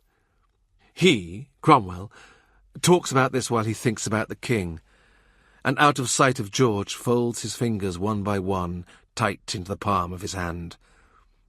Mary Boleyn traced in his palm a certain shape. He thinks, "Henry, I have your heart in my hand."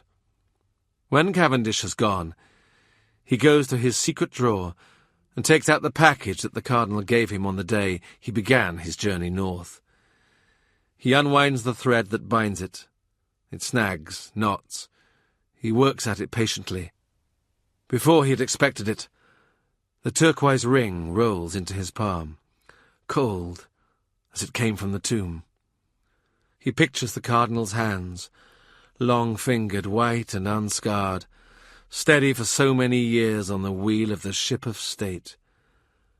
But the ring fits as if it had been made for him.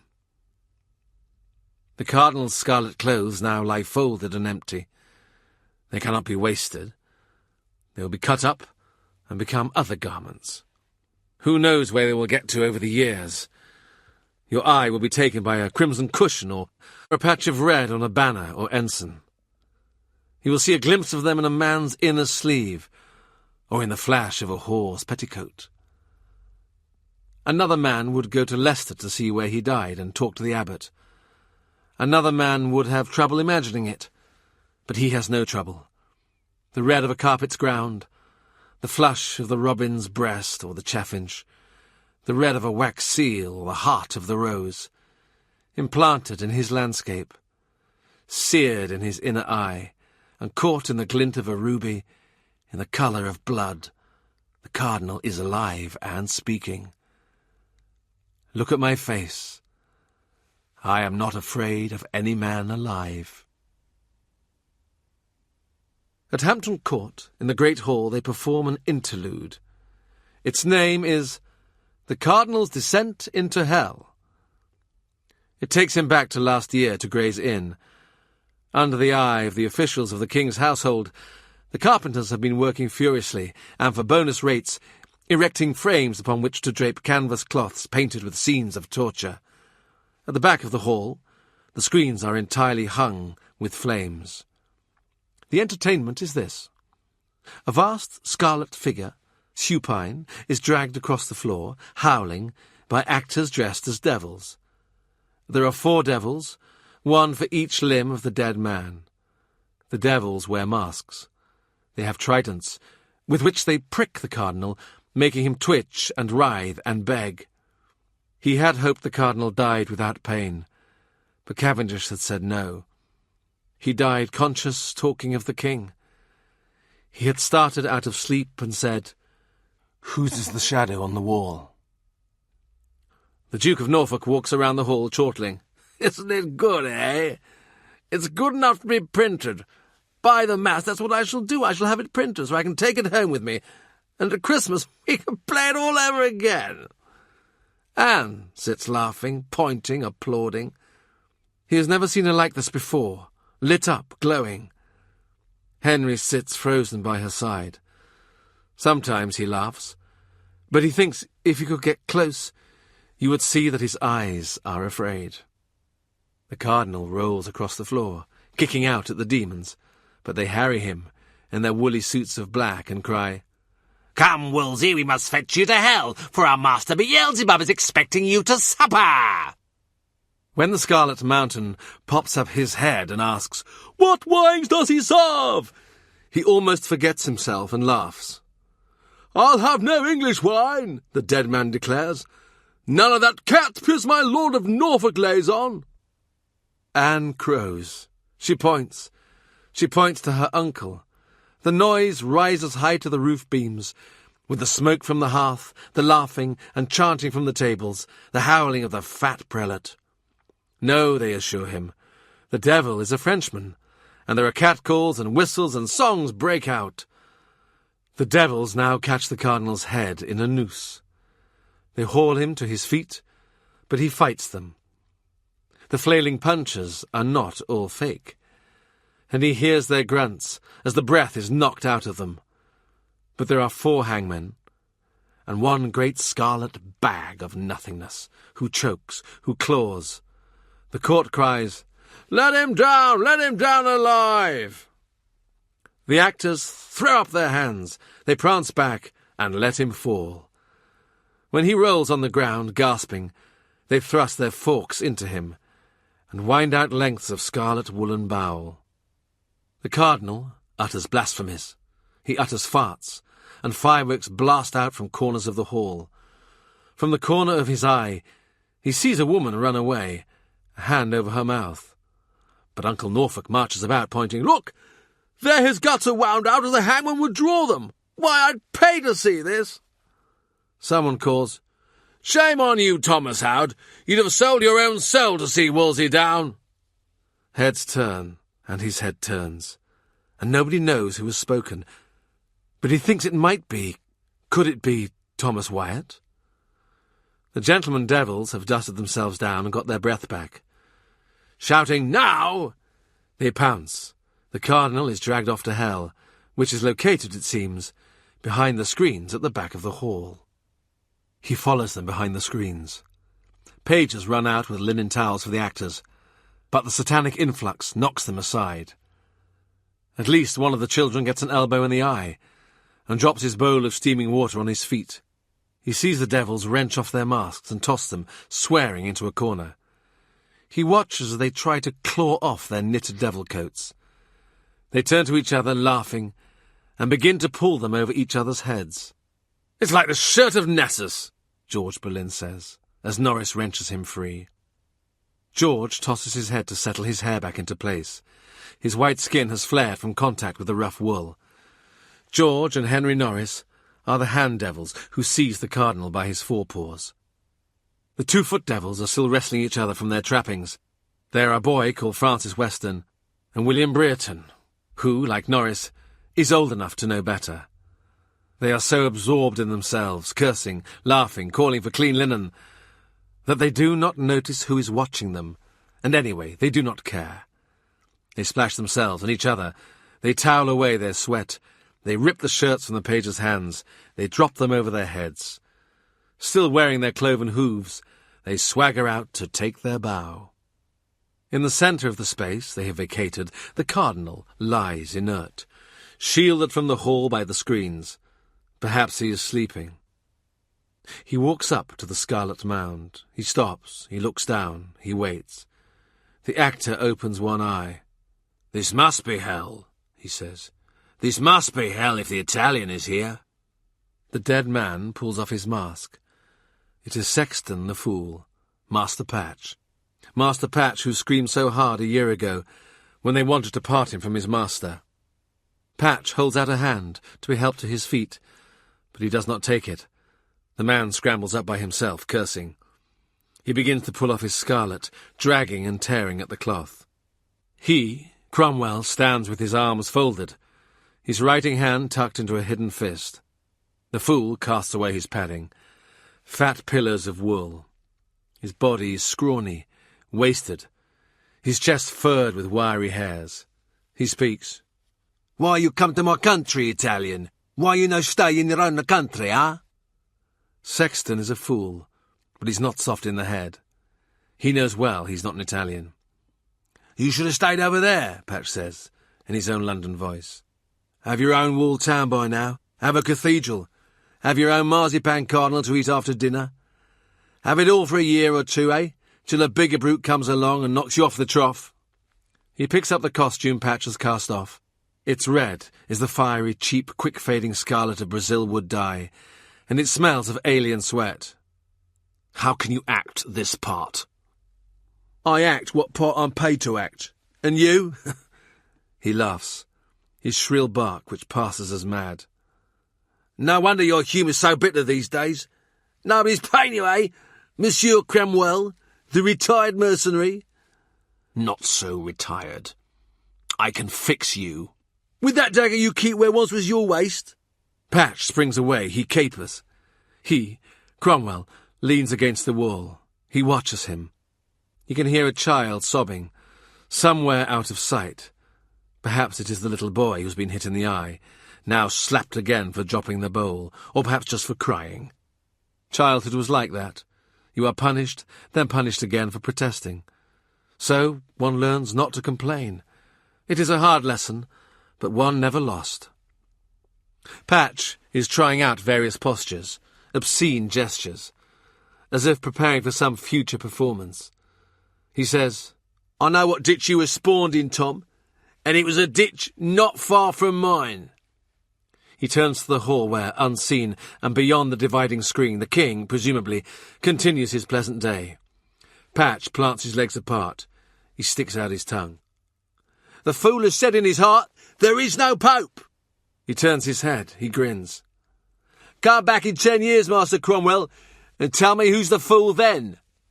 You're wasting your jokes on me, Patch, wearing out your stock in trade. Fools can say anything. Not where my writ runs. And where's that? Not even in the backyard where you were christened in a puddle. Come and meet me here 10 years today, if you're still alive. You would have a fright if I was dead. Because I'll stand still and let you knock me down. I could crack your skull against the wall now. They'd not miss you. True, Master Sexton says. They would roll me out in the morning and lay me on a dunghill. What's one fool? England's full of 'em. He is surprised there is any daylight left. He had thought it was deepest night. In these courts Wolsey lingers. He built them. Turn any corner, and you will think he will see my lord with a scroll of draftsman's plans in his hands, his glee at his 60 Turkey carpets, his hope to lodge and entertain the finest mirror-makers of Venice. Now, Thomas, you will add to your letter some Venetian endearments, some covert phrases that will suggest in the local dialect, and the most delicate way possible, that I pay top rates.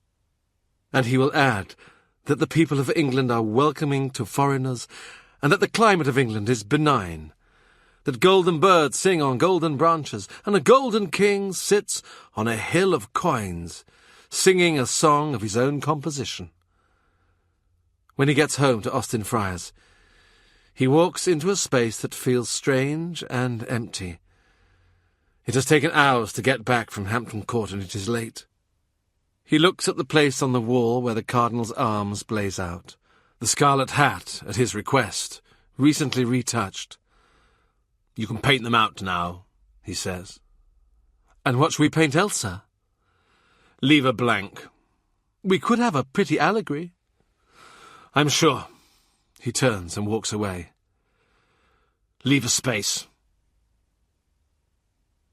Chapter 3. The dead complain of their burial. Christmastide, 1530. The knocking at the gate comes after midnight. His watchman rouses the household, and when he goes downstairs wearing a savage expression, and in all other respects fully dressed, he finds Joanne in her nightgown, her hair down, asking, "What is this about?" Richard, Rafe, the men of the household steer her aside. Standing in the hall at Austin Friars is William Brereton of the Privy Chamber with an armed escort. They have come to arrest me, he thinks. He walks up to Brereton. "Good Christmas, William. Are you up early or down late?" Alice and Joe appear. He thinks of that night when Liz died, when his daughters stood forlorn and bewildered in their night shifts, waiting for him to come home. Joe begins to cry. Mercy appears and sweeps the girls away. Gregory comes down, dressed to go out. "Here if you want me," he says diffidently. "The king is at Greenwich," Brereton says. "He wants you now." He has ordinary ways of showing his impatience, slapping his glove against his palm and tapping his foot. "Go back to bed," he tells his household. "The king wouldn't order me to Greenwich to arrest me. It doesn't happen that way, though he hardly knows how it happens." He turns to Brereton. "What does he want me for?" Brereton's eyes are roaming around to see how these people live. "I really can't enlighten you." He looks at Richard and sees how badly he wants to give this lordling a smack in the mouth. That would have been me once, he thinks. But now I am as sweet as a May morning. They go out, Richard, Rafe, himself, his son, into the dark and raw cold. A party of linkmen are waiting with lights. A barge is waiting at the nearest landing stairs. It is so far to the palace of Placentia, the Thames so black, that they could be rowing along the river Styx. The boys sit opposite him, huddled, not talking, looking like one composite relative. Though Rafe, of course, is not his relative. I'm getting like Dr. Cranmer, he thinks. The Tamworths of Lincolnshire are among my connections, the Cliftons of Clifton, the Molyneux family, of whom you will have heard, or have you? He looks up at the stars, but they seem dim and far away, which he thinks they probably are. So, what should he do? Should he try for some conversation with Brereton? The family's lands are in Staffordshire, Cheshire, on the Welsh borders. Sir Randall has died this year, and his son has come into a fat inheritance, 1,000 a year at least in crown grants, another 300 or so from local monasteries. He's adding up in his head. It is none too soon to inherit. The man must be his own age, or nearly that. His father, Walter, would have got on with the Breretons. A quarrelsome crew, great disturbers of the peace. He recalls a proceeding against them in Star Chamber, would be 15 years back. He doesn't seem likely to furnish a topic, nor does Brereton seem to want one. Every journey ends, terminates, at some pier, some mist-shrouded wharf where torches are waiting. They are to go at once to the king, deep into the palace, to his private rooms. Harry Norris is waiting for them. Who else? "How is he now?" Brereton says. Norris rolls his eyes. "Well, Master Cromwell," he says, "we do meet under the strangest circumstances. Are these your sons?" He smiles, glancing around at their faces. "No, clearly not, unless they have divers mothers." He names them: Master Rafe Sadler, Master Richard Cromwell, Master Gregory Cromwell. He sees a flicker of dismay on his son's face and clarifies, "This is my nephew, this my son." "You only to go in," Norris says. "Come now, he's waiting." Over his shoulder, he says, "The king is afraid he may take cold. Will you look out the russet nightgown, the one with the sables?" Brereton grunts some reply. Poor work, shaking out the furs, when he could be up in Chester, waking the populace, beating a drum around the city walls. It is a spacious chamber, with a high, carved bed. His eye flickers over it. In the candlelight, the bed hangings are ink black. The bed is empty. Henry sits on a velvet stool. He seems to be alone, but there is a dry scent in the room, a cinnamon warmth, that makes him think that the cardinal must be in the shadows, holding the pithed orange, packed with spices, that he always carried when he was among a press of people. The dead, for sure, would want to ward off the scent of the living. But what he can see across the room is not the cardinal's shadowy bulk, but a pale, drifting oval that is the face of Thomas Cranmer. The king turns his head towards him as he enters. "Cromwell, my dead brother came to me in a dream." He does not answer. What is a sensible answer to this? He watches the king. He feels no temptation to laugh.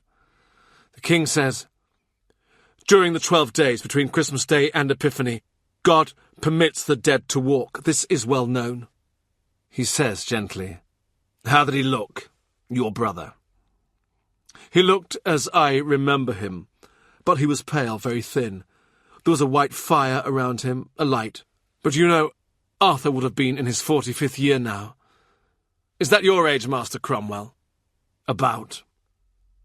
"I am good at telling people's ages. I wonder who Arthur would have looked like if he had lived. My father, probably. Now I'm like my grandfather." He thinks the king will say, "Who are you like?" But no. He has established that he has no ancestors. "He died at Ludlow. In winter, the roads impenetrable.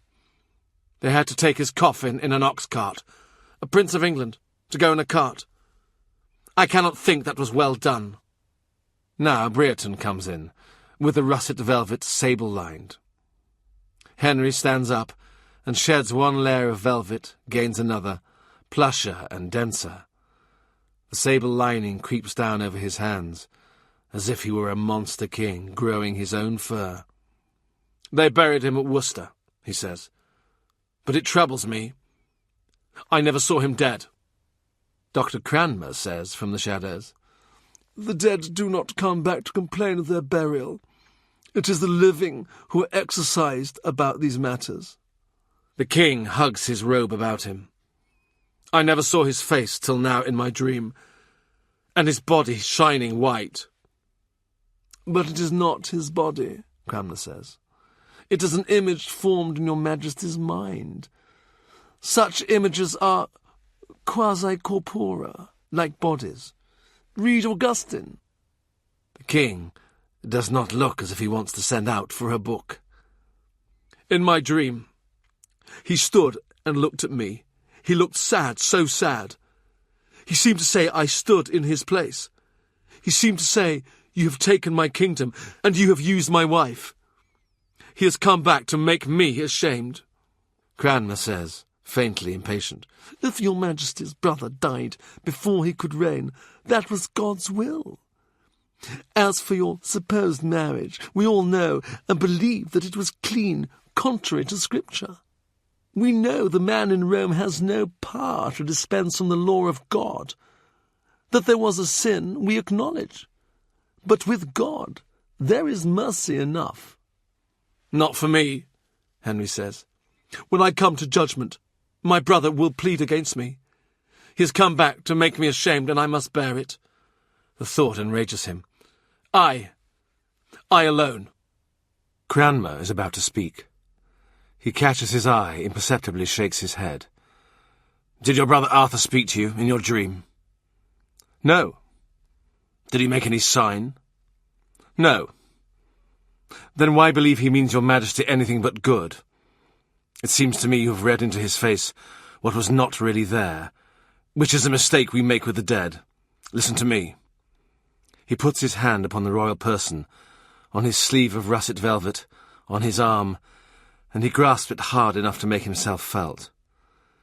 You know the lawyer saying, Le mort saisit le vif, the dead grip the living. The prince dies, but his power passes at the moment of his death. There is no lapse, no interregnum. If your brother visited you, it is not to make you ashamed, but to remind you that you are vested with the power of both the living and the dead. This is a sign to you to examine your kingship, and exert it. Henry looks up at him. He is thinking. He's stroking his sable cuff, and his expression is lost. Is this possible? Again Cranmer begins to speak. Again he cuts him off. You know what is written on the tomb of Arthur? Rex quondam rexque futurus. The former king is the future king. Your father made it sure. A prince coming out of Wales, he made good the word given to his ancestors. Out of his lifetime's exile he came back and claimed his ancient right. But it is not enough to claim a country. It must be held. It must be held and made secure, in every generation. If your brother seems to say that you have taken his place, then he means you to become the king that he would have been. He himself cannot fulfill the prophecy, but he wills it to you. For him, the promise, and for you, the performance of it. The king's eyes move to Dr. Cranmer, who says stiffly, I cannot see anything against it. I still counsel against heeding dreams. Oh, but, he says, the dreams of kings are not like the dreams of other men. You may be right. But why now? Henry says, reasonably enough. Why does he come back now? I've been king for 20 years. He bites back the temptation to say, because you are 40, and he is telling you to grow up. How many times have you enacted the stories of Arthur? How many masks, how many pageants, how many companies of players with paper shields and wooden swords? Because this is the vital time, he says. Because now is the time to become the ruler you should be, and to be sole and supreme head of your kingdom. Ask Lady Anne. She will tell you. She will say the same. She does, the king admits. She says we should no longer bow to Rome. And should your father appear to you in a dream, take it just as you take this one, that he has come to strengthen your hand. No father wishes to see his son less powerful than himself. Henry slowly smiles. From the dream, from the night of shrouded terrors, from maggots and worms, he seems to uncurl and stretch himself. He stands up. His face shines. The fire stripes his robe with light, and in its deep folds flicker ochre and fawn, colours of earth, of clay. Very well, he says. I see. I understand it all now. I knew who to send for. I always know. He turns and speaks into the darkness. Harry Norris, what time is it? Is it 4 o'clock? Have my chaplain robed for Mass. Perhaps I could say Mass for you, Dr. Cranmer suggests. But Henry says, No, you are tired. I've kept you from your beds, gentlemen. It is as easy as that, as peremptory. They find themselves turned out. They pass the guards. They walk in silence back to their people, the man Brereton shadowing them. At last, Dr. Cranmer says, Neat work. He turns. Now he wants to laugh, but he dare not laugh. A deft touch, and should your father appear to you? I take it you don't like to be roused too often in the small hours. My household was alarmed. The doctor looks sorry then, as if he might have been frivolous. Of course, he murmurs. Because I am not a married man, I do not think of these things. I'm not a married man either. No, I forgot. You object to what I said? It was perfect in every way, as if you had thought of it in advance. How could I? Indeed, you are a man of vigorous invention.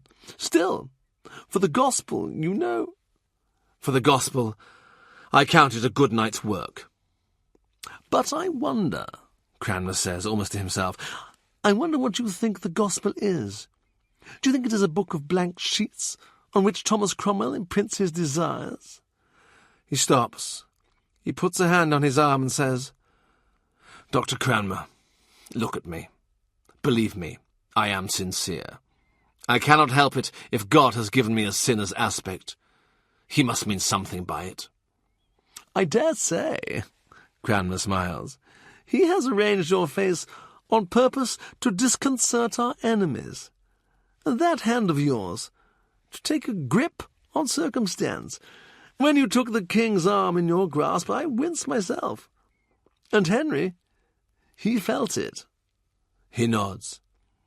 You are a person of great force of will. Clerics can do this. Speak about your character. Give verdicts. This one seems favourable, though the doctor, like a fortune-teller, has told him no more than he already knew. Come, Cranmer says. Your boys will be fretting to see you safe. Rafe, Gregory, Richard cluster around him. What's happened? The king had a dream. A dream? Rafe is shocked. He got us out of bed for a dream? Believe me, Brereton says, he gets one out of bed for less than that. Dr. Cranmer and I agree that a king's dreams are not as other men's dreams. Gregory asks, was it a bad dream? Initially, he thought it was. It isn't now. They look at him, not understanding, but Gregory understands. When I was small, I dreamed of demons. I thought they were under my bed, but you said it can't be so. You don't get demons our side of the river. The guards won't let them over London Bridge. So are you terrified, Richard says, if you cross the river to Southwark? Gregory says, Southwark? What is Southwark? Do you know, Rafe says, in a schoolmaster's tone, there are times when I see a spark of something in Gregory. Not a blaze, to be sure, just the spark. That you should mock with a beard like that. Is that a beard? Richard says. Those scant red bristles? I thought there was some negligence by the barber. They are hugging each other, wild with relief. Gregory says, "We thought the king had committed him to some dungeon." Cranmer nods, tolerant, amused. "Your children love you." Richard says, "We cannot do without the man in charge." It will be many hours till dawn. It is like the lightless morning on which the cardinal died. There is a smell of snow in the air. "I suspect he will want us again," Cranmer says, "when he has thought about what you have said to him and, shall we say, followed where his thoughts lead him." Still, I shall go back to the city and show my face. Change my clothes, he thinks, and wait for the next thing. To Brereton, he says, "You know where to find me, William." A nod, and he walks away. "Dr. Cranmer, tell the lady we did a good night's work for her." He throws his arm around his son's shoulder, whispers, "Gregory, those Merlin stories you read, we're going to write some more." Gregory says, "Oh, I didn't finish them. The sun came out." Later that day he walks back into a panelled chamber at Greenwich. It is the last day of 1530. He eases off his gloves, kidskin scented with amber. The fingers of his right hand touch the turquoise ring, settling it in place. "The council is waiting," the king says. He is laughing, as if at some personal triumph. "Go and join them. They will give you your oath." Dr. Cranmer is with the king, very pale, very silent. The doctor nods, to acknowledge him, and then, surprisingly, a smile floods his face, lighting up the whole afternoon. An air of improvisation hangs over the next hour. The king does not want to wait, and it is a matter of which counsellors can be found at short notice. The dukes are in their own countries, holding their Christmas courts. Old Warham is with us, Archbishop of Canterbury. It is 15 years since Wolsey kicked him out of his post as Lord Chancellor, or, as the Cardinal always put it, relieved him of worldly office, so allowing him the opportunity in his last years to embrace a life of prayer. "Well, Cromwell," he says, "you were counsellor. What the world comes to." His face is seamed. His eyes are dead fish eyes.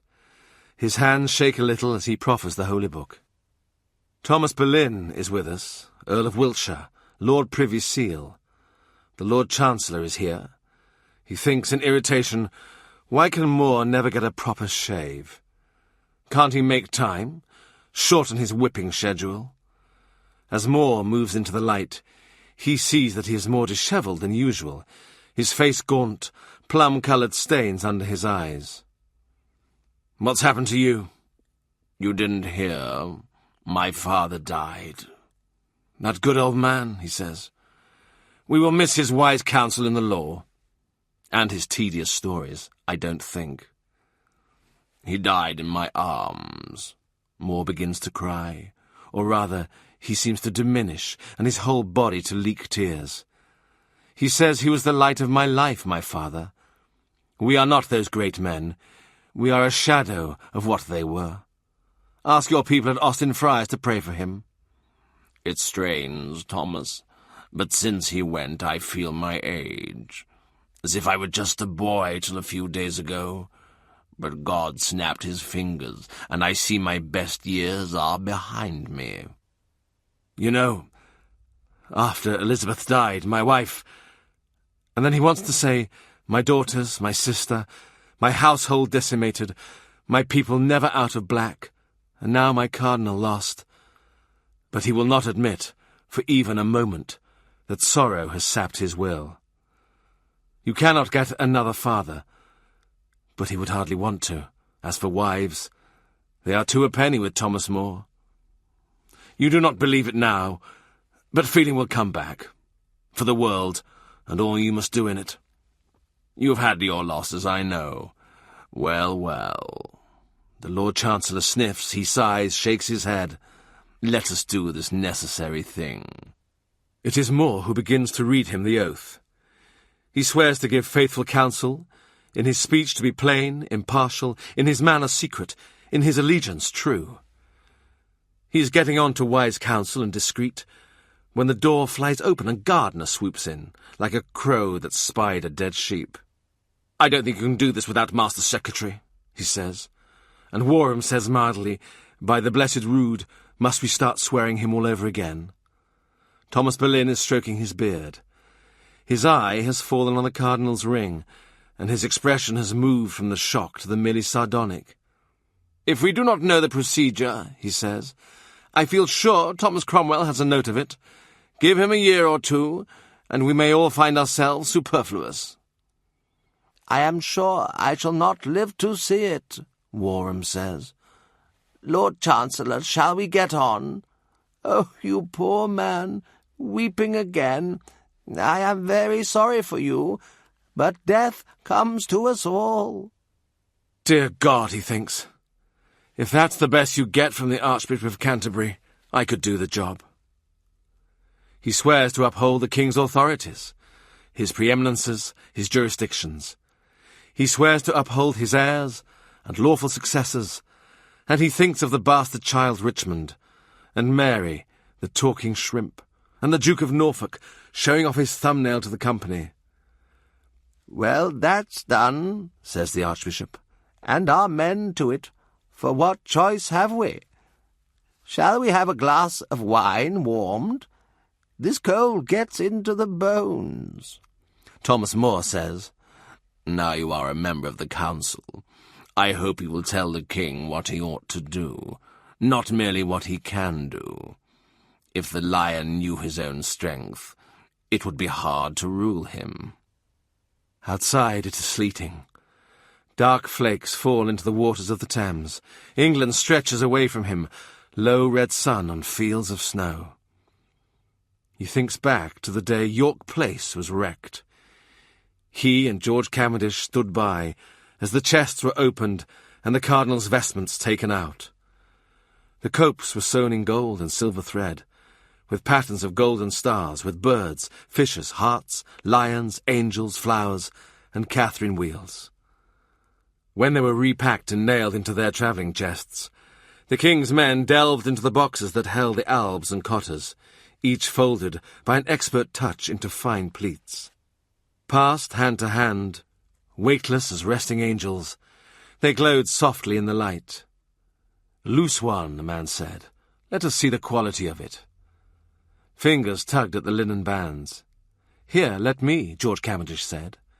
Freed, the cloth drifted against the air, dazzling white, fine as a moth's wing. When the lids of the vestment chests were raised, there was the smell of cedar and spices, sombre, distant, desert dry. But the floating angels had been packed away in lavender. London rain washed against the glass, and the scent of summer flooded the dim afternoon. Part 4. Chapter 1. Arrange Your Face, 1531. Whether it is through pain or fear, or some defect of nature, whether because of the summer heat, or the sound of hunting horns winding into the distance, or the spinning of sparkling dust in empty rooms, or whether it is that the child has lost sleep, while from dawn onwards her father's decamping household was packed up around her, for whatever reason, she is shrunken into herself, and her eyes are the colour of ditch water. Once, as he is going through the preliminary Latin politenesses, he sees her grip tighten on the back of her mother's chair. "Madam, your daughter should sit." In case a contest of wills should ensue, he picks up a stool and places it with a decisive thud by Catherine's skirts. The Queen leans back, rigid inside her bone bodice, to whisper to her daughter. The ladies of Italy, seemingly carefree, wore constructions of iron beneath their silks. It took infinite patience, not just in negotiation, to get them out of their clothes. Mary drops her head to whisper back. She hints, in Castilian, that it is her woman's disorder. Two pairs of eyes rise to meet his. The girl's glance is almost unfocused. She sees him, he supposes, as a bulky mass of shadow in a space welling with distress. "Stand up straight," Catherine murmurs, "like a princess of England." Braced against the chair back, Mary takes a deep breath. She turns to him her plain, pinched face, hard as Norfolk's thumbnail. It is early afternoon, very hot. The sun casts against the wall shifting squares of lilac and gold. The shriveled fields of Windsor are laid out below them. The Thames shrinks from its banks. The Queen speaks in English. Do you know who this is? This is Master Cromwell, who narrates all the laws. Caught awkwardly between languages, he says, Madam, shall we go on in English or Latin? Your cardinal would ask the same question. As if I were a stranger here, I will say to you, as I said to him, that I was first addressed as Princess of Wales when I was 3 years old. I was 16 when I came here to marry my Lord Arthur. I was a virgin and 17 when he died. I was 24 years old when I became Queen of England, and I will say, for the avoidance of doubt, that I am at present aged 46 and still Queen, and by now, I believe, a sort of Englishwoman. But I shall not repeat to you everything that I told the Cardinal. I imagine he left you notes of these things. He feels he should bow. The Queen says, Since the year began, they have brought certain bills into Parliament. Until now, Master Cromwell's talent was for money lending, but now he finds he has a talent for legislation, too. If you want a new law, just ask him. I hear that at night you take the drafts to your house, Ian. Where is your house? She makes it sound like your dog hole. Mary says, These laws are written against the Church. I wonder that our lords allow it. You know, the Queen says, that the Cardinal of York was accused under the praemunire laws of usurping the Lord Father's jurisdiction as ruler of England. Now Master Cromwell and his friends find all the clergy complicit in that crime, and ask them to pay a fine of more than £100,000. Not a fine. We call it a benevolence. I call it extortion. She turns to her daughter. If you ask why the Church is not defended, I can only tell you that there are noblemen in this land. Suffolk, she means, Norfolk. Who have been heard to say they will pull the power of the Church down, that never again will they suffer. They use the word a churchman to grow so great as our late legate. That we need no new Wolsey, I concur. With the attacks on the bishops, I do not concur. Wolsey was to me an enemy. That does not alter my feelings towards our Holy Mother, the Church. He thinks. Wolsey was to me a father and a friend. That does not alter my feelings towards our Holy Mother, the Church. You, and Speaker Audley, you put your heads together by candlelight. The Queen mentioned the Speaker's name, as if she was saying your kitchen boy. And when the morning comes, you induce the King to describe himself as head of the Church in England. Whereas, the child says, the Pope is head of the Church everywhere, and from the throne of St. Peter flows the lawfulness of all government, from no other source. Lady Mary, he says, will you not sit? He catches her just as she folds at the knees, and eases her down onto the stool. It is just the heat, he says, so she will not be ashamed. She turns up her eyes, shallow and grey, with a look of simple gratitude, and as soon as she is seated, the look is replaced by an expression as stony as the wall of a town under siege. You say induce, he tells Catherine, but your Highness, above anyone, knows that the King cannot be led. But he may be enticed. She turns to Mary, whose arms have crept over her belly. So your father the King is named head of the Church, and to soothe the conscience of the bishops, they have caused this formula to be inserted. As far as the law of Christ allows. What does that mean? Mary says. It means nothing. Your Highness, it means everything. Yes. It is very clever. I beg you, he says, to consider it in this way, that the King has merely defined a position previously held, one that ancient precedents invented these last months show as his right. Under her clumsy gable hood, Mary's forehead is slick with sweat. She says, What is defined can be redefined, yes? Indeed, her mother says. and redefined in favour of the Church. If only I fall in with their wishes and put myself out of the estate of queen and wife. The princess is right, he thinks. There is room for negotiation. Nothing here is irrevocable. No, you wait to see what I will bring to your treaty table. Catherine holds out her hands, little, stubby, puffy hands, to show that they are empty. Only Bishop Fisher defends me. Only he has been constant. Only he is able to tell the truth, which is that the House of Commons is full of heathens. She sighs. Her hands fall at her sides.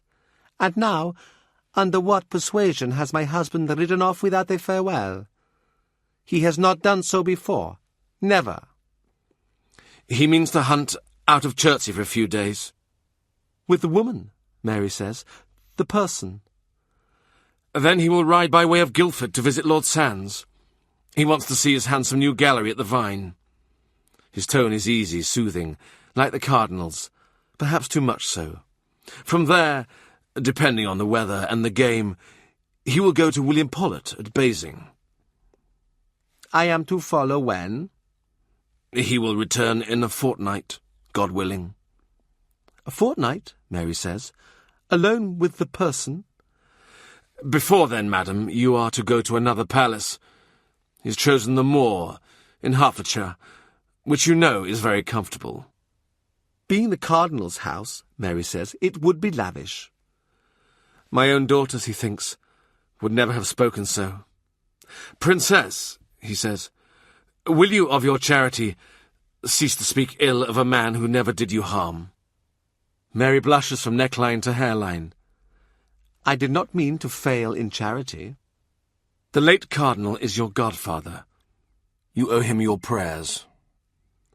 Her eyes flicker towards him. She looks cowed. I pray to shorten his term in purgatory. Catherine interrupts her. Send a box to Hertfordshire. Send a package. Do not seek to send me. You shall have your whole court. The household is ready for 200. I shall write to the king. You may carry the letter. My place is with him. My advice, he says, take this gently, or he may... He indicates the princess. His hands join and drift apart, separate you. The child is fighting down pain. Her mother is fighting down grief and anger and disgust and fear. I expected this, she says, but I did not expect he would send a man like you to tell me. He frowns. Does she think it would come better from Norfolk? They say you had a trade as a blacksmith. Is that correct? Now she will say, shoe a horse. It was my father's trade. I begin to understand you, she nods. The blacksmith makes his own tools. Half a mile of chalk walls, a mirror for the glare, bounce at him a white heat. In the shadow of a gateway, Gregory and Rafe are jostling and pushing, insulting each other with culinary insults he has taught them. Sir, you are a fat Fleming, and spread butter on your bread. Sir, you are a Roman pauper. May your offspring eat snails. Master Risley is leaning in the sun and watching them with a lazy smile. Butterflies garland his head. Oh, it's you, he says. Risley looks gratified. You look fit to be painted, Master Risley. A doublet of azure, and a shaft of light precisely placed. Sir, Catherine says. She says our precedents are fake. Rafe. Does she understand that you and Dr. Cranmer sat up all night over them? Oh, wild times, Gregory says, seeing the dawning with Dr. Cranmer. He throws an arm around Rafe's bony little shoulders and squeezes him. It is a liberation to be away from Catherine, from the girl flinching like a whipped bitch. Once I myself, with Giovannino, well, with some boys I knew. He stops. What is this? I don't tell stories about myself. Please, Risley says. Well, we had a statue made, a smirking little god with wings, and then we beat it with hammers and chains to make it antique, and we hired a muleteer and drove it to Rome and sold it to a cardinal. Such a hot day, when they were ushered into his presence. Hazy thunder in the distance, and white dust from building sites hanging in the air. I remember he had tears in his eyes when he paid us. To think that on these charming little feet and these sweet opinions the gaze of the Emperor Augustus may have rested. When the Portinari boys set off for Florence, they were staggering under the weight of their purses. And you? I took my cut, and stayed on to sell the mules. They head downhill through the inner courts. Emerging into the sun, he shades his eyes as if to see through the tangle of treetops that runs into the distance. I told the Queen, let Henry go in peace, or he might not let the princess move with her up country. Risley says, surprised, but it is decided. They are to be separated. Mary is to go to Richmond. He did not know. He hopes his hesitation is not perceptible. Of course. But the Queen had not been told. And it was worth a try, yes? See how useful Master Risley is. See how he brings us intelligence from Secretary Gardiner. Rafe says, it is harsh to use the little girl against her mother. Harsh, yes. But the question is, have you picked your prince? Because that is what you do. You choose him, and you know what he is. And then, when you have chosen, you say yes to him. Yes, that is possible. Yes, that can be done. If you don't like Henry, you can go abroad and find another prince. But I tell you, if this were Italy, Catherine would be cold in her tomb. But you swore, Gregory says, that you respected the Queen. So I do. And I would respect her corpse. You would not work her death, would you? He halts. He takes his son's arm, turns him to look into his face. Retrace our steps through this conversation. Gregory pulls away. No, listen, Gregory. I said, you give way to the king's requests. You open the way to his desires. That is what a courtier does. Now understand this. It is impossible that Henry should require me or any other person to harm the Queen. What is he, a monster? Even now he has affection for her. How could he not? And he has a soul he hopes may be saved. He confesses every day to one or other of his chaplains. Do you think the Emperor does so much? Or King Francis? Henry's heart, I assure you, is a heart full of feeling, and Henry's soul, I swear, is the most scrutinized soul in Christendom.